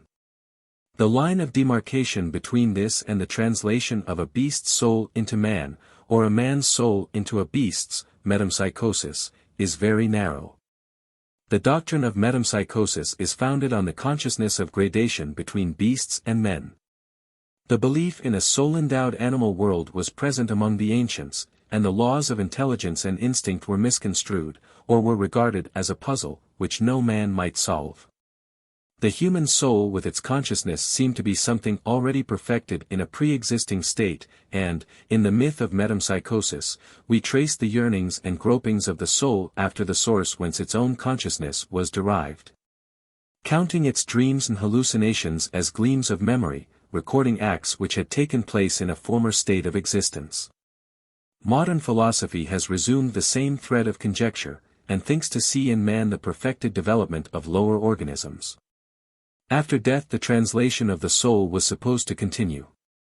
It became either absorbed into the nous, into Brahma, into the deity, or it sank in the scale of creation, and was degraded to animate a brute. Thus the doctrine of metempsychosis was emphatically one of rewards and punishments, for the condition of the soul after death depended on its training during life. A savage and bloodthirsty man was exiled, as in the case of Lycaon, into the body of a wild beast. The soul of a timorous man entered a hare, and drunkards or gluttons became swine. The intelligence which was manifest in the beasts bore such a close resemblance to that of man, in the childhood and youth of the world, that it is not to be wondered at. If our forefathers failed to detect the line of demarcation drawn between instinct and reason, and failing to distinguish this, they naturally fell into the belief in metempsychosis. It was not merely a fancied external resemblance between the beast and man, but it was the perception of skill, pursuits, desires, sufferings, and griefs like his own, in the animal creation, which led man to detect within the beast something analogous to the soul within himself. And this, notwithstanding the points of contrast existing between them, elicited in his mind so strong a sympathy that, without a great stretch of imagination, he invested the beast with his own attributes, and with the full powers of his own understanding. He regarded it as actuated by the same motives, as subject to the same laws of honor, as moved by the same prejudices, and the higher the beast was in the scale, the more he regarded it as an equal. A singular illustration of this will be found in the Finnboga saga, c. 11. Now we must relate about Finnbog. Afterward in the evening, when men slept, he rose, took his weapons, and went forth, following the tracks which led to the dairy farm. As was his wont, he stepped out briskly along the spoor till he came to the dairy. There he found the bear lying down, and he had slain the sheep, and he was lying on them lapping their blood. Then said Finnbog, "Stand up, Brain. Make ready against me, that becomes you more than crouching over those sheep's carcasses." The bear sat up, looked at him, and lay down again.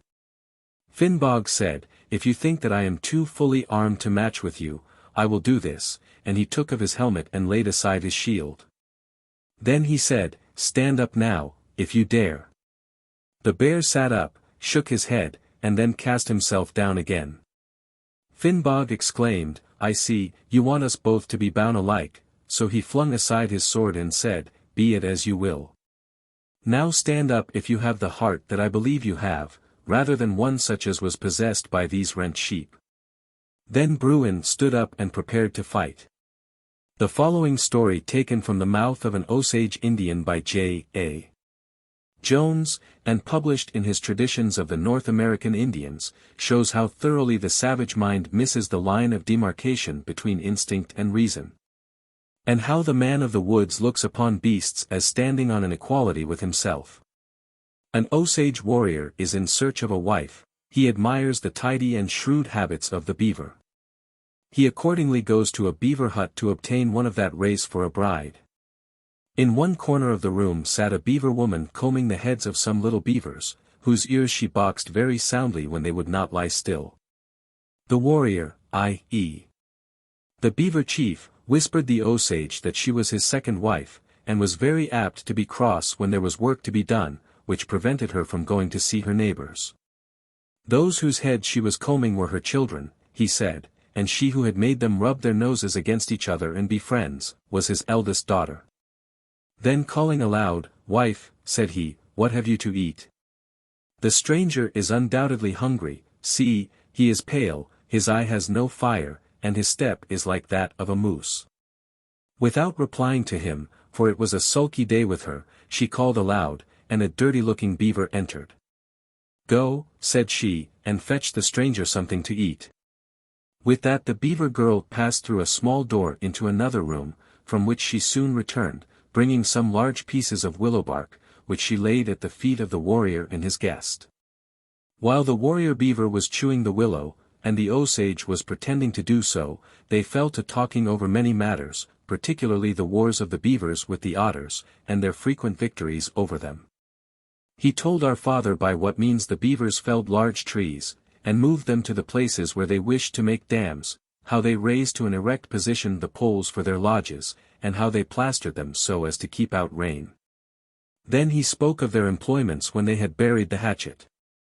Of the peace and happiness and tranquillity they enjoyed when gathered into companies, they rested from their labors, and passed their time in talking and feasting, and bathing, and playing the game of bones, and making love.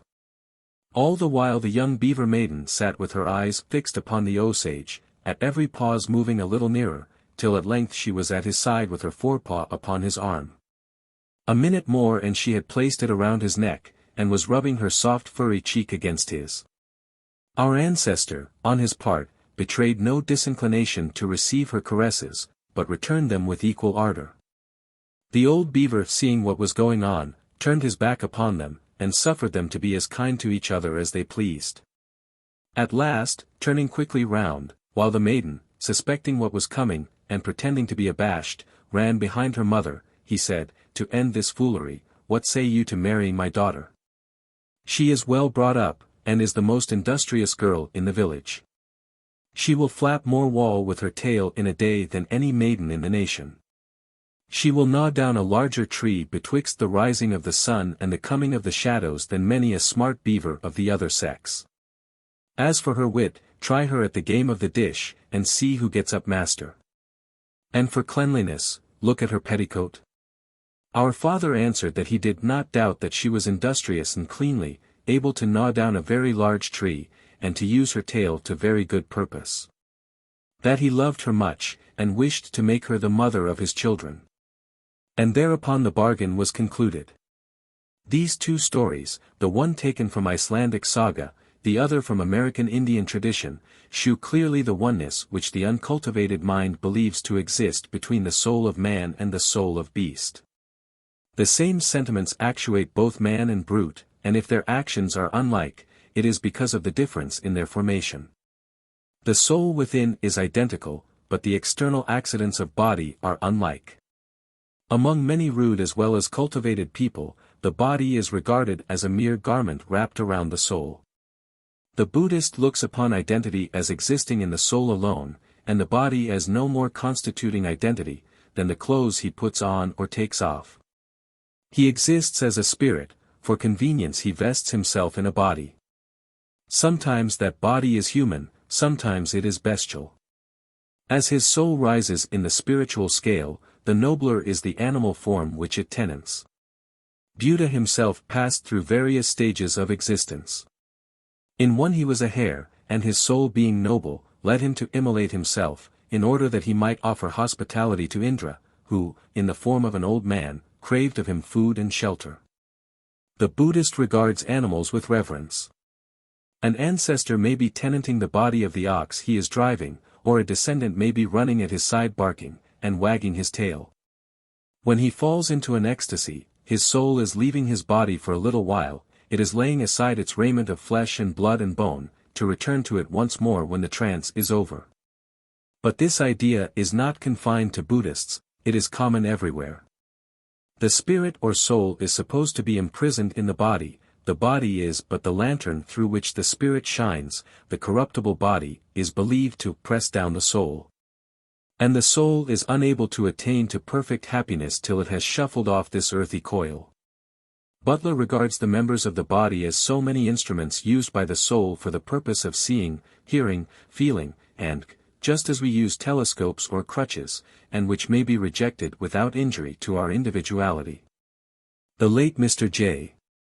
Holloway, of the Bank of England, brother to the engraver of that name, related of himself that, being one night in bed, and unable to sleep, he had fixed his eyes and thoughts with uncommon intensity on a beautiful star that was shining in at the window, when he suddenly found his spirit released from his body and soaring into space. But instantly seized with anxiety for the anguish of his wife, if she discovered his body apparently dead beside her, he returned, and re-entered it with difficulty. He described that returning as a returning from light into darkness, and that whilst the spirit was free, he was alternately in the light or the dark, accordingly as his thoughts were with his wife or with the star. Popular mythology in most lands regards the soul as oppressed by the body, and its liberation is considered a deliverance from the burden of the flesh. Whether the soul is at all able to act or express itself without a body, any more than a fire is able to make cloth without the apparatus of boiler and machinery, is a question which has not commended itself to the popular mind. But it may be remarked that the Christian religion alone is that which raises the body to a dignity equal to that of the soul, and gives it a hope of ennoblement and resurrection never dreamed of in any mythological system. But the popular creed, in spite of the most emphatic testimony of Scripture, is that the soul is in bondage so long as it is united to a body, a creed entirely in accordance with that of Buddhism. If the body be but the cage, as a poet 35 of our own has been pleased to call it, in which dwells the imprisoned soul, it is quite possible for the soul to change its cage. If the body be but a vesture clothing the soul, as the Buddhist asserts, it is not improbable that it may occasionally change its vesture.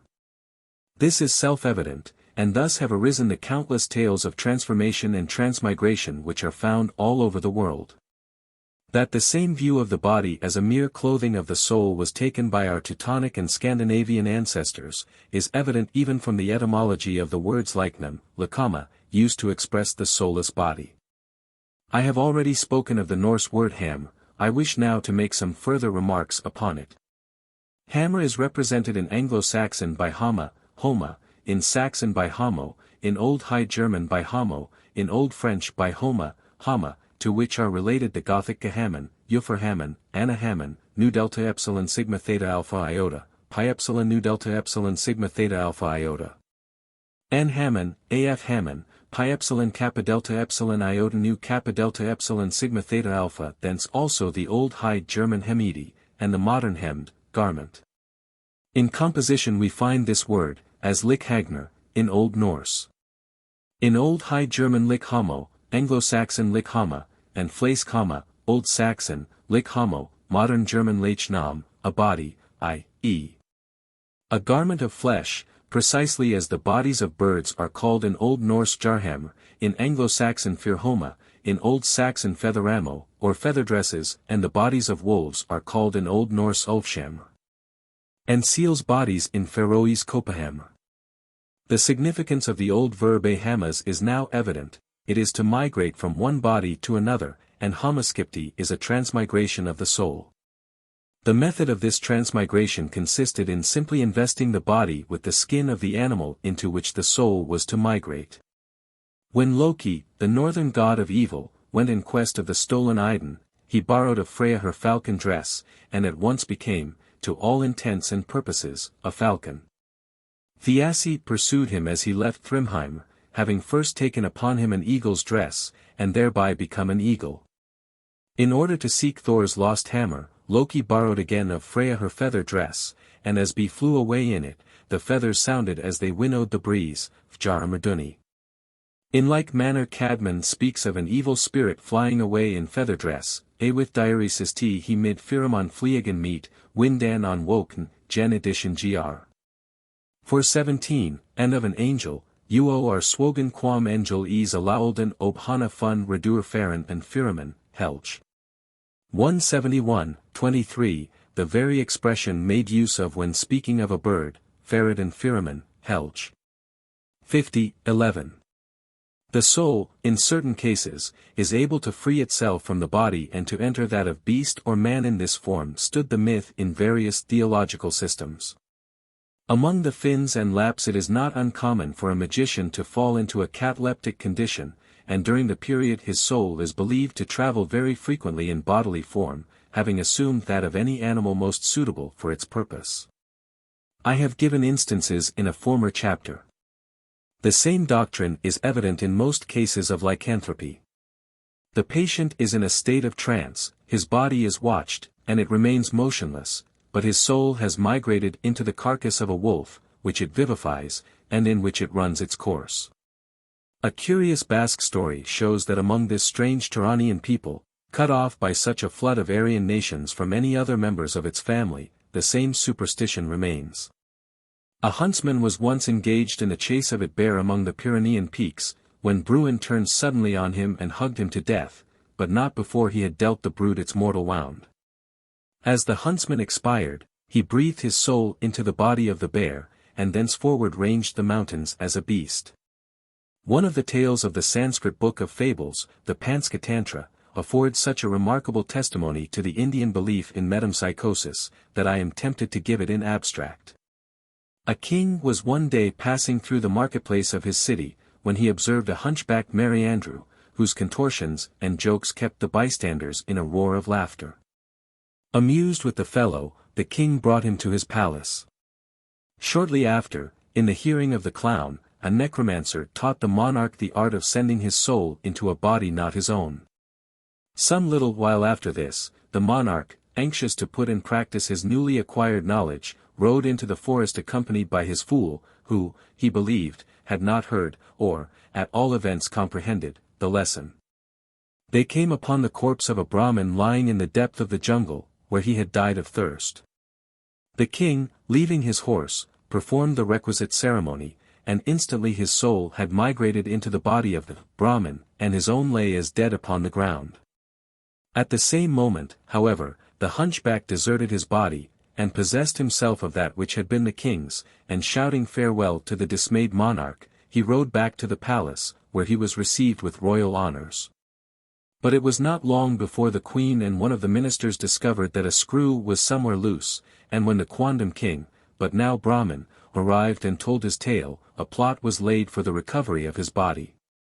The queen asked her false husband whether it were possible to make her parrot talk, and he in a moment of uxorious weakness promised to make it speak. He laid his body aside, and sent his soul into the parrot.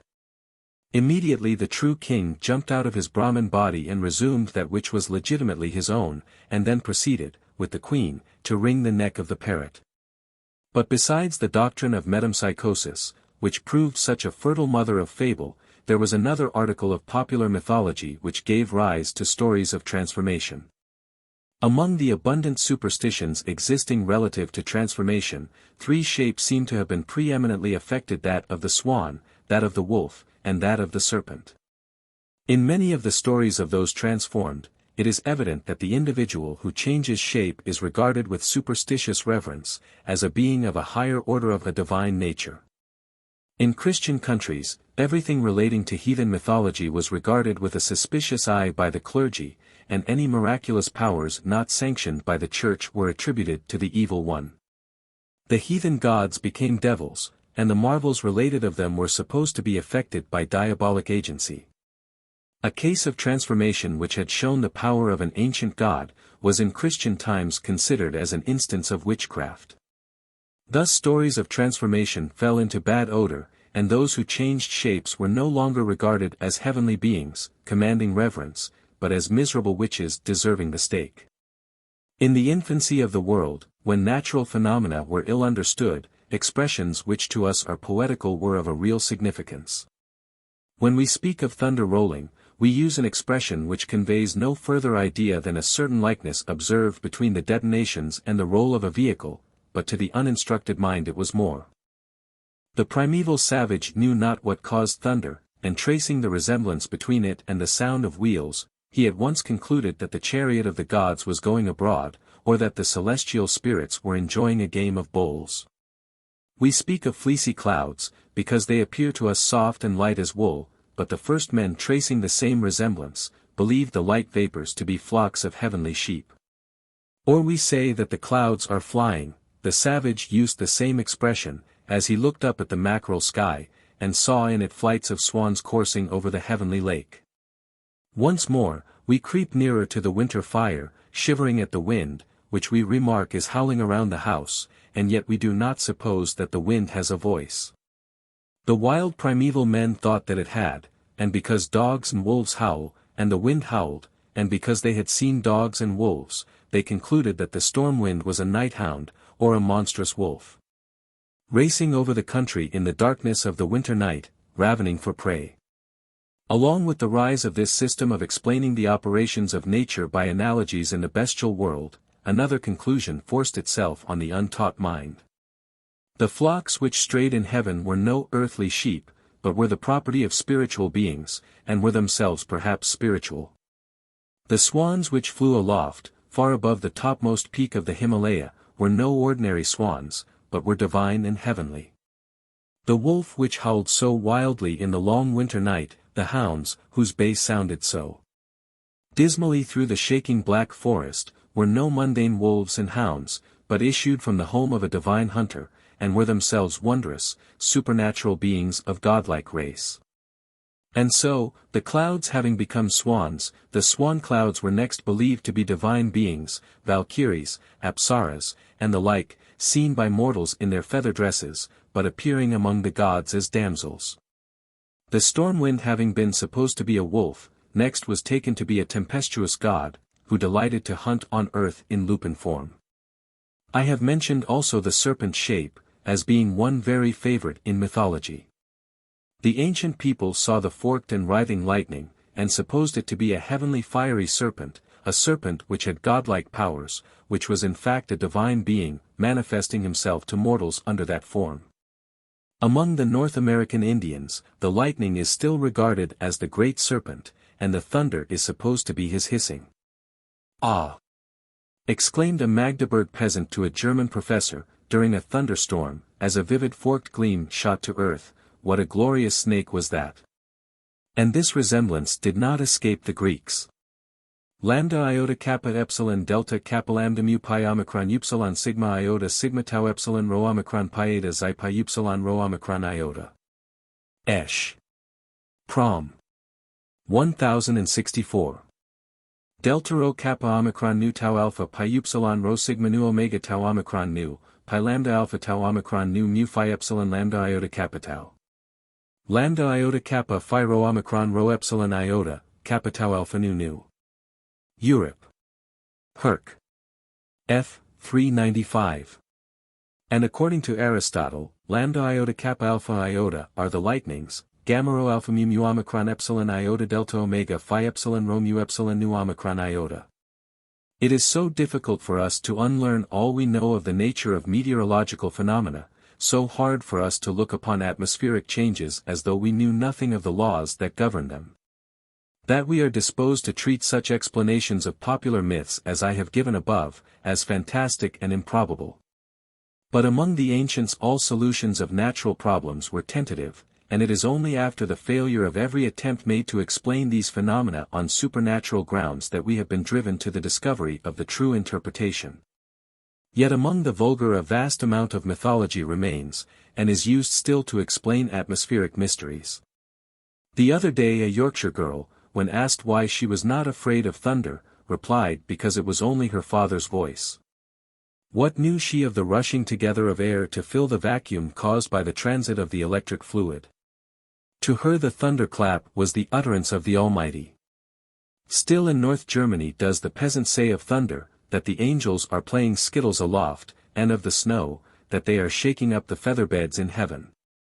The myth of the dragon is one which admits, perhaps more than any other, of identification with a meteorological phenomenon, and presents to us as well the phase of transition from theriomorphosis to anthropomorphosis.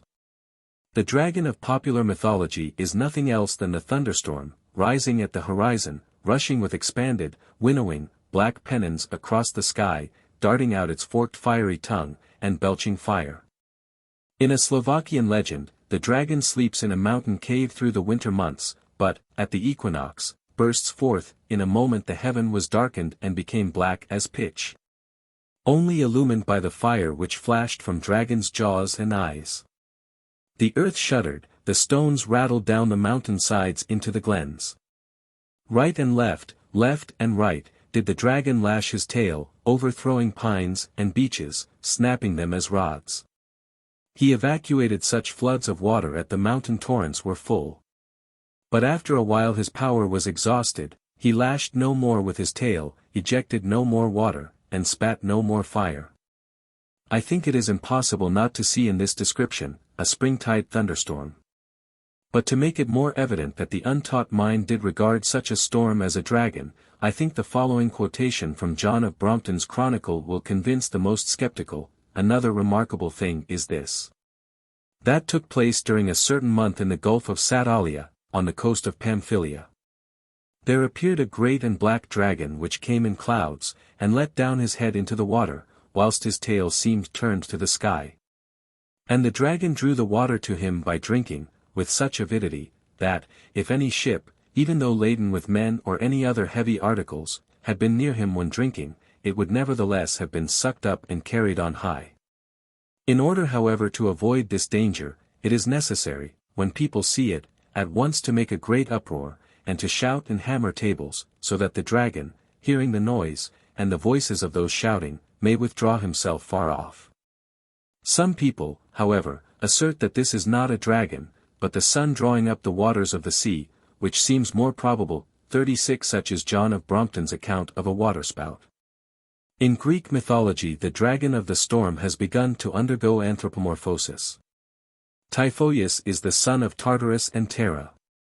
The storm rising from the horizon may well be supposed to issue from the earth's womb, and its characteristics are sufficient to decide its paternity.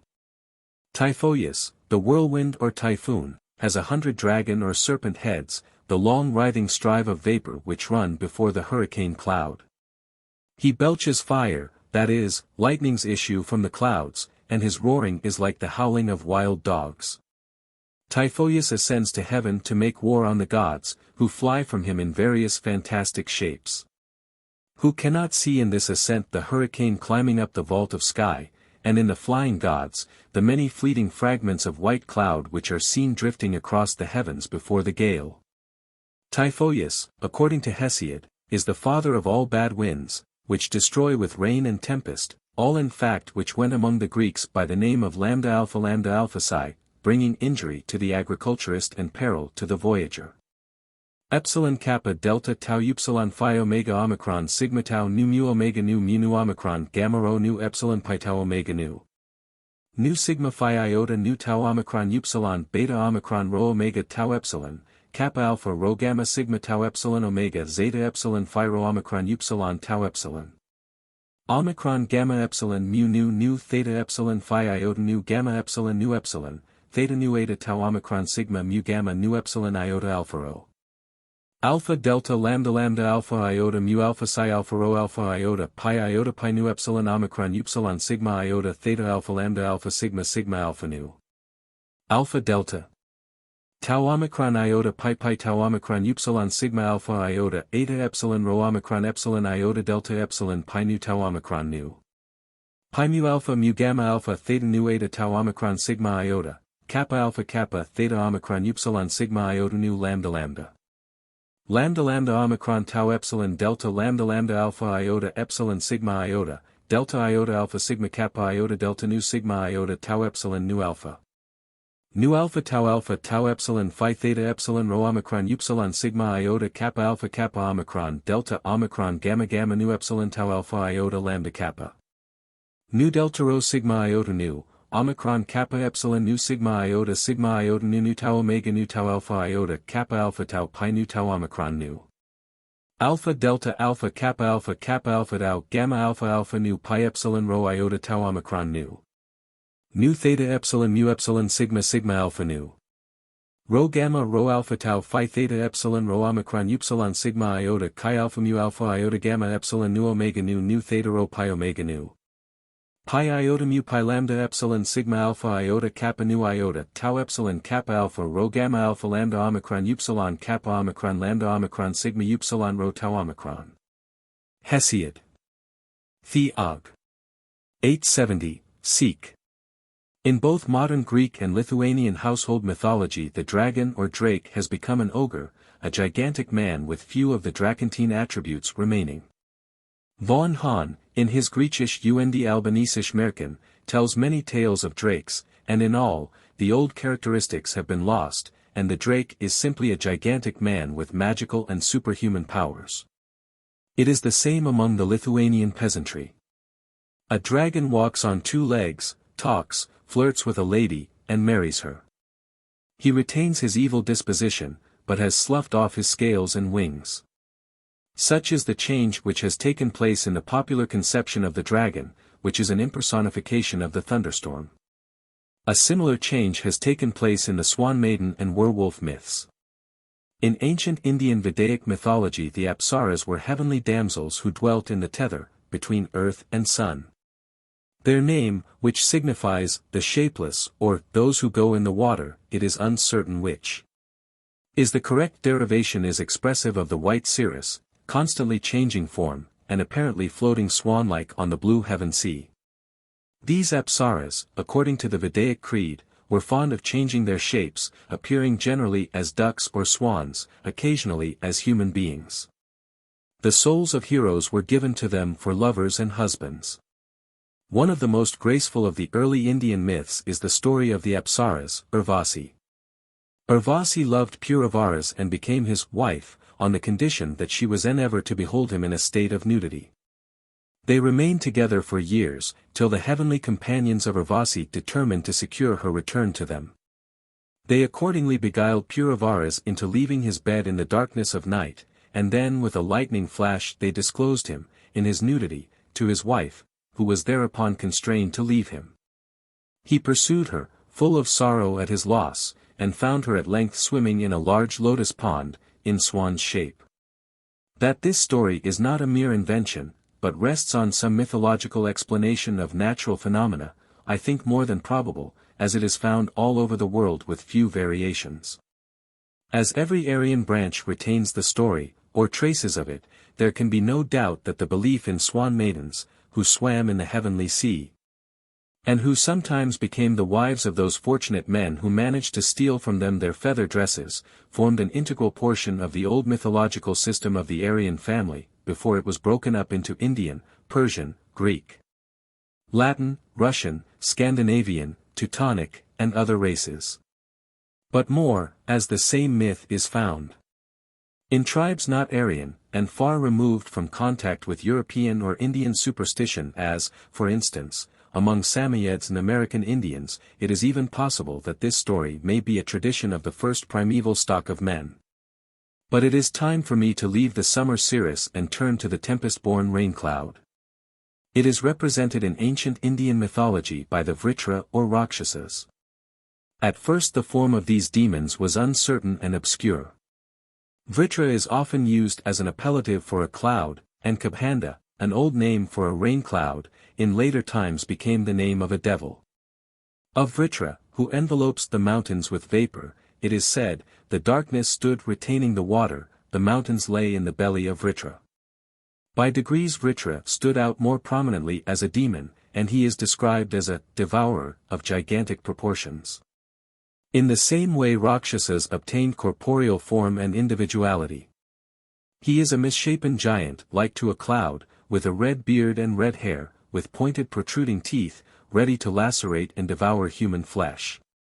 His body is covered with coarse bristling hair, his huge mouth is open, he looks from side to side as he walks, lusting after the flesh and blood of men, to satisfy his raging hunger, and quench his consuming thirst. Towards nightfall his strength increases manifold. He can change his shape at will. He haunts the woods, and roams howling through the jungle. In short, he is to the Hindu what the werewolf is to the European. A certain wood was haunted by a Rakshasa. He one day came across a Brahmin, and with a bound reached his shoulders, and clung to them, exclaiming, "Ha! Go on with you." And the Brahmin, quaking with fear, advanced with him.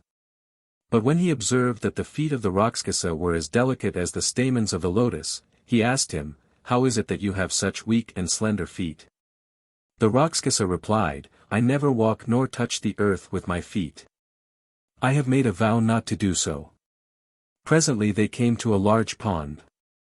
Then the Rakshasa bade the Brahmin wait at the edge whilst he bathed and prayed to the gods. But the Brahmin thought, "As soon as these prayers and ablutions are over, he will tear me to pieces with his fangs and eat me. He has vowed not to walk, I will be off post haste." So he ran away, and the Rakshasa dared not follow him for fear of breaking his vow. Panskatantra, v. 13. There is a similar story in the Mahabharata, 13, and in the Katha Sarit Sagara, v. 49-53. I have said sufficient to show that natural phenomena gave rise to mythological stories, and that these stories have gradually deteriorated, and have been degraded into vulgar superstitions. And I have shown that both the doctrine of metempsychosis and the mythological explanations of meteorological changes have given rise to abundant fable, and among others to the popular and widespread superstition of lycanthropy. I shall now pass from myth to history, and shall give instances of bloodthirstiness, cruelty, and cannibalism. Chapter 11. The Maréchal de Retz I. The investigation of charges. Introduction. History of Gilles de Laval. The Castle of Magical Surrender of the Martial Examination of Witnesses. Letter of de Retz. The Duke of Brittany reluctant to move the Bishop of Nantes. The history of the man whose name heads this chapter. One purpose giving in detail. As the circumstances I shall narrate have, I believe, never before been given with accuracy to the English public. The name of Gilles de Laval may be well known, as sketches of his bloody career have appeared in many biographies, but these sketches have been very incomplete, as the material from which they were composed was meager. M. Michelet alone ventured to give the public an idea of the crimes which brought a Marshal of France to the gallows, and his revelations were such that, in the words of M. Henri Martin, this iron age, which seemed unable to feel surprise at any amount of evil, was struck with dismay. M.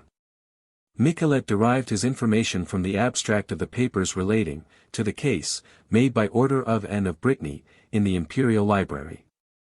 The original documents were in the library at Nantes, and a great portion of them were destroyed in the Revolution of 1789. But a careful analysis had been made of them, and this valuable abridgment, which was inaccessible to M. Michelet, came into the hands of M. Lacroix, the eminent French antiquarian, who published a memoir of the Marshal from the information he had thus obtained, and it is his work, by far the most complete and circumstantial which has appeared. That I condense into the following chapters. The most monstrously depraved imagination, says M. Henri Martin, never could have conceived what the trial reveals. M. Lacroix has been obliged to draw a veil over much that transpired, and I must draw it closer still. I have, however, said enough to show that this memorable trial presents horrors probably unsurpassed in the whole volume of the world's history.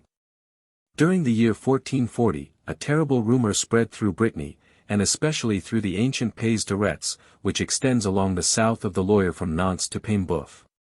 To the effect that one of the most famous and powerful noblemen in Brittany, Gilles de Laval, Maréchal de Retz, was guilty of crimes of the most diabolical nature.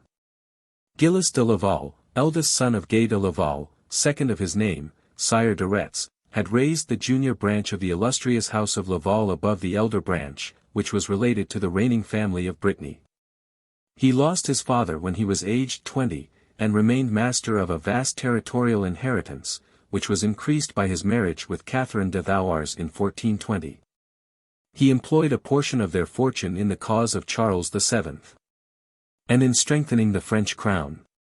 During 7 consecutive years, from 1426 to 1433, he was engaged in military enterprises against the English. His name is always cited along with those of Dunois, Xaintrailles, Florent d'Illiers, Gaucourt, Richemont, and the most faithful servants of the king. His services were speedily acknowledged by the king, creating him Marshal of France. In 1427, he assaulted the castle of Lude, and carried it by storm. He killed with his own hand the commander of the place. Next year he captured from the English the fortress of Renefort, and the castle of Malicorne. In 1429, he took an active part in the expedition of Joan of Arc for the deliverance of Orleans, and the occupation of Jargeau, and he was with her in the moat, when she was wounded by an arrow under the walls of Paris. The marshal, councillor, and chamberlain of the king participated in the direction of public affairs, and soon obtained the entire confidence of his master. He accompanied Charles to Reims on the occasion of his coronation, and had the honor of bearing the oriflamme, brought for the occasion from the Abbey of S. Remy. His intrepidity on the field of battle was as remarkable as his sagacity in council, and he proved himself to be both an excellent warrior and a shrewd politician. Suddenly, to the surprise of every one, he quitted the service of Charles VII. And sheathed forever his sword, in the retirement of the country. The death of his maternal grandfather, Jean de Craon, in 1432, made him so enormously wealthy, that his revenues were estimated at 800,000 livres. Nevertheless, in 2 years, by his excessive prodigality, he managed to lose a considerable portion of his inheritance. Molière, S. Étienne de Maillemort, Lorix Botereau, Pornic, and Chantal, he sold to John V. Duke of Brittany, his kinsman, and other lands and seigneurial rights he ceded to the Bishop of Nantes, and to the chapter of the cathedral in that city. The rumor soon spread that these extensive cessions of territory were sops thrown to the duke and to the bishop, to restrain the one from confiscating his goods, and the other from pronouncing excommunication, for the crimes of which the people whisperingly accused him. But these rumors were probably without foundation, for eventually it was found hard to persuade the duke of the guilt of his kinsman, and the bishop was the most determined instigator of the trial.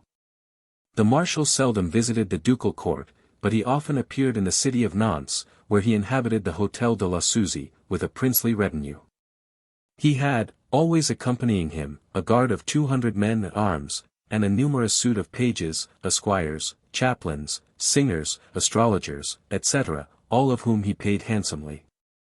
Whenever he left the town, or moved to one of his other seats, the cries of the poor, which had been restrained during the time of his presence, broke forth. Tears flowed, curses were uttered, a long-continued wail rose to heaven, the moment that the last of the marshal's party had left the neighborhood. Mothers had lost their children, babes had been snatched from the cradle, infants had been spirited away almost from the maternal arms, and it was known by sad experience that the vanished little ones would never be seen again. But on no part of the country did the shadow of this great fear fall so deeply as on the villages in the neighborhood of the castle of Machecoul, a gloomy chateau, composed of huge towers, and surrounded by deep moats. A residence much frequented by Durettes, notwithstanding its sombre and repulsive appearance. This fortress was always in a condition to resist a siege, the drawbridge was raised, the portcullis down, the gates closed, the men under arms, the culverins on the bastion always loaded. No one, except the servants, had penetrated into this mysterious asylum and had come forth alive. In the surrounding country strange tales of horror and devilry circulated in whispers, and yet it was observed that the chapel of the castle was gorgeously decked with tapestries of silk and cloth of gold. That the sacred vessels were encrusted with gems, and that the vestments of the priests were of the most sumptuous character. The excessive devotion of the marshal was also noticed. He was said to hear mass thrice daily, and to be passionately fond of ecclesiastical music. He was said to have asked permission of the Pope, that a crucifer should precede him in processions. But when dusk settled down over the forest, and one by one the windows of the castle became illumined, peasants would point to one casement high up in an isolated tower, from which a clear light streamed through the gloom of night. They spoke of a fierce red glare which irradiated the chamber at times, and of sharp cries ringing out of it, through the hushed woods, to be answered only by the howl of the wolf as it rose from its lair to begin its nocturnal rambles. On certain days, at fixed hours, the drawbridge sank, and the servants of De Retz stood in the gateway distributing clothes, money, and food to the mendicants who crowded round them soliciting alms. It often happened that children were among the beggars, as often one of the servants would promise them some dainty if they would go to the kitchen for it.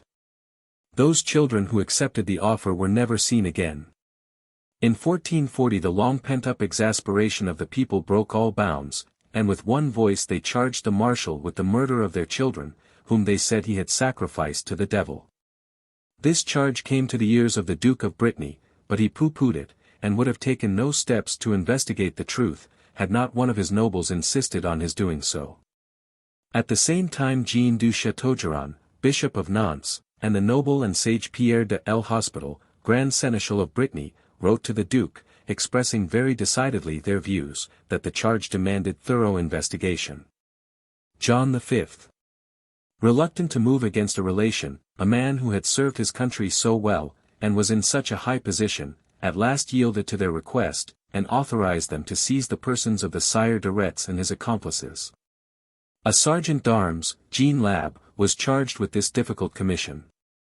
He picked a band of resolute fellows, 20 in all, and in the middle of September they presented themselves at the gate of the castle, and summoned the Sire du Retz to surrender. As soon as Gilles heard that a troop in the livery of Brittany was at the gate, he inquired who was their leader. On receiving the answer, Lab, he started, turned pale, crossed himself, and prepared to surrender, observing that it was impossible to resist fate. Years before, one of his astrologers had assured him that he would one day pass into the hands of an abbé, and, till this moment, De Retz had supposed that the prophecy signified that he should eventually become a monk. Gilles de Sille, Roger de Briqueville, and other of the accomplices of the marshal, took to flight, but Henriette and Pontou remained with him. The drawbridge was lowered and the marshal offered his sword to Jean Lab. The gallant sergeant approached, knelt to the marshal, and unrolled before him a parchment sealed with the seal of Brittany. "Tell me the tenor of this parchment," said Gilles de Retz with dignity. "Our good sire of Brittany enjoins you, my lord, by these presents, to follow me to the good town of Nantes, there to clear yourself of certain criminal charges brought against you." "I will follow immediately, my friend, glad to obey the will of my lord of Brittany, but, that it may not be said that the Seigneur de Retz has received a message without largesse, I order my treasurer, Henriette, to hand over to you and your followers 20 gold crowns. Grand merci, monseigneur. I pray God that he may give you good and long life. Pray God only to have mercy upon me, and to pardon my sins." The marshal had his horses saddled, and left Machecoul with Pontou and Henriette, who had thrown in their lot with him. It was with lively emotion that the people in the villages traversed by the little troop, saw the redoubt Gilles de Laval ride through their streets, surrounded by soldiers in the livery of the Duke of Brittany, and unaccompanied by a single soldier of his own. The roads and streets were thronged, peasants left the fields, women their kitchens, laborers deserted their cattle at the plough, to throng the road to Nantes. The cavalcade proceeded in silence. The very crowd which had gathered to see it, was hushed. Presently a shrill woman's voice was raised. "My child! Restore my child!"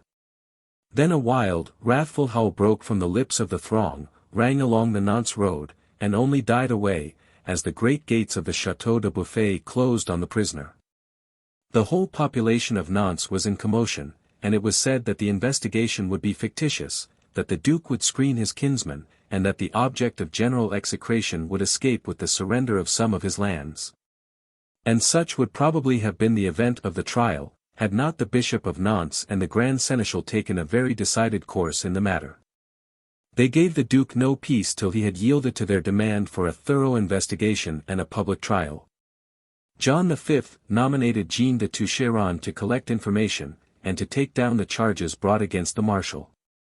At the same time he was given to understand that the matter was not to be pressed, and that the charges upon which the marshal was to be tried were to be softened down as much as possible.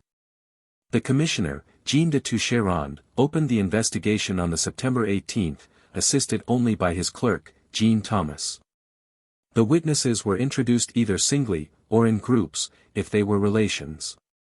On entering, the witness knelt before the commissioner, kissed the crucifix, and swore with his hand on the Gospels that he would speak the truth, and nothing but the truth. After this he related all the facts referring to the charge, which came under his cognizance, without being interrupted or interrogated. The first to present herself was Perrine Loissard, living at La Roche-Bernard. She related, with tears in her eyes, that 2 years ago, in the month of September, the Sire de Retz had passed with all his retinue through La Roche-Bernard, on his way from Vannes, and had lodged with Jean Collin. She lived opposite the house in which the nobleman was staying. Her child, the finest in the village, a lad aged 10, had attracted the notice of Pontou, and perhaps of the marshal himself, who stood at a window, leaning on his squire's shoulder. Pontou spoke to the child, and asked him whether he would like to be a chorister. The boy replied that his ambition was to be a soldier. "Well, then," said the squire, "I will equip you." The lad then laid hold of Pontou's dagger, and expressed his desire to have such a weapon in his belt. Thereupon the mother had ran up and had made him leave hold of the dagger, saying that the boy was doing very well at school, and was getting on with his letters, for he was one day to be a monk. Pontou had dissuaded her from this project, and had proposed to take the child with him to Machecoul, and to educate him to be a soldier. Thereupon he had paid her clown 100 souls to buy the lad a dress, and had obtained permission to carry him off. Next day her son had been mounted on a horse purchased for him from Jean Collin, and had left the village in the retinue of the Sire de Retz. The poor mother at parting had gone in tears to the marshal, and had entreated him to be kind to her child. From that time she had been able to obtain no information regarding her son. She had watched the Sire de Retz whenever he had passed through La Roche-Bernard, but had never observed her child among his pages. She had questioned several of the marshal's people, but they had laughed at her. The only answer she had obtained was, "Be not afraid. He is either at Machecoul, or else at Tiffauges, or else at Pornic, or somewhere." Perrine's story was corroborated by Jean Collin, his wife, and his mother-in-law. Jean Lemegren and his wife, Alain Dulix, Perrault Duponist, Guillaume Guillen, Guillaume Portier, Etienne de Montclades, and Jean Lefebure, all inhabitants of S. Etienne de Montluc, deposed that a little child, son of Guillaume Brice of the said parish, having lost his father at the age of 9, lived on alms, and went round the country begging. This child, named Jamet, had vanished suddenly at midsummer, and nothing was known of what had become of him. But strong suspicions were entertained of his having been carried off by an aged hag who had appeared shortly before in the neighborhood, and who had vanished along with the child. On the September 27, Jean de Toucheron, assisted by Nicolas Chateau, notary of the court at Nantes, received the depositions of several inhabitants of Pont-de-Launay, near Bouvron, to wit, Guillaume Fourage and wife, Jean, wife of Jean Leflou, and Richard, wife of Jean Gandot. These depositions, though very vague, afforded sufficient cause for suspicion to rest on the marshal. 2 years before, a child of 12, son of Jean Bernard, and another child of the same age, son of Menegue, had gone to Machecoul.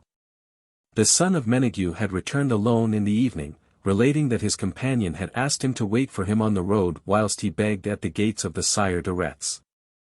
The son of Menegue said that he had waited 3 hours, but his companion had not returned.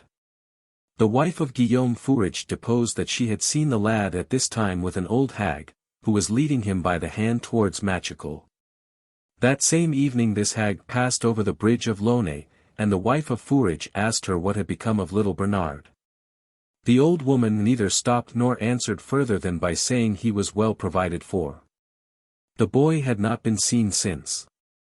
On the September 28, the Duke of Brittany joined another commissioner, Jean Coupegorge, and a second notary, Michel Estalure, to Toucheronde and Château.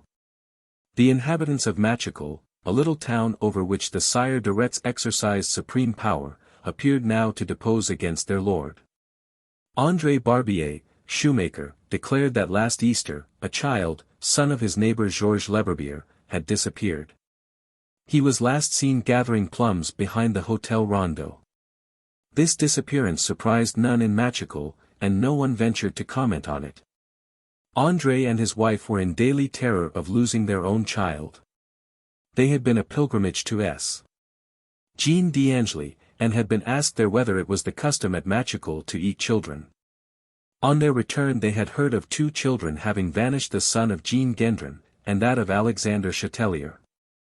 André Barbier had made some inquiries about the circumstances of their disappearance, and had been advised to hold his tongue, and to shut his ears and eyes, unless he were prepared to be thrown into a dungeon by the Lord of Machical.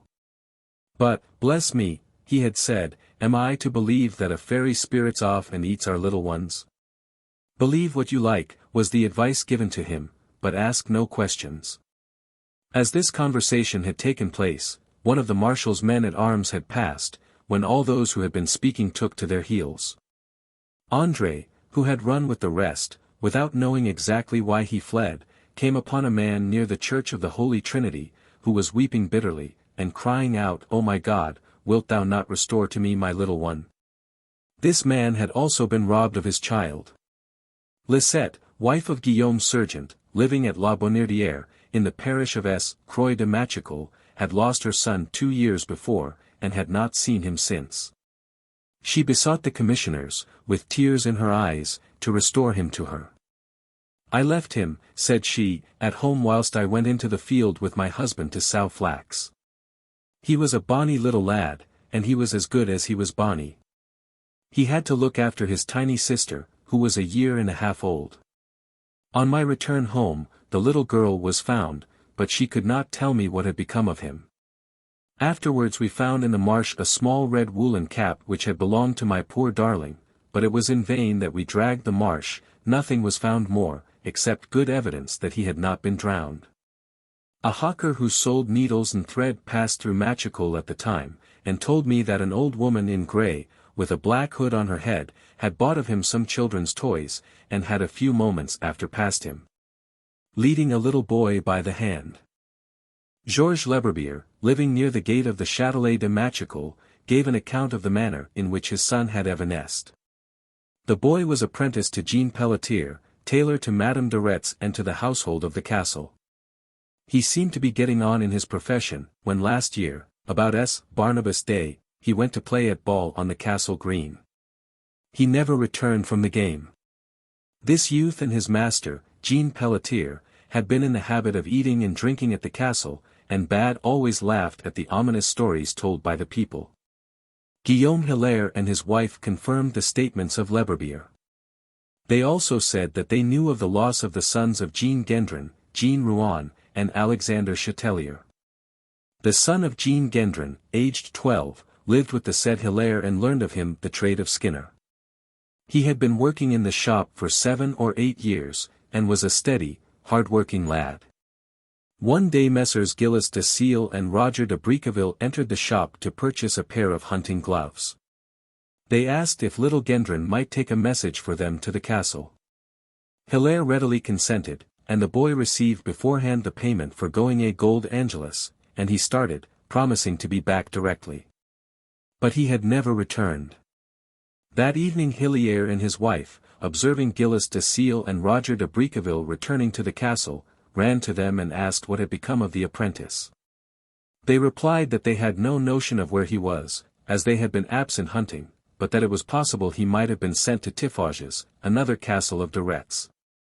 Guillaume Hilaire, whose depositions were more grave and explicit than the others, positively asserted that Jean Dujardin, valet to Roger de Briqueville, had told him he knew of a cask secreted in the castle, full of children's corpses.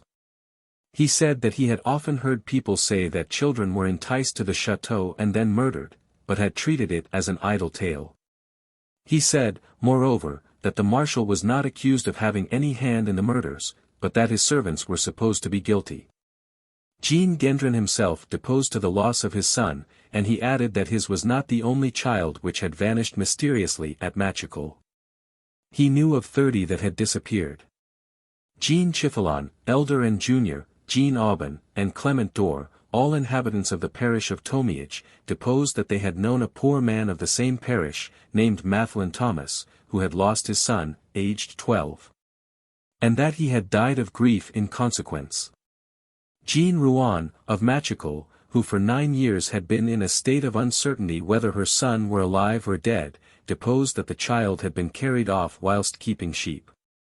She had thought that he had been devoured of wolves, but 2 women of Machecoul, now deceased, had seen Gilles de Seal approach the little shepherd, speak to him, and point to the castle.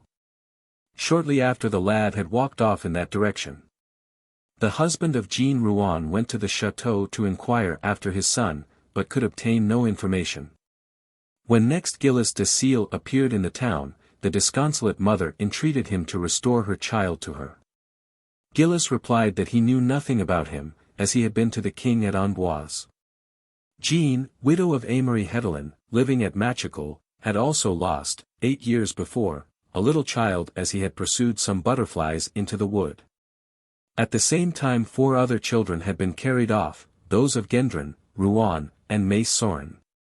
She said that the story circulated through the country was, that Gilles de Seal stole children to make them over to the English, in order to obtain the ransom of his brother who was a captive.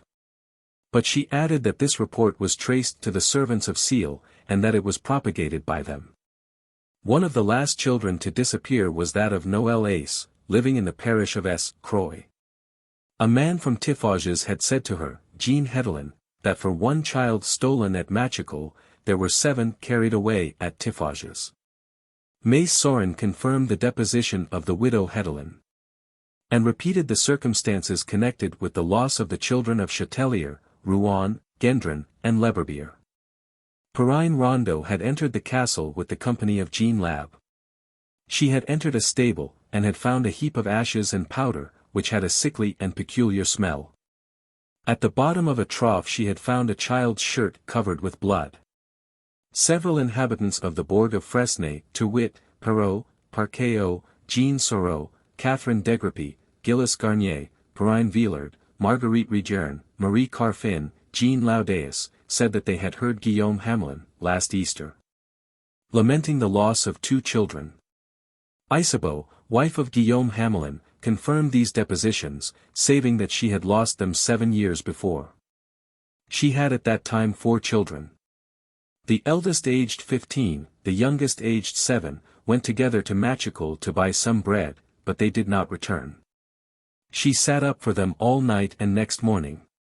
She heard that another child had been lost, the son of Mycot Bonnel of S. Ciré de Retz.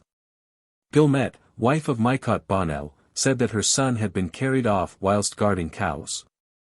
Guillaume Rodigo and his wife, living at Bourgneuf-en-Retz, deposed that on the eve of last S. Bartholomew's Day, the Sire du Retz lodged with Guillaume Plumet in his village. Pontou, who accompanied the marshal, saw a lad of 15, named Bernard Lecanino, servant to Rodigo, standing at the door of his house. The lad could not speak much French, but only Bas-Breton.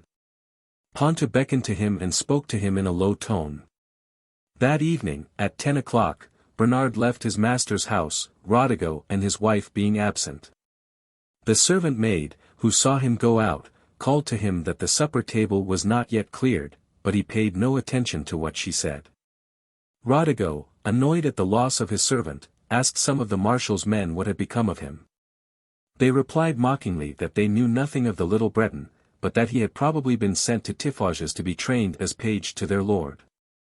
Marguerite Sorain, the chambermaid alluded to above, confirmed the statement of Rodigo, adding that Pontou had entered the house and spoken with Bernard. Guillaume Plumet and wife confirmed what Rodigo and Sorain had said. Thomas A.C. and wife deposed to the loss of their son, aged 10, who had gone to beg at the gate of the castle of Machecoul, and a little girl had seen him drawn by an offer of meat into the chateau. Gemette, wife of Eustache Drouet of S. Léger, had sent 2 sons, one aged 10, the other 7, to the castle to obtain alms. They had not been seen since. On the October 2nd the commissioners sat again, and the charges became graver, and the servants of the marshal became more and more implicated. The disappearance of 13 other children was substantiated under circumstances throwing strong suspicion on the inmates of the castle. I will not give the details, for they much resemble those of the former depositions. Suffice it to say that before the commissioners closed the inquiry, a herald of the Duke of Brittany in tabard blew 3 calls on the trumpet, from the steps of the Tower of Buffet, summoning all who had additional charges to bring against the Sire de Retz, to present themselves without delay. As no fresh witnesses arrived, the case was considered to be made out, and the commissioners visited the Duke, with the information they had collected, in their hands. The Duke hesitated long as to the steps he should take. Should he judge and sentence a kinsman, the most powerful of his vassals, the bravest of his captains, a counsellor of the king, a marshal of France? Whilst still unsettled in his mind as to the course he should pursue, he received a letter from Gilles de Retz, which produced quite a different effect from that which it had been intended to produce. Monsieur, my cousin and honoured sire, it is quite true that I am perhaps the most detestable of all sinners, having sinned horribly again and again, yet have I never failed in my religious duties. I have heard many masses, vespers, and have fasted in Lent and on vigils, have confessed my sins, deploring them heartily, and have received the blood of our Lord at least once in the year. Since I have been languishing in prison, awaiting your honoured justice, I have been overwhelmed with incomparable repentance for my crimes, which I am ready to acknowledge and to expiate as is suitable. Wherefore I supplicate you, my cousin, to give me license to retire into a monastery, and there to lead a good and exemplary life. I care not into what monastery I am sent, but I intend that all my goods, and should be distributed among the poor, who are the members of Jesus Christ on earth. Awaiting your glorious clemency, on which I rely, I pray God our Lord to protect you and your kingdom. He who addresses you is in all earthly humility. Friar Gilles, Carmelite in intention. The Duke read this letter to Pierre de l'Hospital, President of Brittany, and to the Bishop of Nantes, who were those most resolute in pressing on the trial. They were horrified at the tone of this dreadful communication, and assured the Duke that the case was so clear, and the steps taken had been so decided, that it was impossible for him to allow de Retz to escape trial by such an impious device as he suggested. In the meantime, the bishop and the grand seneschal had set on foot an investigation at the castle of Machical, and had found numerous traces of human remains. But a complete examination could not be made, as the Duke was anxious to screen his kinsman as much as possible, and refused to authorize one. The Duke now summoned his principal officers and held a council with them. They unanimously sided with the bishop and de l'Hospital, and when John still hesitated, the Bishop of Nantes rose and said, Monseigneur, this case is one for the Church as much as for your court to take up. Consequently, if your President of Brittany does not bring the case into secular court, by the Judge of heaven and earth, I will cite the author of these execrable crimes to appear before our ecclesiastical tribunal. The resolution of the bishop compelled the Duke to yield, and it was decided that the trial should take its course without let or hindrance. In the meantime, the unhappy wife of Gilles de Retz, who had been separated from him for some while, and who loathed his crimes, though she still felt for him as her husband, hurried to the Duke with her daughter to entreat pardon for the wretched man. But the Duke refused to hear her. Thereupon she went to Amboise to intercede with the king for him who had once been his close friend and adviser. Chapter 12. The Maréchal de Retz, 2. The trial. The appearance of the Marshal Pierre de l'Hospital, the requisition, the trial, adjourned meeting of the Marshal and his servants, the confession of Henriette Pontou, persuaded to confess all, the adjourned trial not hurried on the hesitation of the Duke of Brittany. On the October 10th, Nicolas Chateau, notary of the Duke, went to the Chateau of Buffet, to read to the prisoner the summons to appear in person on the morrow before Messire de l'Hospital, President of Brittany, Seneschal of Rennes, and Chief Justice of the Duchy of Brittany. The Sire de Retz, who believed himself already a novice in the Carmelite order, had dressed in white, and was engaged in singing litanies. When the summons had been read, he ordered a page to give the notary wine and cake, and then he returned to his prayers with every appearance of compunction and piety. On the morrow Jean Lab and 4 soldiers conducted him to the Hall of Justice. He asked for Ponto and Henriette to accompany him, but this was not permitted. He was adorned with all his military insignia, as though to impose on his judges. He had around his neck massive chains of gold, and several collars of knightly orders. His costume, with the exception of his purpoint, was white, in token of his repentance. His purpoint was of pearl-grey silk, studded with gold stars, and girded around his waist by a scarlet belt, from which dangled a poignard in scarlet velvet sheath. His collar, cuffs, and the edging of his purpoint were of white ermine. His little round cap or chapel was white, surrounded with a belt of ermine fur which only the great feudal lords of Brittany had a right to wear. All the rest of his dress, to the shoes which were long and pointed, was white. No one at a first glance would have thought the Sire du Retz to be by nature so cruel and vicious as he was supposed to be. On the contrary, his physiognomy was calm and phlegmatic, somewhat pale, and expressive of melancholy. His hair and mustache were light brown, and his beard was clipped to a point.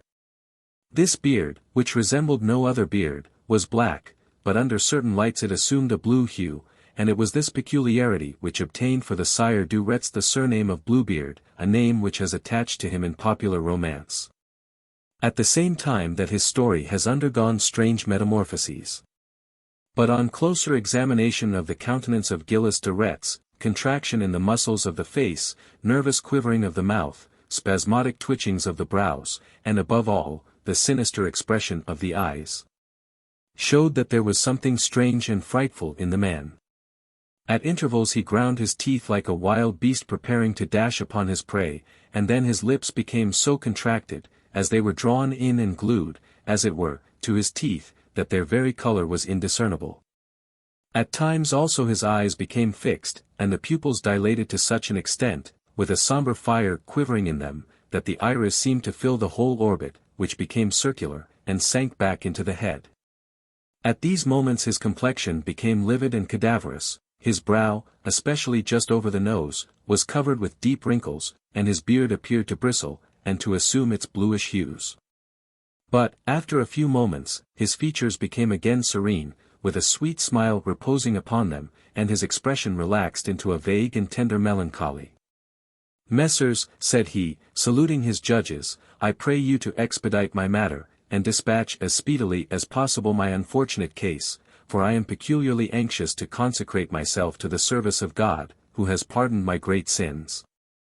I shall not fail, I assure you, to endow several of the churches in Nantes, and I shall distribute the greater portion of my goods among the poor, to secure the salvation of my soul."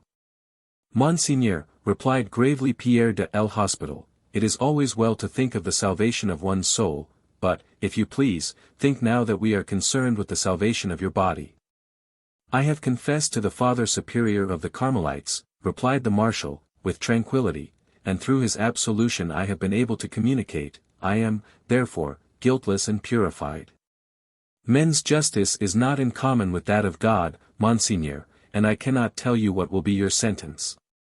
Be ready to make your defense, and listen to the charges brought against you, which le Lieutenant du Procureur de Nantes will read." The officer rose, and read the following paper of charges, which I shall condense. Having heard the bitter complaints of several of the inhabitants of the diocese of Nantes, whose names follow hereinafter, here follow the names of the parents of the lost children, we, Philippe du Livron, Lieutenant Assessor of Messire le Procureur de Nantes, have invited, and do invite, the very noble and very wise Messire Pierre de l'Hospital, President of Brittany, and to bring to trial the very high and very powerful Lord, Gilles de Laval, Sire de Retz, Machecoul, in Grand and other places, Counsellor of His Majesty the King, and Marshal of France. Forasmuch as the said Sire de Retz has seized and caused to be seized several little children, not only 10 or 20, but 30, 40, 50, 60, 100, 200, and more, and has murdered and slain them inhumanly, and then burned their bodies to convert them to ashes. Forasmuch as persevering in evil, the said sire, notwithstanding that the powers that be are ordained of God, and that every one should be an obedient subject to his prince, has assaulted Jean Lefren, subject of the Duke of Brittany, the said Jean Lefren being guardian of the fortress of Mailmort, in the name of Geoffrey Lefren, his brother, to whom the said lord had made over the possession of the said place. Forasmuch as the said sire forced Jean Lefren to give up to him the said place, and moreover retook the lordship of Mailmort in despite of the order of the Duke and of Justice. Forasmuch as the said sire arrested Master Jean Rousseau, sergeant of the Duke, who was sent to him with injunctions from the said Duke, and beat his men with their own staves, although their persons were under the protection of his grace. We conclude that the said sire de Retz, homicide in fact and in intent according to the first count, rebel and felon according to the second, should be condemned to suffer corporal punishment, and to pay a fine of his possessions in lands and goods held in fief to the said nobleman, and that these should be confiscated and remitted to the crown of Brittany. This requisition was evidently drawn up with the view of saving the life of the sire de Retz. For the crime of homicide was presented without aggravating circumstances, in such a manner that it could be denied or shelved, whilst the crimes of felony and rebellion against the Duke of Brittany were brought into exaggerated prominence. Gilles de Retz had undoubtedly been forewarned of the course which was to be pursued, and he was prepared to deny totally the charges made in the first count. Monseigneur, said Pierre de l'Hospital, whom the form of the requisition had visibly astonished, what justification have you to make? Take an oath on the Gospels to declare the truth. No, Messire, answered the marshal. The witnesses are bound to declare what they know upon oath, but the accused is never put on his oath. Quite so, replied the judge. Because the accused may be put on the rack and constrained to speak the truth, and please you. Gilles de Retz turned pale, bit his lips, and cast a glance of malignant hate at Pierre de l'Hospital. Then, composing his countenance, he spoke with an appearance of calm. Messrs, I shall not deny that I behaved wrongfully in the case of Jean Rousseau. But, in excuse, let me say that the said Rousseau was full of wine, and he behaved with such indecorum towards me in the presence of my servants, that it was quite intolerable. Nor will I deny my revenge on the brothers Lefren. Jean had declared that the said Grace of Brittany had confiscated my fortress of Mailmort, which I had sold to him, and for which I have not yet received payment. And Geoffrey Lefren had announced far and wide that I was about to be expelled Brittany as a traitor and a rebel. To punish them I re-entered my fortress of Mailmort. As for the other charges, I shall say nothing about them, they are simply false and calumnious. Indeed, exclaimed Pierre de l'Hospital, whose blood boiled with indignation against the wretch who stood before him with such effrontery. All these witnesses who complain of having lost their children, lied under oath. Undoubtedly, if they accuse me of having anything to do with their loss. What am I to know about them, am I their keeper? The answer of Cain! Exclaimed Pierre de l'Hospital, rising from his seat in the vehemence of his emotion. However, as you solemnly deny these charges, we must question Henriette and Pontou. Henriette, Pontou, cried the marshal, trembling. They accuse me of nothing, surely. Not as yet, they have not been questioned, but they are about to be brought into court, and I do not expect that they will lie in the face of justice. I demand that my servants be not brought forward as witnesses against their master, said the marshal, his eyes dilating, his brow wrinkling, and his beard bristling blue upon his chin. A master is above the gossiping tales and charges of his servants. Do you think then, Messire, that your servants will accuse you?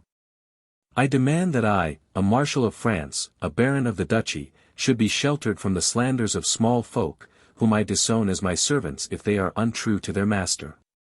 Messire, I see we must put you on the rack, or nothing will be got from you. Hola! I appeal to His Grace the Duke of Brittany, and ask an adjournment, that I may take advice on the charges brought against me, which I have denied, and which I deny still. Well, I shall adjourn the case till the 25th of this month, that you may be well prepared to meet the accusations. On his way back to prison, the marshal passed Henriette and Pontou as they were being conducted to the court. Henriette pretended not to see his master, but Ponto burst into tears on meeting him. The marshal held out his hand, and Ponto kissed it affectionately. "Remember what I have done for you, and be faithful servants," said Gilles de Retz. Henriette recoiled from him with a shudder, and the marshal passed on. "I shall speak," whispered Henriette, "for we have another master beside our poor master of Retz, and we shall soon be with the heavenly one." The president ordered the clerk to read again the requisition of the lieutenant, that the two presumed accomplices of Gilles de Retz might be informed of the charges brought against their master. Henriette burst into tears, trembled violently, and cried out that he would tell all. Ponto, alarmed, tried to hinder his companion, and said that Henriette was touched in his head, and that what he was about to say would be the ravings of insanity. Silence was imposed upon him. "I will speak out," continued Henriette, "and yet I dare not speak of the horrors which I know have taken place, before that image of my Lord Christ." And he pointed tremblingly to a large crucifix above the seat of the judge. "Henriette," moaned Ponto, squeezing his hand, "you will destroy yourself as well as your master." Pierre de l'Hospital rose, and the figure of our Redeemer was solemnly veiled. Henriette, who had great difficulty in overcoming his agitation, then began his revelations. The following is the substance of them. On leaving the University of Angers, he had taken the situation of reader in the house of Gilles de Retz. The marshal took a liking to him, and made him his chamberlain and confidant. On the occasion of the Sire de la Suze, brother of the Sire de Retz, taking possession of the castle of Chantons, Charles de Soenne, who had arrived at Chantons, assured Henriette that he had found in the oubliettes of a tower a number of dead children, some headless, others frightfully mutilated. Henriette then thought that this was but a calumny invented by the Sire de la Suze.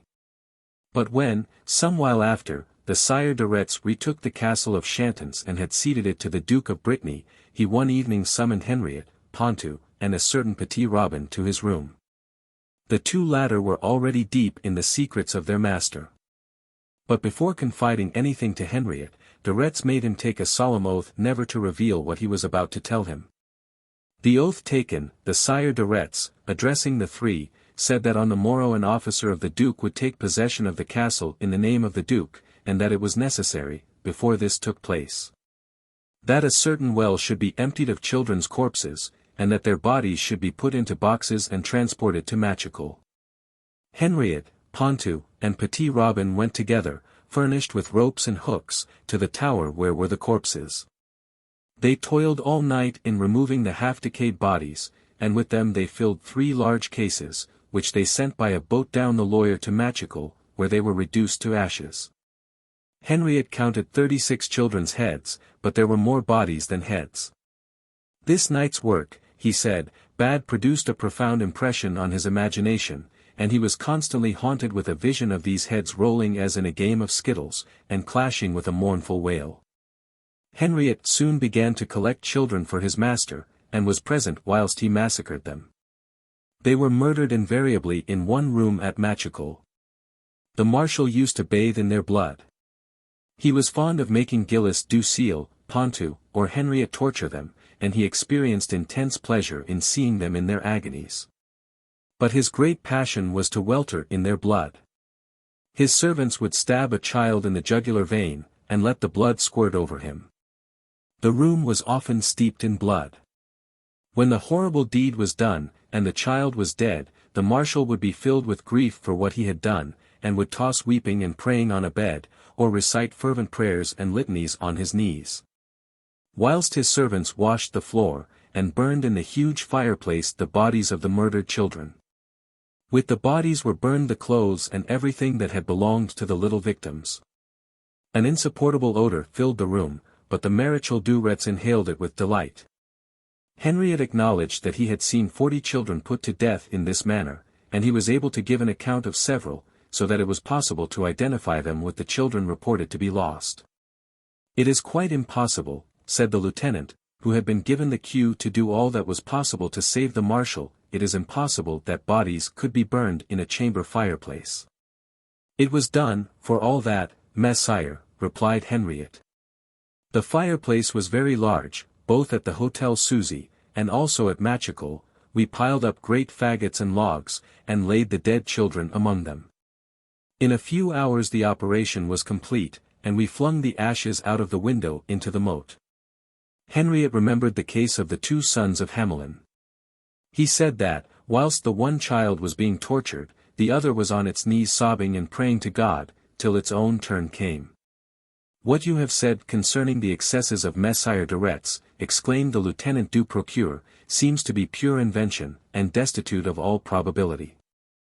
The greatest monsters of iniquity never committed such crimes, except perhaps some Caesars of old Rome. Messire, it was the acts of these Caesars that my Lord of Retz desired to imitate. I used to read to him the chronicles of Suetonius and Tacitus, in which their cruelties are recorded.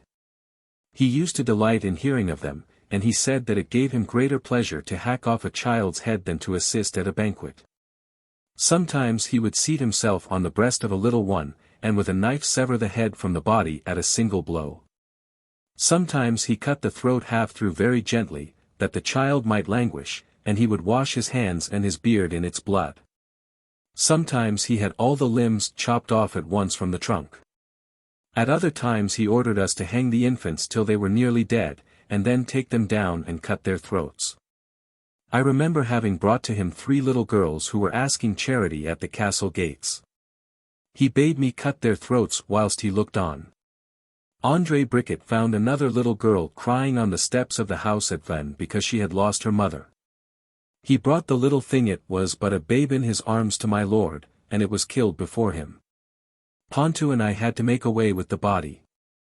We threw it down a privy in one of the towers, but the corpse caught on a nail in the outer wall, so that it would be visible to all who passed. Pontou was let down by a rope, and he disengaged it with great difficulty. How many children do you estimate that the Sire de Retz and his servants have killed? The reckoning is long. I, for my part, confess to having killed 12 with my own hand, by my master's orders, and I have brought him about 60. I knew that things of the kind went on before I was admitted to the secret, for the castle of Machical had been occupied a short while by the Sire du Lesage. My lord recovered it speedily, for he knew that there were many children's corpses hidden in a hayloft. There were 40 there quite dry and black as coal, because they had been charred. One of the women of Madame de Retz came by chance into the loft and saw the corpses. Roger de Briqueville wanted to kill her, but the Maréchal would not let him. Have you nothing more to declare? Nothing. I ask Pontou, my friend, to corroborate what I have said. This deposition, so circumstantial and detailed, produced on the judges a profound impression of horror. Human imagination at this time had not penetrated such mysteries of refined cruelty. Several times, as Henriette spake, the president had shown his astonishment and indignation by signing himself with the cross. Several times his face had become scarlet, and his eyes had fallen. He had pressed his hand to his brow, to assure himself that he was not laboring under a hideous dream, and a quiver of horror had run through his whole frame. Pontou had taken no part in the revelation of Henriette. But when the latter appealed to him he raised his head, looked sadly round the court, and sighed. Etienne Cornoulant, alias Pontou, I command you in the name of God and of justice, to declare what you know. This injunction of Pierre du L'Hospital remained unresponded to, and Pontou seemed to strengthen himself in his resolution not to accuse his master. But Henriette, flinging himself into the arms of his accomplice, implored him, as he valued his soul, no longer to harden his heart to the calls of God, but to bring to light the crimes he had committed along with the Sire du Retz. The lieutenant du procureur, who hitherto had endeavored to extenuate or discredit the charges brought against Gilles du Retz, tried a last expedient to counterbalance the damaging confessions of Henriette, and to withhold Pontou from giving way. You have heard, Monseigneur, said he to the president, the atrocities which have been acknowledged by Henriette, and you, as I do, consider them to be pure inventions of the aforesaid, made out of bitter hatred and envy with the purpose of ruining his master.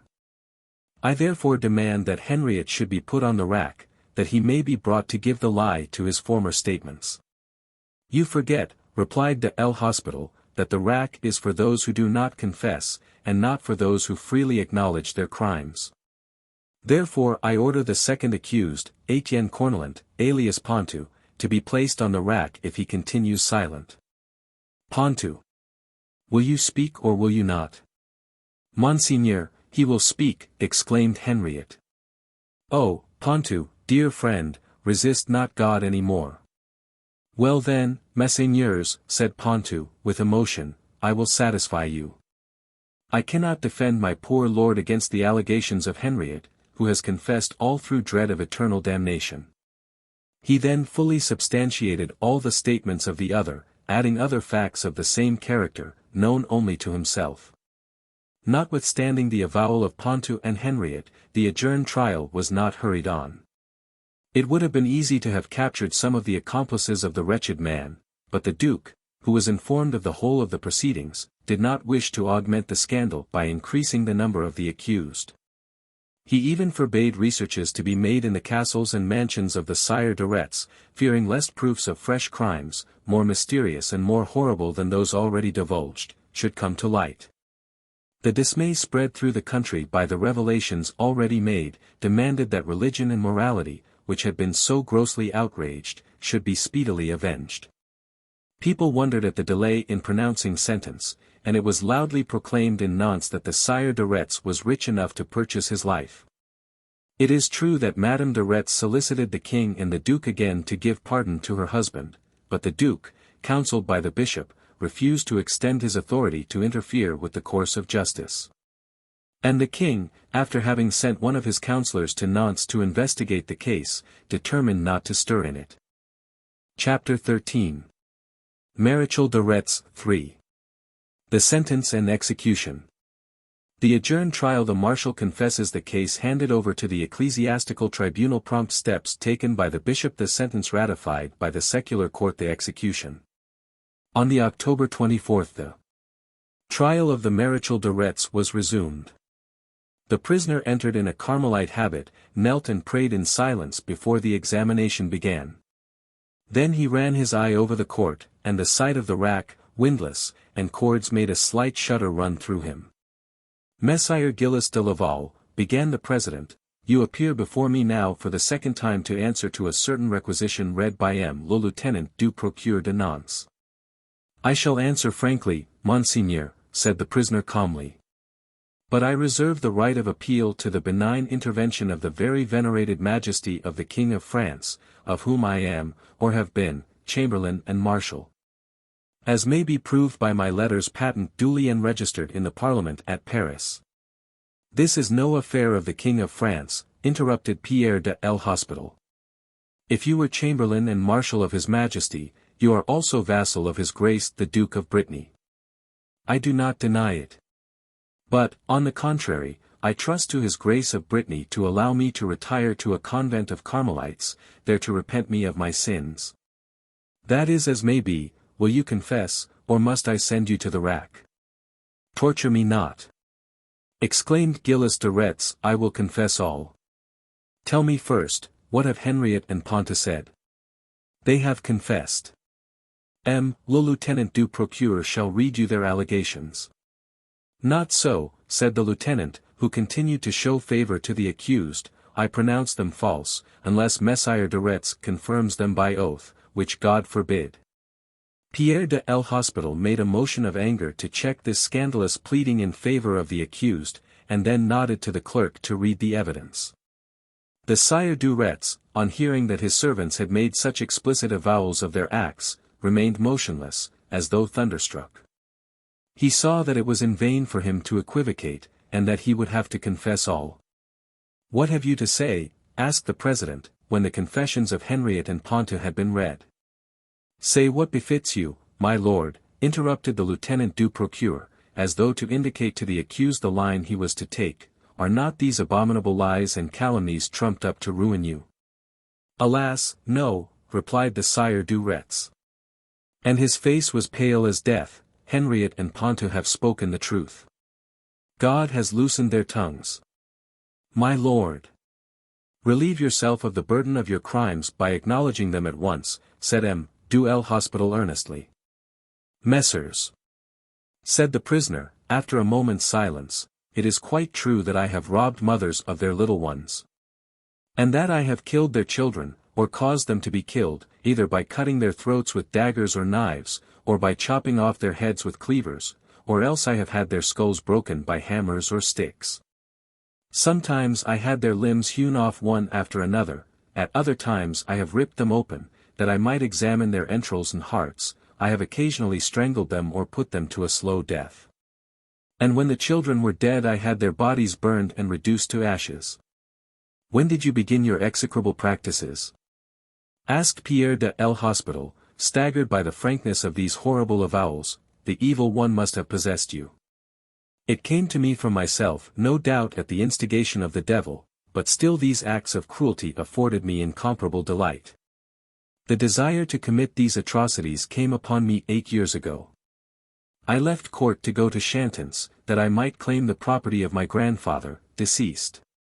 In the library of the castle I found a Latin book Suetonius, I believe full of accounts of the cruelties of the Roman emperors. I read the charming history of Tiberius, Caracalla, and other Caesars, and the pleasure they took in watching the agonies of tortured children.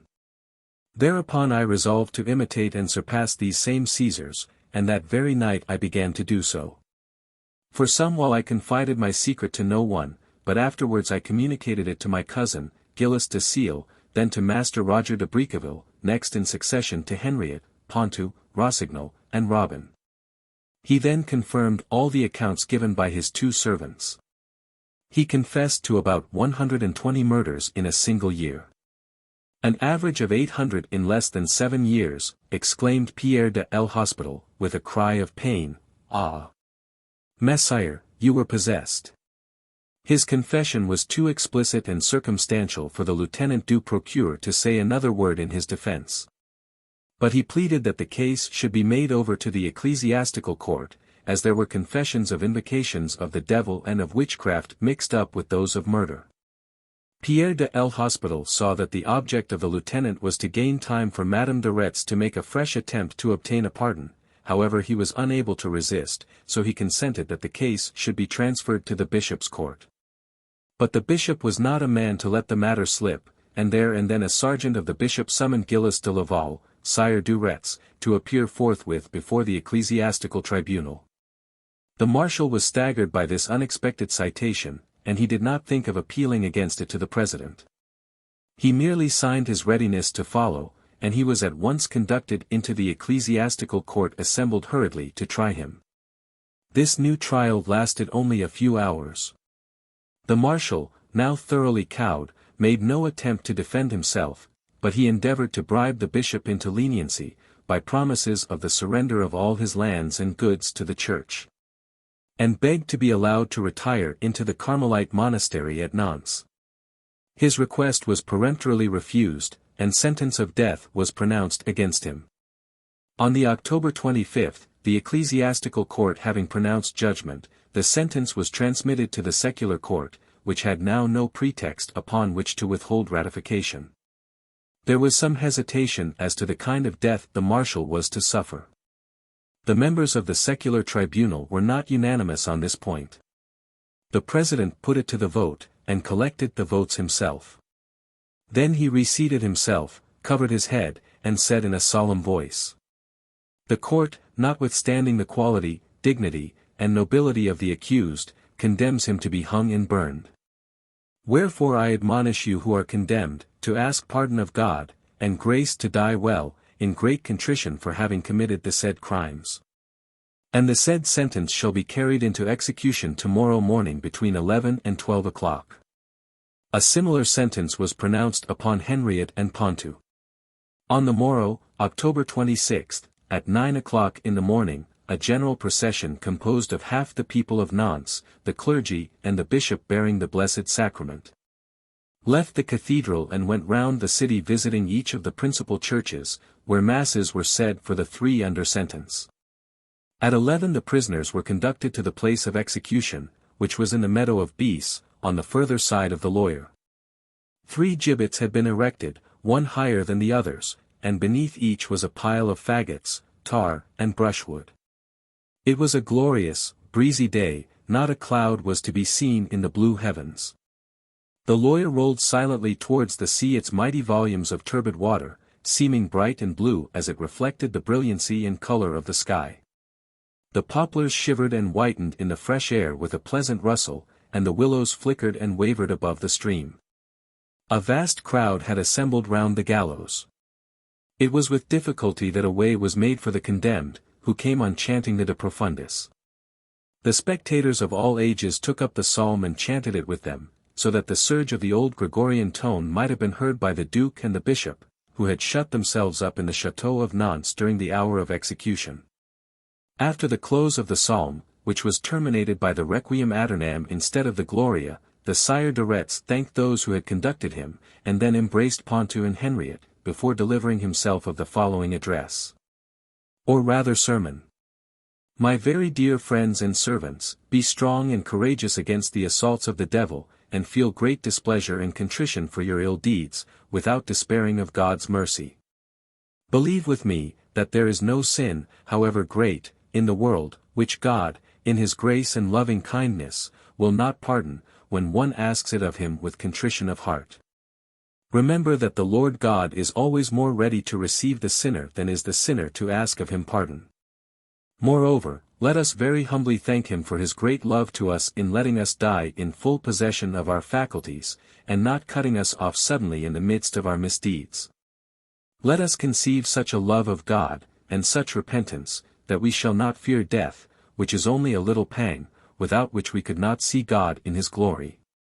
Besides, we must desire to be freed from this world, in which is only misery, that we may go to everlasting glory. Let us rejoice rather, for although we have sinned grievously here below, yet we shall be united in paradise, our souls being parted from our bodies, and we shall be together for ever and ever. If only we endure in our pious and honorable contrition to our last sigh. 37 Then the marshal, who was to be executed first, left his companions and placed himself in the hands of his executioners. He took off his cap, knelt, kissed a crucifix, and made a pious oration to the crowd much in the style of his address to his friends Pontou and Henriette. Then he commenced reciting the prayers of the dying. The executioner passed the cord round his neck, and adjusted the knot. He mounted a tall stool, erected at the foot of the gallows as a last honor paid to the nobility of the criminal. The pile of firewood was lighted before the executioners had left him. Pontou and Henriette, who were still on their knees, raised their eyes to their master and cried to him, extending their arms. At this last hour, Monseigneur, be a good and valiant soldier of God. And remember the passion of Jesus Christ which wrought our redemption. Farewell, we hope soon to meet in paradise. The stool was cast down, and the Sire de Retz dropped. The fire roared up, the flames leaped about him, and enveloped him as beswung. Suddenly, mingling with the deep booming of the cathedral bell, swelled up the wild unearthly wail of the Dies Irae. No sound among the crowd, only the growl of the fire, and the solemn strain of the hymn. Lo, the book, exactly worded, wherein all hath been recorded. Thence shall judgment be awarded, when the judge his seat attaineth, and each hidden deed arraigneth. Nothing unavenged remaineth. What shall I, frail man, be pleading? Who for me be interceding? When the just are mercy needing. King of majesty tremendous, who dost free salvation send us.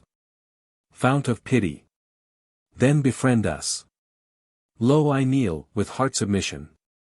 See, like ashes, my contrition. Help me in my last condition. Ah, I that day of tears and mourning. From the dust of earth returning. Man for judgment must prepare him. Spare, O God, in mercy spare him. Lord, who didst our souls redeem. Grant a blessed requiem. Amen. 6 women, veiled, and robed in white, and 6 Carmelites advanced, bearing a coffin.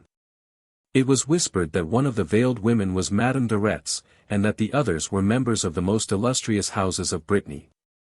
The cord by which the marshal was hung was cut, and he fell into a cradle of iron prepared to receive the corpse. The body was removed before the fire had gained any mastery over it. It was placed in the coffin. And the monks and the women transported it to the Carmelite monastery of Nantes, according to the wishes of the deceased. In the meantime, the sentence had been executed upon Pontou and Henriette, they were hung and burned to dust.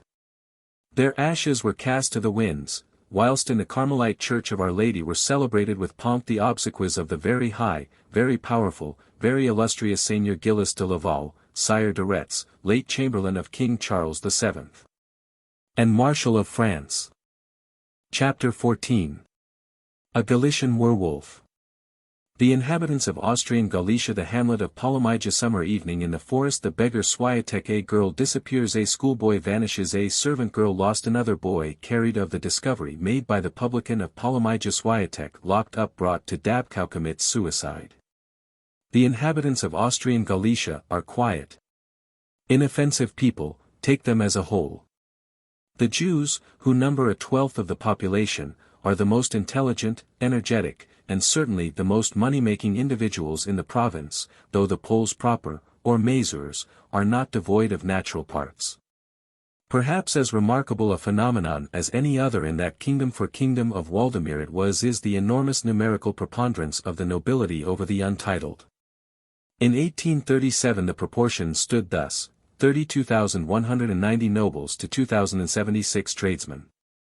The average of execution for crime is 9 a year, out of a population of 4.5 millions, by no means a high figure, considering the peremptory way in which justice is dealt forth in that province. Yet, in the most quiet and well-disposed neighborhoods, occasionally the most startling atrocities are committed, occurring when least expected, and sometimes perpetrated by the very person who is least suspected. Just 16 years ago there happened in the circle of Tornaf, in western Galicia. The province is divided into 9 circles, a circumstance which will probably furnish the Grandams with a story for their firesides.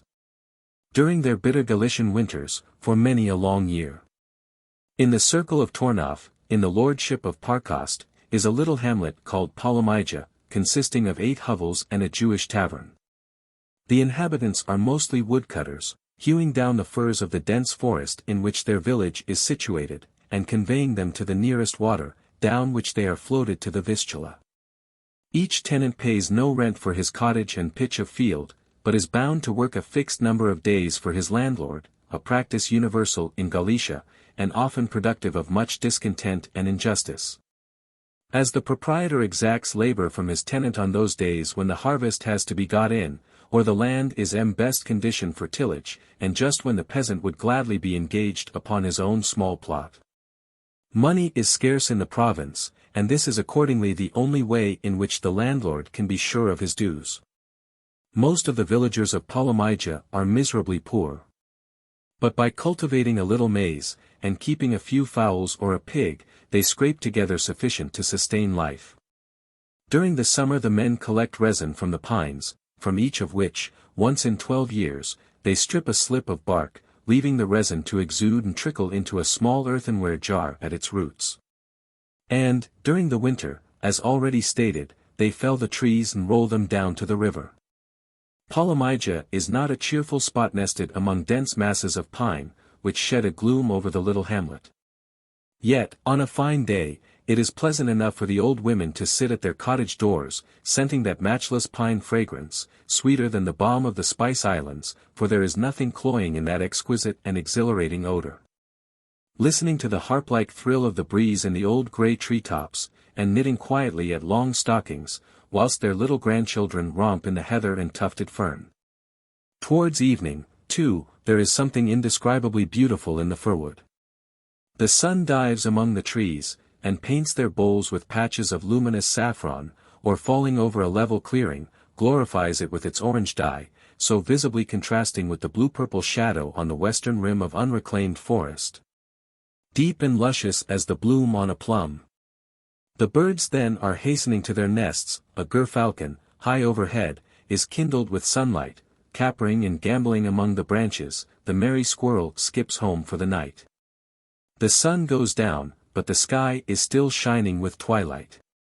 The wild cat begins to hiss and squall in the forest, the heron to flap hastily by, the stork on the top of the tavern chimney to poise itself on one leg for sleep. To who? An owl begins to wake up. Hark! The woodcutters are coming home with a song. Such is Polymaja in summer time, and much resembling it are the hamlets scattered about the forest, at intervals of a few miles. In each, the public house being the most commodious and best-built edifice, the church, whenever there is one, not remarkable for anything but its bulbous steeple. You would hardly believe that amidst all this poverty a beggar could have picked up any subsistence, and yet, a few years ago, Sunday after Sunday, there sat a white-bearded venerable man at the church door, asking alms. Poor people are proverbially compassionate and liberal, so that the old man generally got a few coppers, and often some good woman bade him come into her cottage, and let him have some food. Occasionally Swiatek, that was the beggar's name, went his rounds selling small pinchbeck ornaments and beads, generally, however, only appealing to charity. One Sunday, after church, a mazur and his wife invited the old man into their hut and gave him a crust of pie and some meat. There were several children about, but a little girl, of 9 or 10, attracted the old man's attention by her artless tricks. Swiatek felt in his pocket and produced a ring, enclosing a piece of colored glass set over foil. This he presented to the child, who ran off delighted to show her acquisition to her companions. "Is that little maid your daughter?" asked the beggar. "No," answered the housewife, "she is an orphan. There was a widow in this place who died, leaving the child, and I have taken charge of her. One mouth more will not matter much, and the good God will bless us." "Aye, aye. To be sure he will. The orphans and fatherless are under his own peculiar care. She's a good little thing, and gives no trouble," observed the woman. "You go back to Polymaja tonight, I reckon." "I do, ah," exclaimed Swiatek, as the little girl ran up to him. "You like the ring, is it not beautiful? I found it under a big fir to the left of the churchyard, there may be dozens there. You must turn round 3 times, bow to the moon, and say, 'Zaboy,' then look among the tree roots till you find one." "Come along," screamed the child to its comrades, "we will go and look for rings." "You must seek separately," said Swiatek. The children scampered off into the wood. "I have done one good thing for you," laughed the beggar, "in ridding you, for a time, of the noise of those children. I am glad of a little quiet now and then," said the woman. "The children will not let the baby sleep at times with their clatter. Are you going?" "Yes, I must reach Polymaja tonight. I am old and very feeble, and poor," he began to fall into his customary whine, "very poor, but I thank and pray to God for you." Swiatek left the cottage. That little orphan was never seen again. The Austrian government has, of late years, been vigorously advancing education among the lower orders, and establishing schools throughout the province. The children were returning from class one day, and were scattered among the trees, some pursuing a field mouse, others collecting juniper berries, and some sauntering with their hands in their pockets, whistling. "Where's Peter?" asked one little boy of another who was beside him. "We 3 go home the same way, let us go together." "Peter," shouted the lad. "Here I am," was the answer from among the trees, "I'll be with you directly." "Oh, I see him," said the elder boy. "There is someone talking to him." "Where?" "Yonder, among the pines." "Ah! They have gone further into the shadow, and I cannot see them any more. I wonder who was with him, a man, I think." The boys waited till they were tired, and then they sauntered home, determined to thrash Peter for having kept them waiting. But Peter was never seen again. Some time after this a servant girl, belonging to a small store kept by a Russian, disappeared from a village 5 miles from Polymaja. She had been sent with a parcel of grocery to a cottage at no very great distance, but lying apart from the main cluster of hovels, and surrounded by trees. The day closed in, and her master waited her return anxiously, but as several hours elapsed without any sign of her, he, assisted by the neighbors, went in search of her. A slight powdering of snow covered the ground, and her footsteps could be traced at intervals where she had diverged from the beaten track. In that part of the road where the trees were thickest, there were marks of 2 pair of feet leaving the path. But owing to the density of the trees at that spot and to the slightness of the fall of snow, which did not reach the soil, where shaded by the pines, the footprints were immediately lost. By the following morning a heavy fall had obliterated any further traces which daylight might have discovered. The servant girl also was never seen again. During the winter of 1849 the wolves were supposed to have been particularly ravenous, for thus alone did people account for the mysterious disappearances of children. A little boy had been sent to a fountain to fetch water. The pitcher was found standing by the well, but the boy had vanished. The villagers turned out, and those wolves which could be found were dispatched. We have already introduced our readers to Polymaija, although the occurrences above related did not take place among those 8 hovels, but in neighboring villages. The reason for our having given a more detailed account of this cluster of houses rude cabins they were will now become apparent.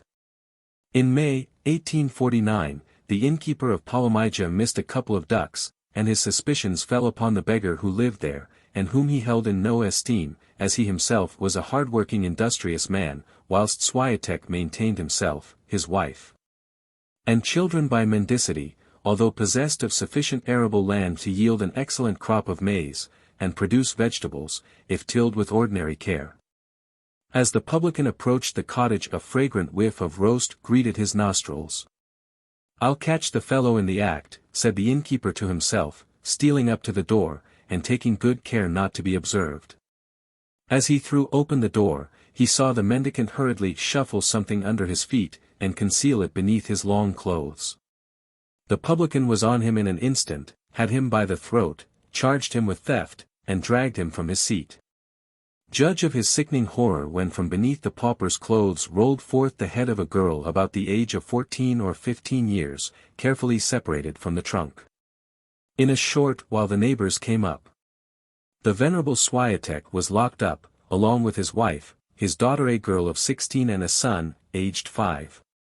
The hut was thoroughly examined, and the mutilated remains of the poor girl discovered.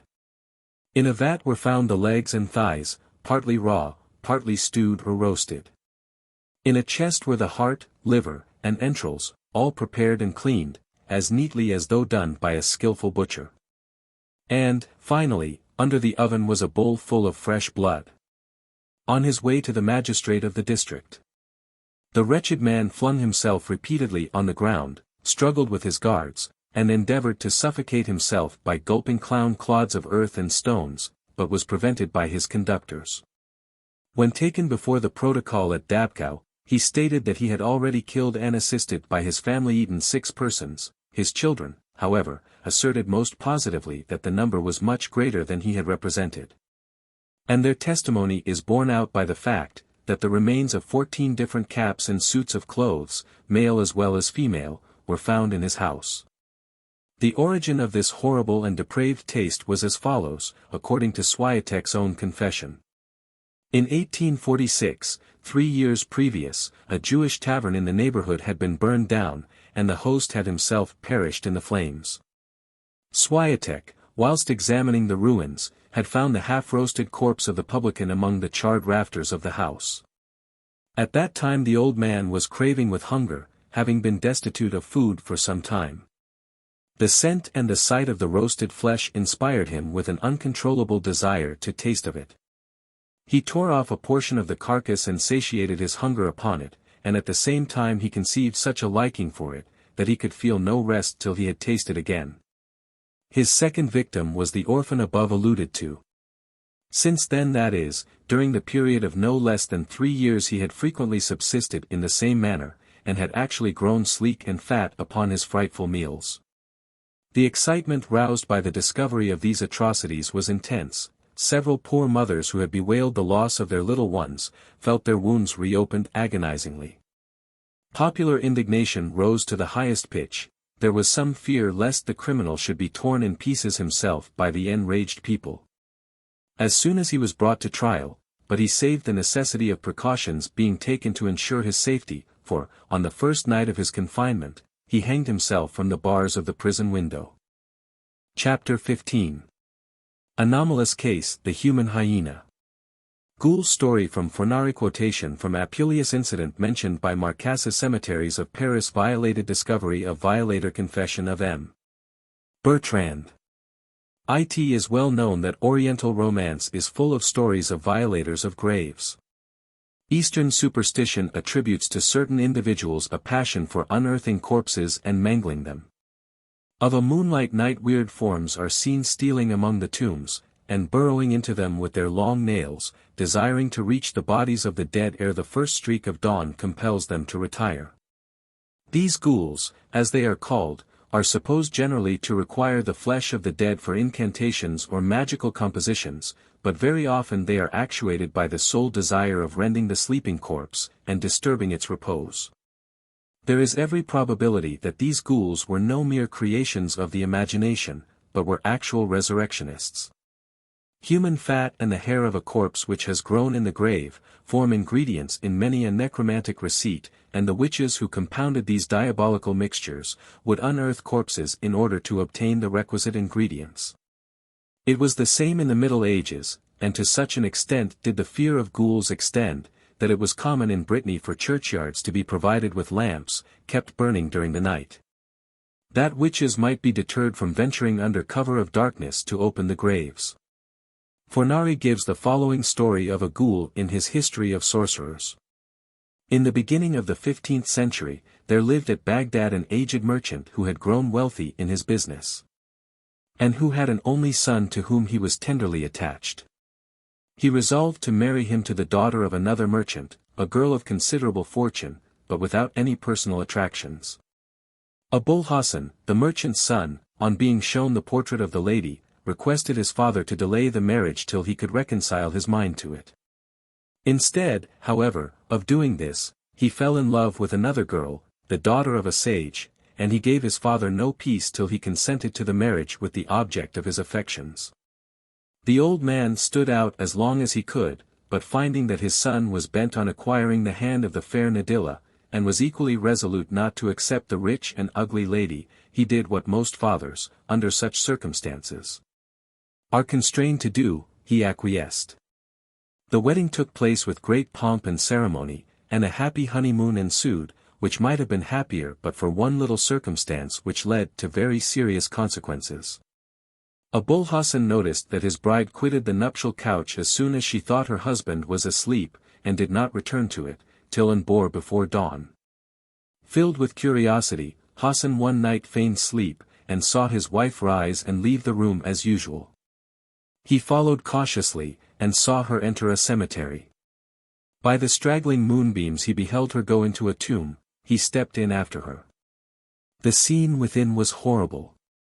A party of ghouls were assembled with the spoils of the graves they had violated, and were feasting on the flesh of the long-buried corpses. His own wife, who, by the way, never touched supper at home, played no inconsiderable part in the hideous banquet. As soon as he could safely escape, Abul Hassan stole back to his bed. He said nothing to his bride till next evening when supper was laid, and she declined to eat. Then he insisted on her partaking, and when she positively refused, he exclaimed wrathfully, "Yes, you keep your appetite for your feast with the ghouls." Nadilla was silent, she turned pale and trembled, and without a word sought her bed. At midnight she rose, fell on her husband with her nails and teeth, tore his throat, and having opened a vein, attempted to suck his blood, but Abul Hassan springing to his feet threw her down, and with a blow killed her. She was buried next day. 3 days after, at midnight, she reappeared, attacked her husband again, and again attempted to suck his blood. He fled from her, and on the morrow opened her tomb, burned her to ashes, and cast them into the Tigris. This story connects the ghoul with the vampire. As will be seen by a former chapter, the werewolf and the vampire are closely related. That the ancients held the same belief that the witches violate corpses, is evident from the 3rd episode in the Golden Ass of Apuleius. I will only quote the words of the crier. "I pray thee, tell me," replied I, "of what kind are the duties attached to this funeral guardianship?" "Duties," quoth the crier. "Why, keep wide awake all night, with thine eyes fixed steadily upon the corpse, neither winking nor blinking, nor looking to the right nor looking to the left, either to one side or the other, be it even little. For the witches, infamous wretches that they are, can slip out of their skins in an instant and change themselves into the form of any animal they have a mind. And then they crawl along so slyly, that the eyes of justice, nay, the eyes of the sun himself, are not keen enough to perceive them. At all events, their wicked devices are infinite in number and variety. And whether it be in the shape of a bird, or a dog, or a mouse, or even of a common housefly, that they exercise their dire incantations, if thou art not vigilant in the extreme, they will deceive thee one way or other, and overwhelm thee with sleep. Nevertheless, as regards the reward, 'twill be from 4 to 6 aurei, nor, although 'tis a perilous service, wilt thou receive more. Nay, hold. I had almost forgotten to give thee a necessary caution. Clearly understand, that if the corpse be not restored to the relatives entire, the deficient pieces of flesh torn off by the teeth of the witches must be replaced from the face of the sleepy guardian. Here we have the rending of corpses connected with change of form. Marcassus relates that after a long war in Syria, during the night, troops of Lamias, female evil spirits, appeared upon the field of battle, unearthing the hastily buried bodies of the soldiers, and devouring the flesh off their bones. They were pursued and fired upon, and some young men succeeded in killing a considerable number, but during the day they had all of them the forms of wolves or hyenas. That there is a foundation of truth in these horrible stories, and that it is quite possible for a human being to be possessed of a depraved appetite for rending corpses, is proved by an extraordinary case brought before a court-martial in Paris, so late as July 10, 1849. The details are given with fullness in the Annales médico-psychologiques for that month and year. They are too revolting for reproduction. I will, however, give an outline of this remarkable case. In the autumn of 1848, several of the cemeteries in the neighborhood of Paris were found to have been entered during the night, and graves to have been rifled. The deeds were not those of medical students, for the bodies had not been carried off, but were found lying about the tombs in fragments. It was at first supposed that the perpetration of these outrages must have been a wild beast, but footprints in the soft earth left no doubt that it was a man. Close watch was kept at Père Lachaise. But after a few corpses had been mangled there, the outrages ceased. In the winter, another cemetery was ravaged, and it was not till March in 1849, that a spring gun which had been set in the cemetery of S. Parnasse, went off during the night, and warned the guardians of the place that the mysterious visitor had fallen into their trap. They rushed to the spot, only to see a dark figure in a military mantle leap the wall, and disappear in the gloom. Marks of blood, however, gave evidence that he had been hit by the gun when it had discharged. At the same time, a fragment of blue cloth, torn from the mantle, was obtained, and afforded a clue towards the identification of the ravisher of the tombs. On the following day, the police went from barrack to barrack, inquiring whether officer or man were suffering from a gunshot wound. By this means they discovered the person.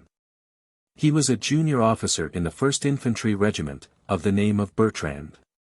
He was taken to the hospital to be cured of his wound, and on his recovery, he was tried by court-martial. His history was this. He had been educated in the theological seminary of Langres, till, at the age of 20, he entered the army. He was a young man of retiring habits, frank and cheerful to his comrades, so as to be greatly beloved by them, of feminine delicacy and refinement, and subject to fits of depression and melancholy. In February, 1847, as he was walking with a friend in the country, he came to a churchyard, the gate of which stood open.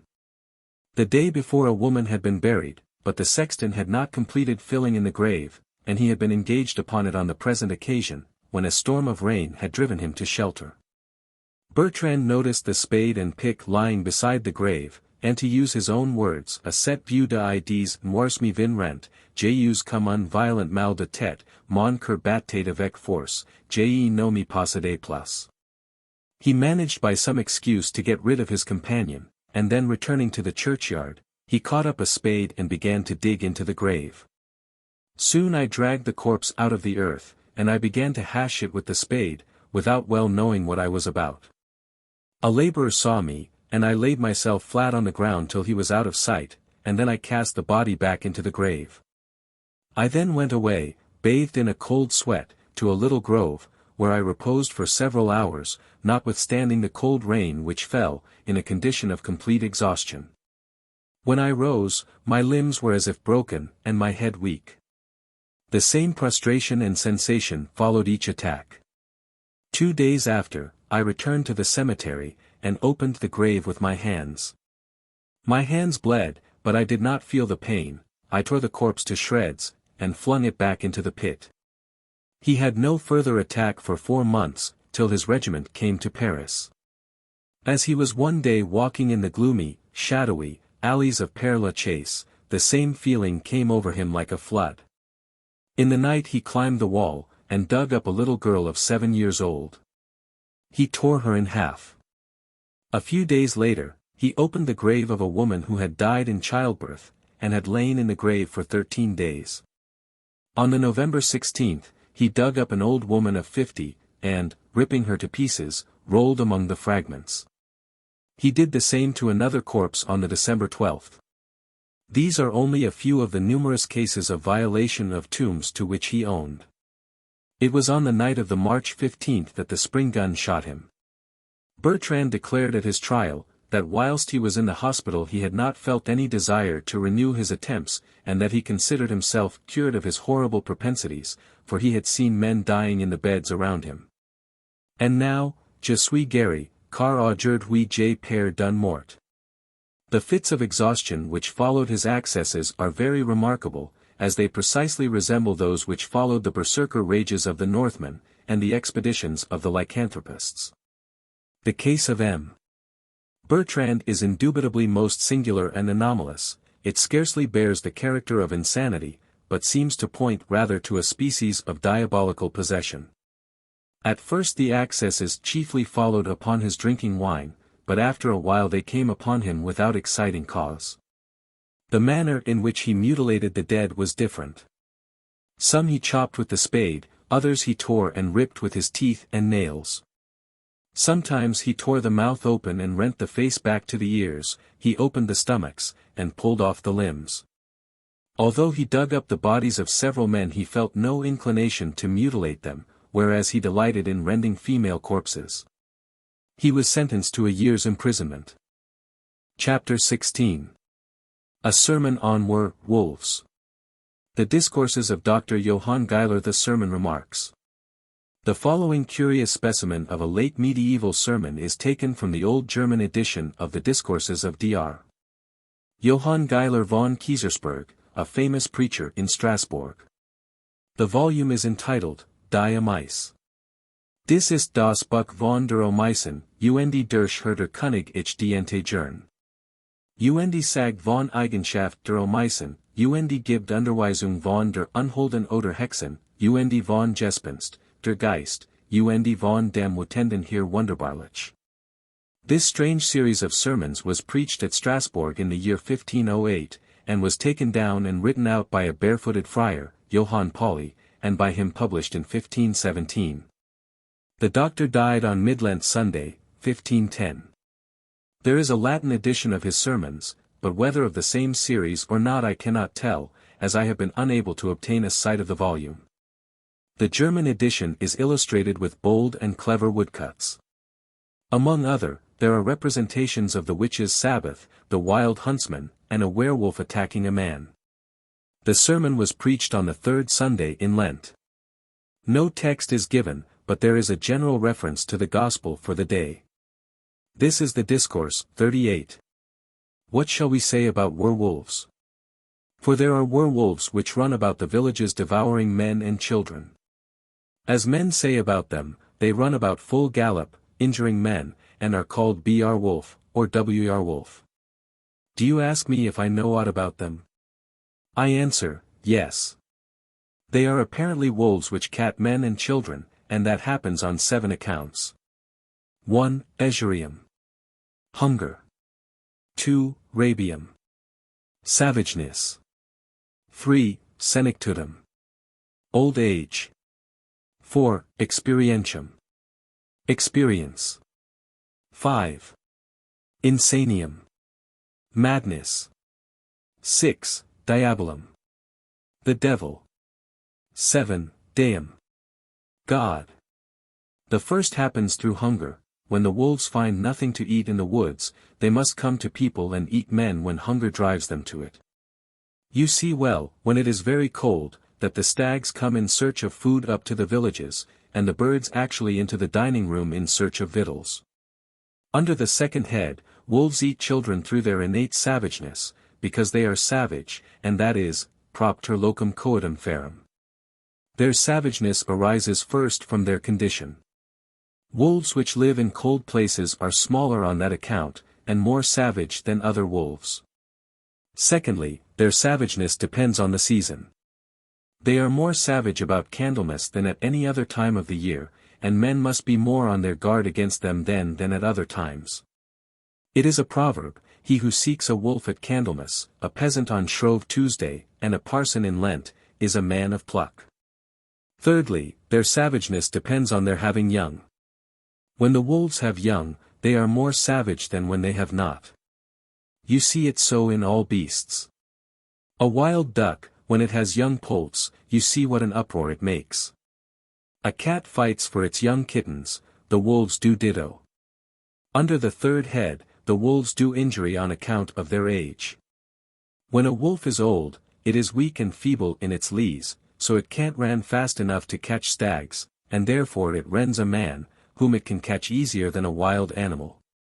It also tears children and men easier than wild animals, because of its teeth, for its teeth break off when it is very old.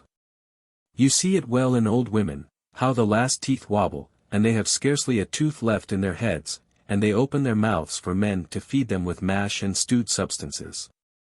Under the fourth head, the injury the werewolves do arises from experience. It is said that human flesh is far sweeter than other flesh, so when a wolf has once tasted human flesh, he desires to taste it again. So he acts like old topers, who, when they know the best wine, will not be put off with inferior quality. Under the fifth head, the injury arises from ignorance. A dog when it is mad is also inconsiderate, and it bites any man. It does not recognize its own lord, and what is a wolf but a wild dog which is mad and inconsiderate, so that it regards no man. Under the sixth head, the injury comes of the devil, who transforms himself, and takes on him the form of a wolf, so writes Vincentius in his Speculum Historial. And he has taken it from Valerius Maximus in the Punic War. When the Romans fought against the men of Africa, when the captain lay asleep, there came a wolf and drew his sword, and carried it off. That was the devil in a wolf's form. The like writes William of Paris that a wolf will kill and devour children, and do the greatest mischief. There was a man who had the fantasy that he himself was a wolf. And afterwards he was found lying in the wood, and he was dead out of sheer hunger. Under the seventh head, the injury comes of God's ordinance. For God will sometimes punish certain lands and villages with wolves. So we read of Elisha that when Elisha wanted to go up a mountain out of Jericho, some naughty boys made a mock of him and said, "O bald head, step up. O glossy pate, step up." What happened? He cursed them. Then came 2 bears out of the desert and tore about 42 of the children. That was God's ordinance. The like we read of a prophet who would set at naught the commands he had received of God, for he was persuaded to eat bread at the house of another. As he went home he rode upon his ass. Then came a lion which slew him and left the ass alone. That was God's ordinance. Page 266. Therefore must man turn to God when he brings wild beasts to do him a mischief, which same brutes may he not bring now or evermore. Amen. It will be seen from this extraordinary sermon that Dr. Johann Geiler von Kiesersberg did not regard werewolves in any other light than natural wolves filled with a lust for human flesh, and he puts aside altogether the view that they are men in a state of metamorphosis. However, he alludes to this superstition in his sermon on wild men of the woods, but translates his lycanthropists to Spain.